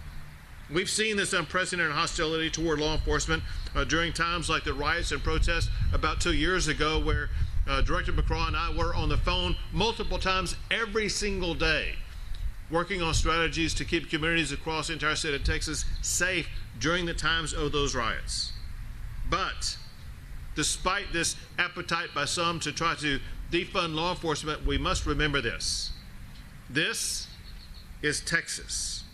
Our values are built upon sterner stuff, and in Texas, we support our law enforcement officers, period.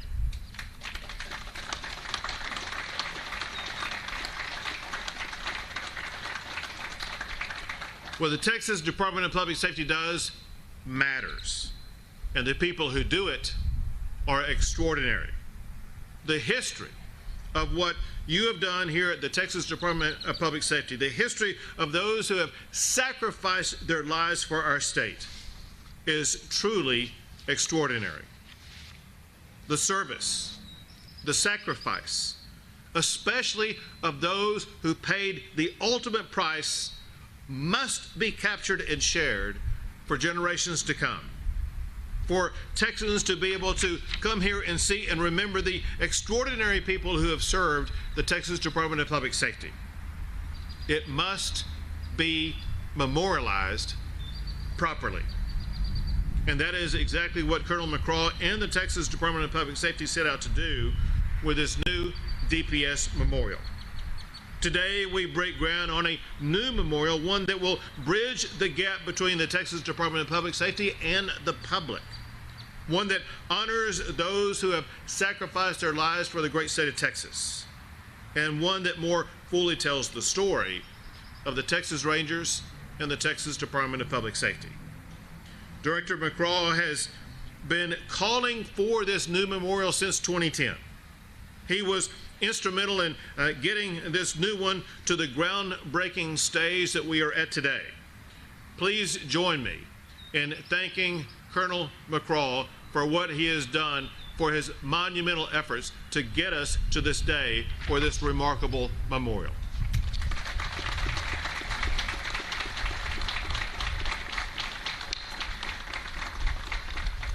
This new memorial will provide a reflective place for both DPS employees as well as their families.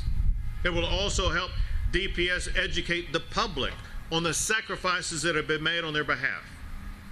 Also, as we begin the celebration of the bicentennial of the Texas Rangers, this new memorial from Clint Howard will better tell their story as well. Texas is a legendary place, and it's been home to some legendary lawmen throughout its storied history. With the remarkable work of Clint Howard, this memorial will honor those men and women. It will rival monuments that we see in Washington, D.C., honoring both the modern-day DPS troopers who are working throughout the 254 counties of our state, including those along the Rio Grande, and helping secure our border. And it will honor the brave Texas Rangers who helped settle the Wild West so many years ago. Without their efforts, Texas would not be the legend that it is today. This memorial also celebrates all that being a DPS officer is today. The monument will have a 77-foot circle of granite with an 11-foot tall bronze Texas DPS trooper, paying his respects to a tombstone honoring the first fallen peace officer in Texas, a Texas Ranger. It also features 3 granite and bronze panels depicting scenes from the history of the Texas Department of Public Safety. Each panel is engraved with the department's core values: protection, courtesy, and service. On the panels, the monument will honor the civilian staff of DPS, the Rangers, and the aircraft, drones, and K-9 units that the DPS uses to protect Texans today. So join me once again in thanking Colonel McCraw and the Clint Howard Foundry and everyone who's had a hand in this new monument at today's groundbreaking. Congratulations on what you have achieved. God bless you all, and may God continue to bless the great state of Texas.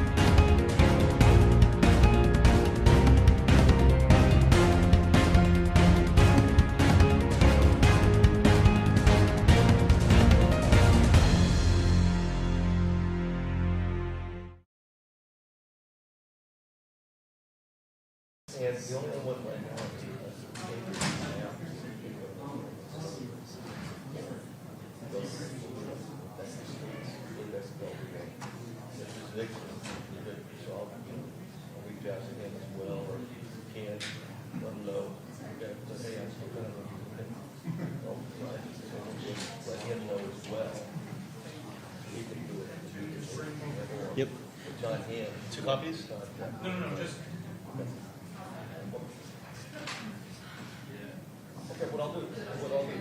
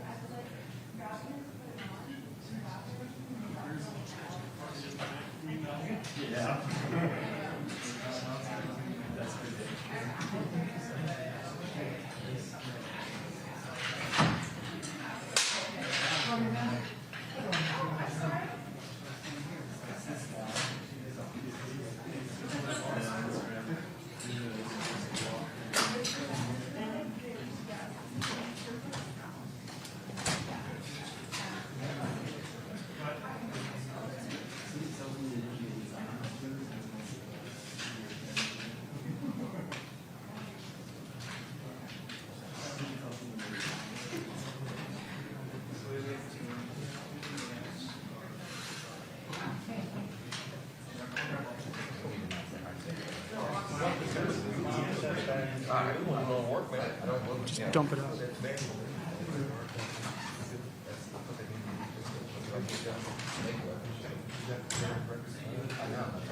I was trying.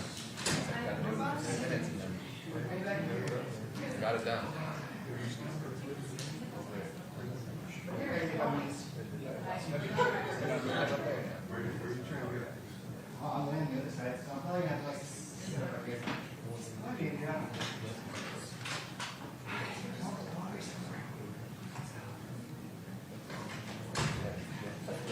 That's very true.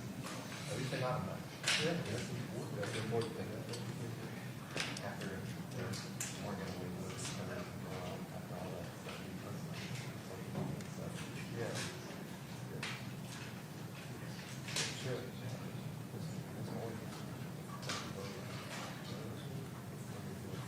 Yeah, exactly. Yeah,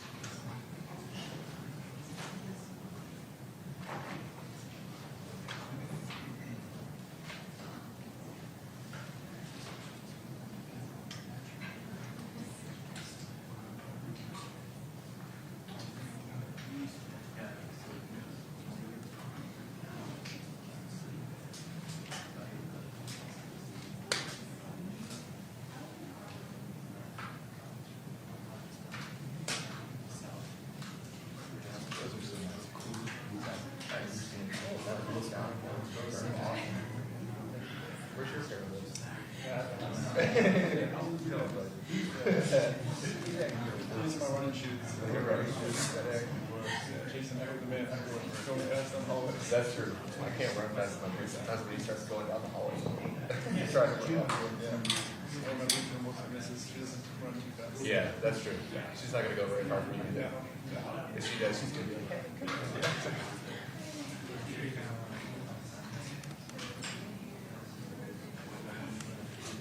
Did she leave or she leaves tomorrow, right? Where's she going?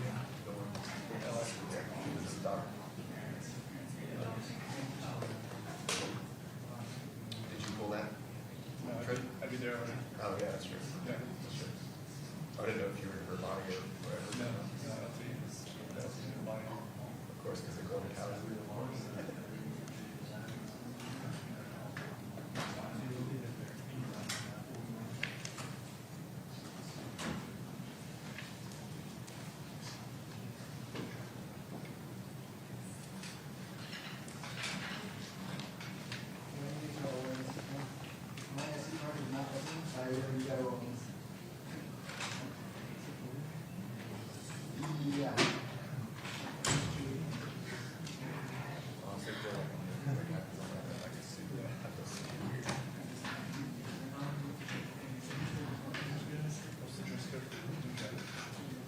T-shirt, shorts. This is all already too much for your job.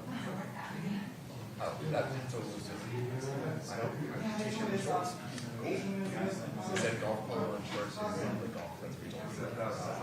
I guess I can do that.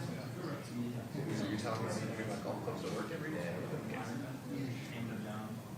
There's an actual question on Sony Circuit.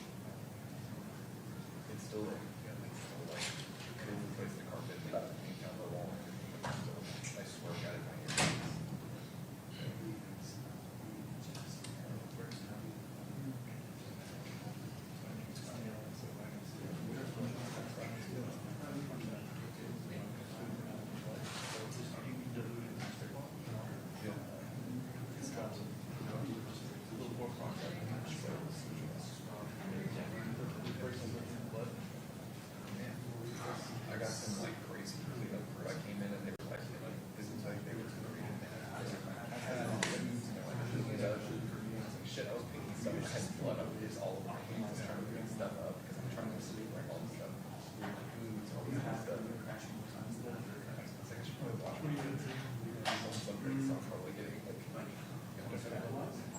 No, I was secret.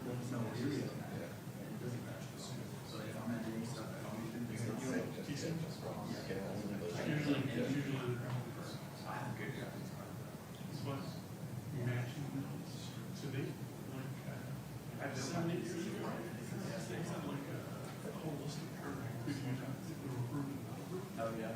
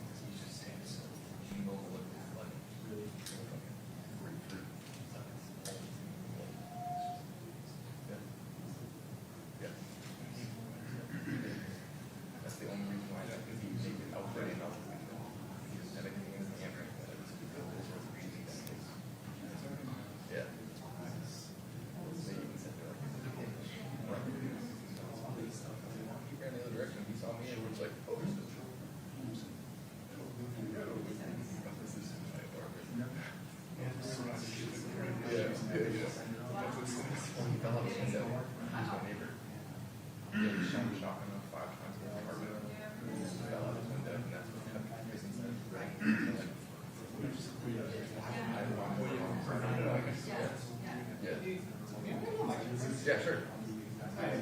No, you're good. Check, check, 1, 2, check, check. Everybody good? Cool. I'll check this one too. Check, check, 1, 2.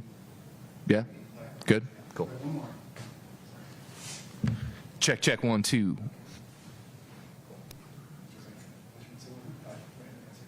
Yeah, and that's what like. If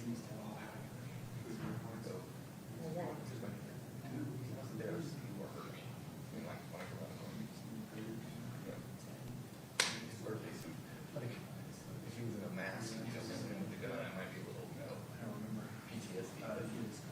But I don't know. At least I know how it is. Like one of the bigger factors. I was always like concerned with my daughter because I would just like laying there and then someone in the corner.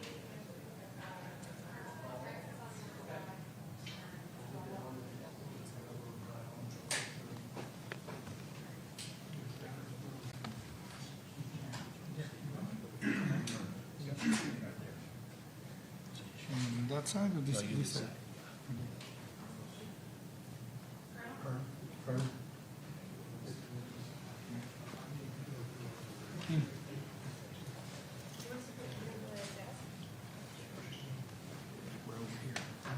We're over here.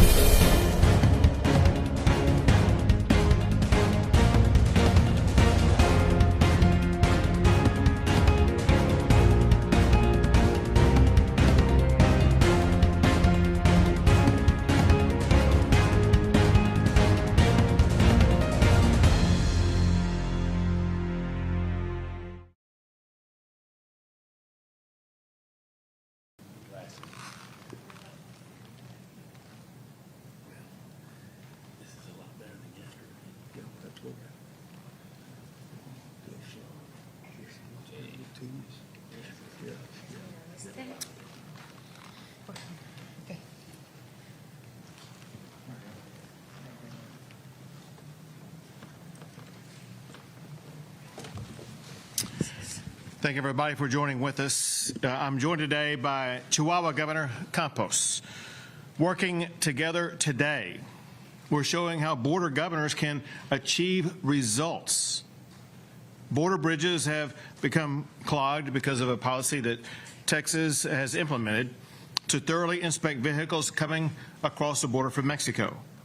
At the same time, Texas has been overrun with a record number of immigrants illegally crossing from Mexico into Texas with the assistance of cartels. Governor Campos and I reached an agreement that addresses both of these issues. We discussed border security at length. Governor Campos has provided me with the best border security plan that I've seen from any governor from Mexico. Let me show you a couple of things. She provided me with a memorandum that provides in multiple pages in great details an outline of what she is implementing in Chihuahua. She said that there is a much more detailed, extensive memo that explains in nuance all the aspects she puts here. As she, I think, will explain later, there are important strategies that Chihuahua is implementing that are outlined on this note card that go into great detail that demonstrate that Chihuahua is doing more than just talking about this. They have an organized game plan to step up and to address illegal immigration from Chihuahua into Texas. Governor Campos has begun and will continue enhanced border security enforcement measures on the Mexico side of the border, both at ports of entry as well as along the border, to prevent illegal immigration from Chihuahua into the state of Texas. She and her administration will collaborate closely with the Texas Department of Public Safety.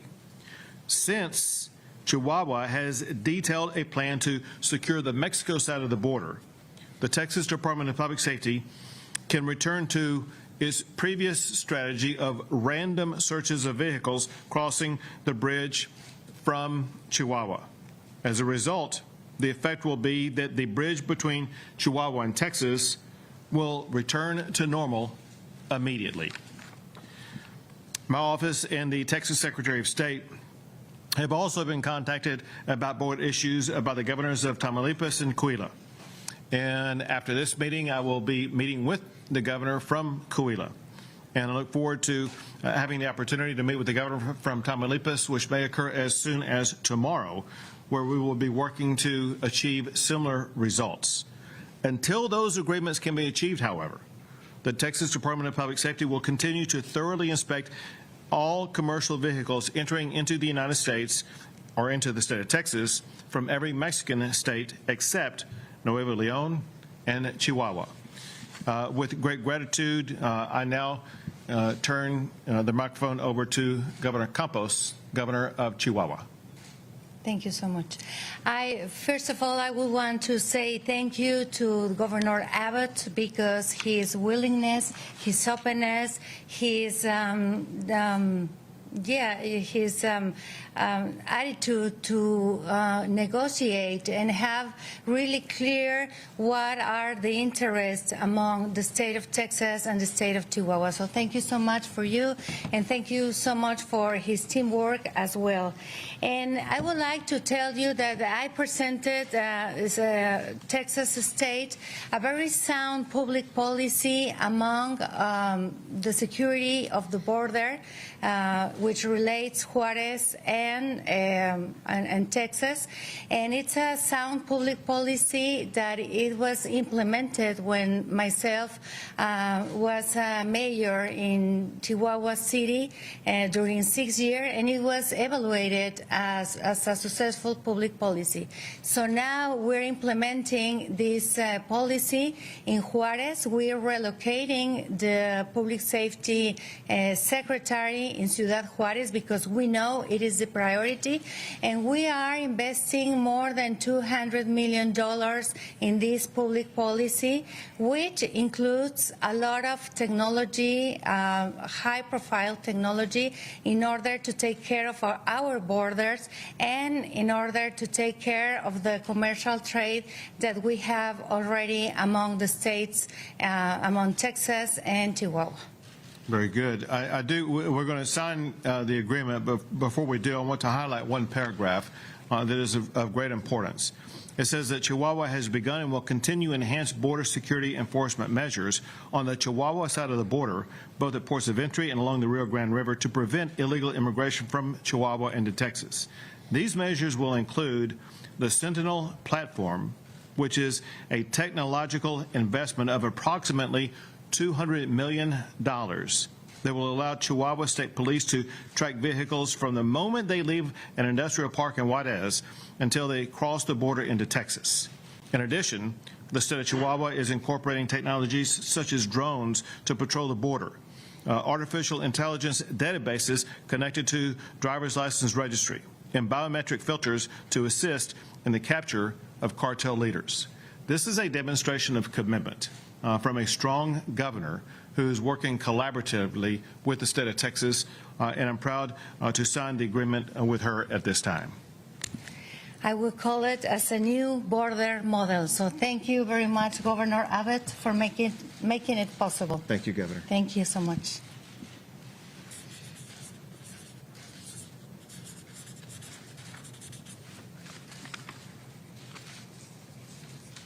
Then we'll trade.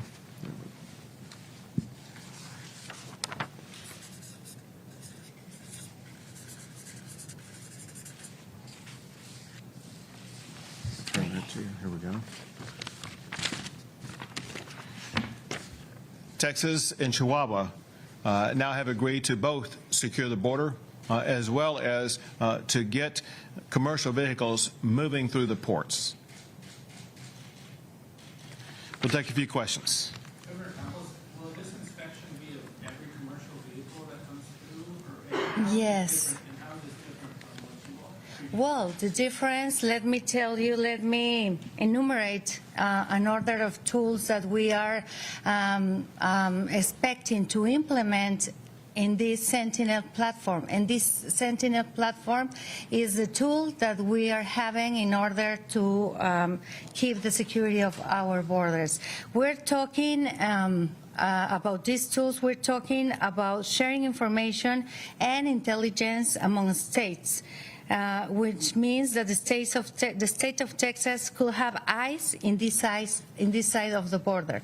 I don't know if you had it before. The Sentinel platform will include almost 10,000 cameras, 2,000 video analytical and license plate recognition, 11 biometric filters and facial recognition, and we will build a safe border through air patrol as well. Migrant biometrics and personal information database by driver license registry. Anti-drone system, which is not happening already. Capture cartel leaders. We have captured some cartel leaders. We have 7 months already in office, and we have extradited 2 important cartel leaders to the U.S., and we have captured more of them, but well, it's not like really public. And these captured cartel leaders are based in both databases, which means drugs and human trafficking. Artificial intelligence system based in algorithms. And trade, as Governor Abbott said, commercial trucks that come from industrial parks in Juarez, as well as other parts of our state, and keep a permanent track of every shipment. This is the difference. It's an investment that never before in the history of Chihuahua State has been done, and that the information that we will get will be analyzed from the Texas state and from the Chihuahua state. So we will intercambiaremos share the information, but we will share also the analysis, and we will help each other to capture these people. And I want you to sensibilize on what all these tools can help us in order to maintain security in our borders. I'm sure that any other state in Mexico, I respect a lot my colleagues, my governor's colleagues, but we already have an action plan.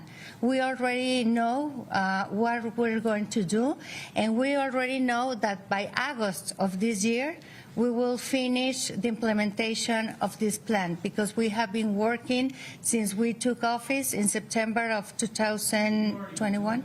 I'm sorry? You've already been doing this. Well, I did it when I was a mayor in Chihuahua's capital during almost 6 years. And it was a successful public policy. It was recognized by the academia, by the productive sector, by the civic society organizations. So I'm sure that it's going to be successful for Texas and for Chihuahua as well.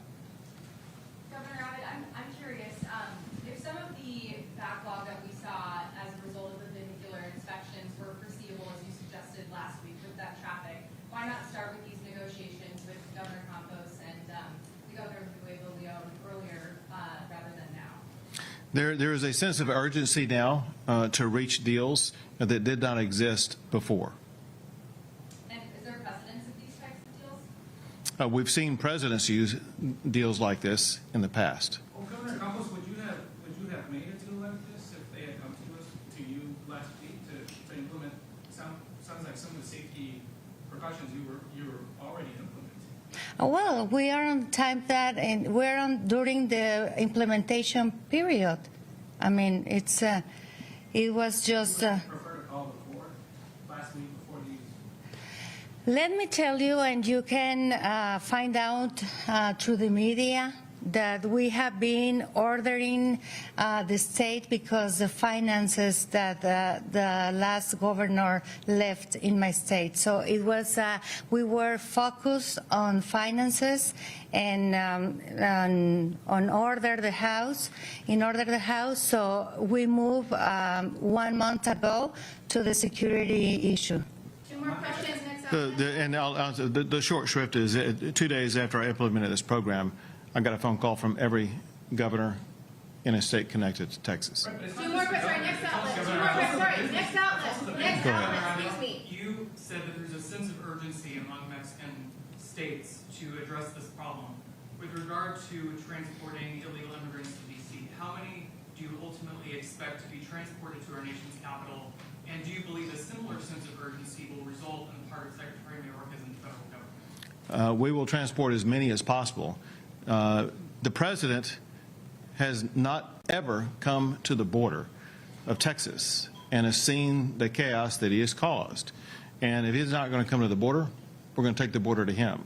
There is another bus in transit as we speak right now, and we will continue to send buses to Washington, D.C. And it's not just the president. It's members of Congress also. Remember this. It's Congress that's specifically authorized by the United States Constitution to take action on this, and Congress is not taking action on this either. And so this is sending a message to both the President and Congress. Texas is tired of being the unloading dock for illegal immigrants crossing the border. The new unloading dock is going to be Washington, D.C. Last question. Last question. What metrics will be using to see whether these plans are effective? How will the public know that this is working in 3 weeks? From my perception, is going to be, I'll walk you through a scenario that we talked about through the negotiations. We will identify hotspots where there will be an increase in the number of migrants showing up, because it's a location chosen by cartels to try to put people across the border at that particular location. The Chihuahua officials will work in collaboration with the Texas Department of Public Safety, where DPS has identified that hotspot, and on the Chihuahua side, they will work from a law enforcement side to disrupt that hotspot. Great. Thank you guys. Can I say something? Sorry, Governor Campos has I can't hear you. I want to make it really clear. It's a win-win situation if we protect our borders and we protect the security of our state, as Governor Abbott is doing right now. So we are ready, and we have the willingness to be evaluated by an external agency, a private agency, in order to tell us, the state of Chihuahua, if we are on the right track implementing these tools or not, how have been implementing, and we will work so hard. We have a commitment with Governor Abbott, and we have a commitment with all people in Texas, because Governor Abbott has been asked us to think in Texas, in its people, and we are also thinking about people in Chihuahua. So you'll be sure that it will be evaluated and it will be successful. Great, thank you guys. Thank you, Governor. Q&A is over. Thank you so much. Sorry, Q&A is over. Thank you. Sorry, no, thank you. We're done. Sorry, we're done. Thank you. You know, I would invite the president to come. I would meet with him under one condition. He not go to some highly protected scene that would not allow the residents whose lives have been turned upside down. He needs to do exactly what I did. I went down to Del Rio. I met with a town hall of about 500 or more people down there who were very angry about what was going on the border. The only way that President Biden is going to understand what is going on the border is not going down visiting with a handful of selected people. He needs to meet with the masses whose lives are affected every single day by this. If he were to do that, I'd be honored to be there with him to let him know the needs that we have here in the state of Texas, and he will have a better understanding. Great, thank you guys. Press conference is over. Thank you.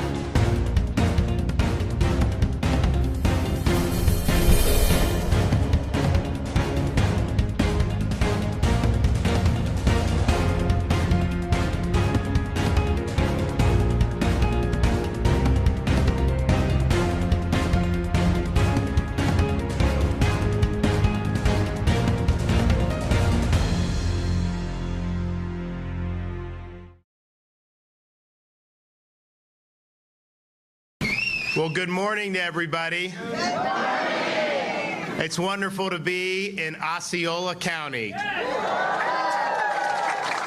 And especially to be hosted here at Nacion de Fe. I want to thank Raphael and Clarabelle. Thank you for hosting us. And you all please take a seat. We've got a nice program here today. We are joined by a lot of folks today. We have the President of the Florida Senate with us today, Wilton Simpson, the Speaker of the Florida House, Chris Sprowls, the Secretary for the Agency of Healthcare Administration, Simone Marstiller. We have Senator Kelly Stargel, Representative Aaron Grawl,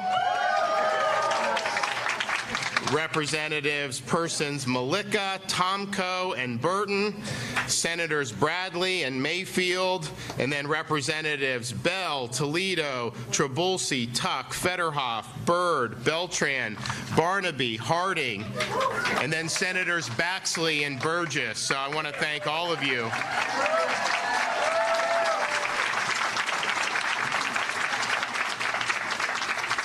We are also joined by pro-life advocates Heather Barwick, Terry Kellogg, Hope Kellogg, and Kelly Terrian. So I want to thank them, and you're going to hear from them when we get on to this.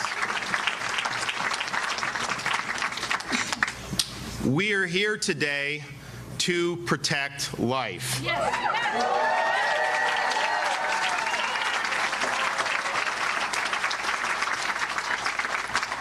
We are here today to defend those who can't defend themselves.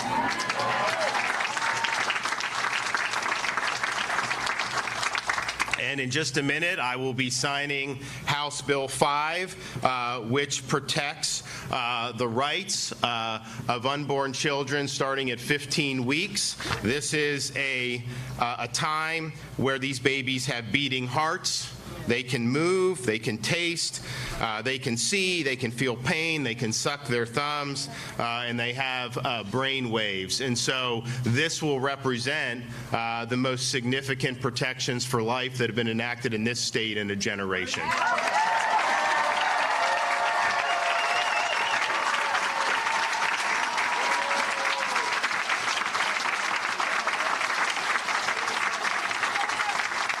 And if you look what's going on in certain segments of our society, particularly amongst people who are affiliated with the far left of our political spectrum, of course that's overrepresented in places like Hollywood, in the media, and obviously in one of our major political parties. But they are now taking the position that babies can be aborted up to the 9th month. Literally, you can go back for you parents, and those are some of the most significant experiences of my life, to hold your child for the very first time. What they would say is, parent holding that child, if you just go back a day or two, then you would have been able to snuff the child out entirely. That is just fundamentally wrong. That is infanticide, and that has no place.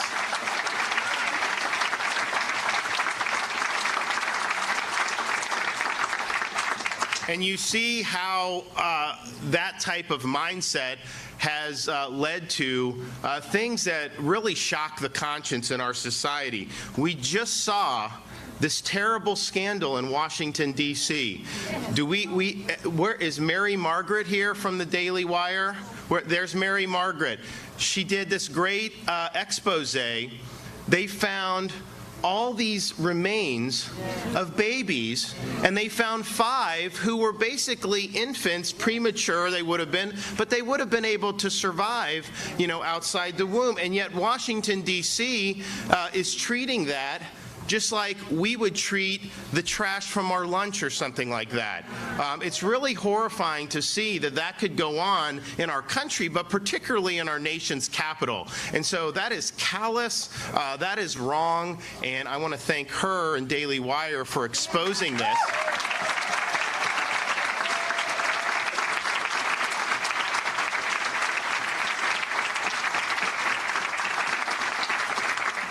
And so what we're doing today is saying that we will not let that happen in the state of Florida.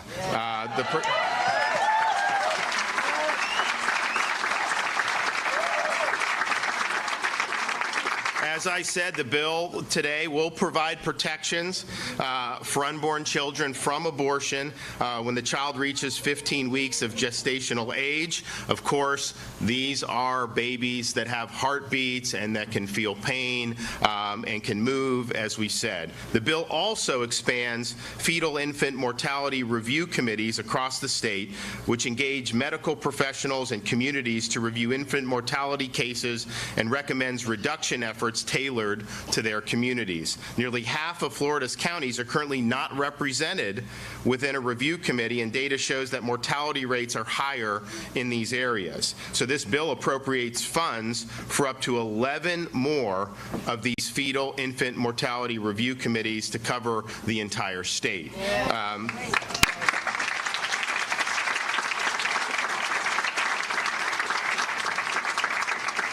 HB 5 also requires hospitals with labor and delivery services to participate in Florida prenatal quality collaborative initiatives, which range from opioid recovery programs to reducing cesarean overuse in deliveries. This requirement will move Florida to a statewide standard for quality birthing services and evidence-based interventions around issues like opioid abuse that cause higher rates of infant mortality. So we are viewing this in terms of protecting life as something that we see through. Really, if you look at what we've done this week, we're promoting fatherhood in Florida.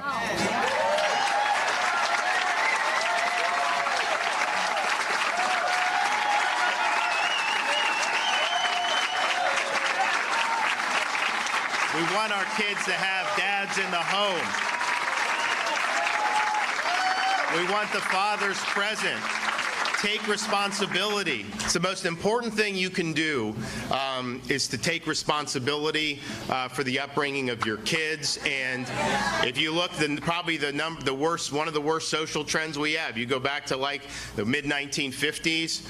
You didn't have very many broken families. Now it's increased dramatically, and it is in every racial or ethnic group. You know, there's some more acute than others, but it is increased across the board. So this is a society-wide problem. And you know, I think back to prior to us having kids, my wife and I, and when we were married, you know, we had a lot of fun. You know, when you don't have kids, you can just kind of do what you want.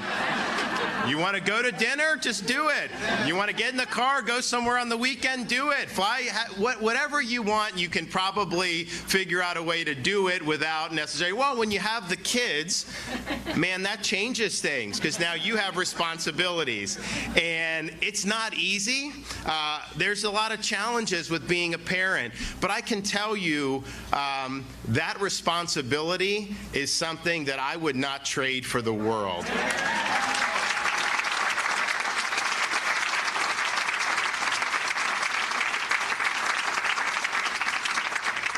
We have 3, 5, and under, and when we signed the fatherhood bill on Monday, which was really great work by Speaker Sprouse leading the effort, we I had my 5-year-old Matt. She's an old pro at this. She's come to a lot of stuff with me, but my 2-year-old Mamie, it was her debut of being able to go to work with Daddy, and so she did. So, but so we have 3, and people will tell me like, oh man, I see you all around the state. You're working hard. You got to go home and get some rest. And I just want to let people know, when I'm at home, I am not resting. It's just the way it is. But what you do by being present, particularly these dads who really need to be in their kids' life, you are providing that role model for these kids to be able to grow up and lead meaningful lives. And the statistics are overwhelming.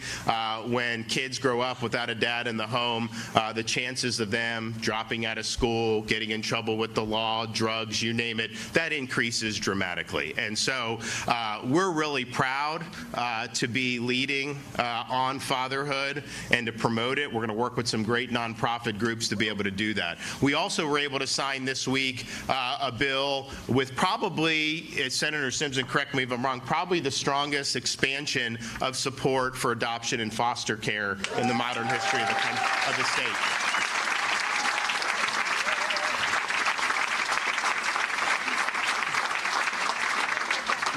We believe that everybody counts, and we want to be able to have everybody have an opportunity to realize their dreams, to make the most of their God-given potential, and sometimes you need to have some folks that will step up and help with that. And so we're now increasing incentives for family members and close friends to adopt.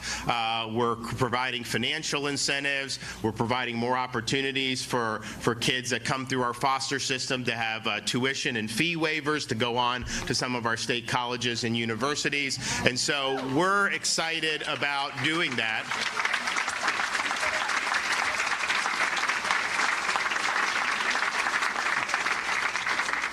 And we believe that that all these kids deserve an opportunity. And so we're not just giving lip service to that.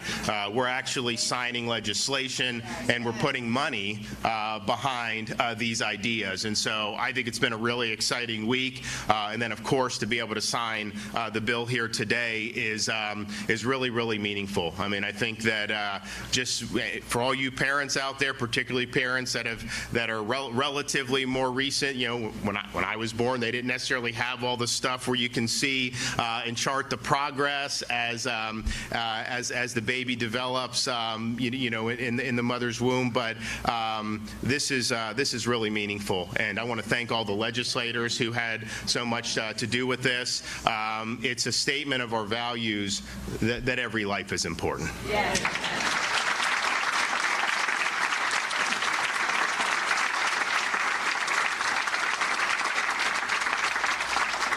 So we're going to hear from some folks involved in crafting the legislation, also from some of our pro-life advocates. And so I want to first bring up our Senate President, Wilton Simpson.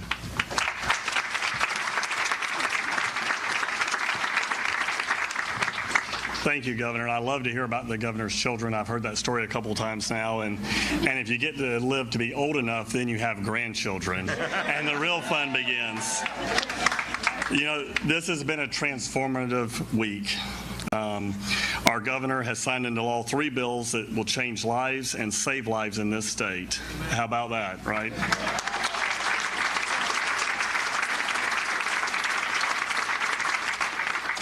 We have a duty to protect life. Abortion kills children and forever changes the life of mothers, the father, and the entire extended family.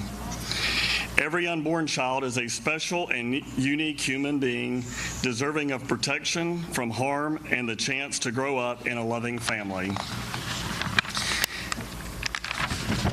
As an adopted child, I am proud to live in a state that not only protects innocent unborn life, but also supports children and gives parents the tools they need to choose life for their babies. Earlier this week, we saw the governor sign into law the Historic Fatherhood Initiative. Meaningful relationships with adults who set a good example, whether a birth parent, adoptive parent, or foster parent, we can have a lifetime of impact. I commend Speaker Sprouse for his dedication to ensuring every Florida child has the opportunity to have a positive role model in their lives.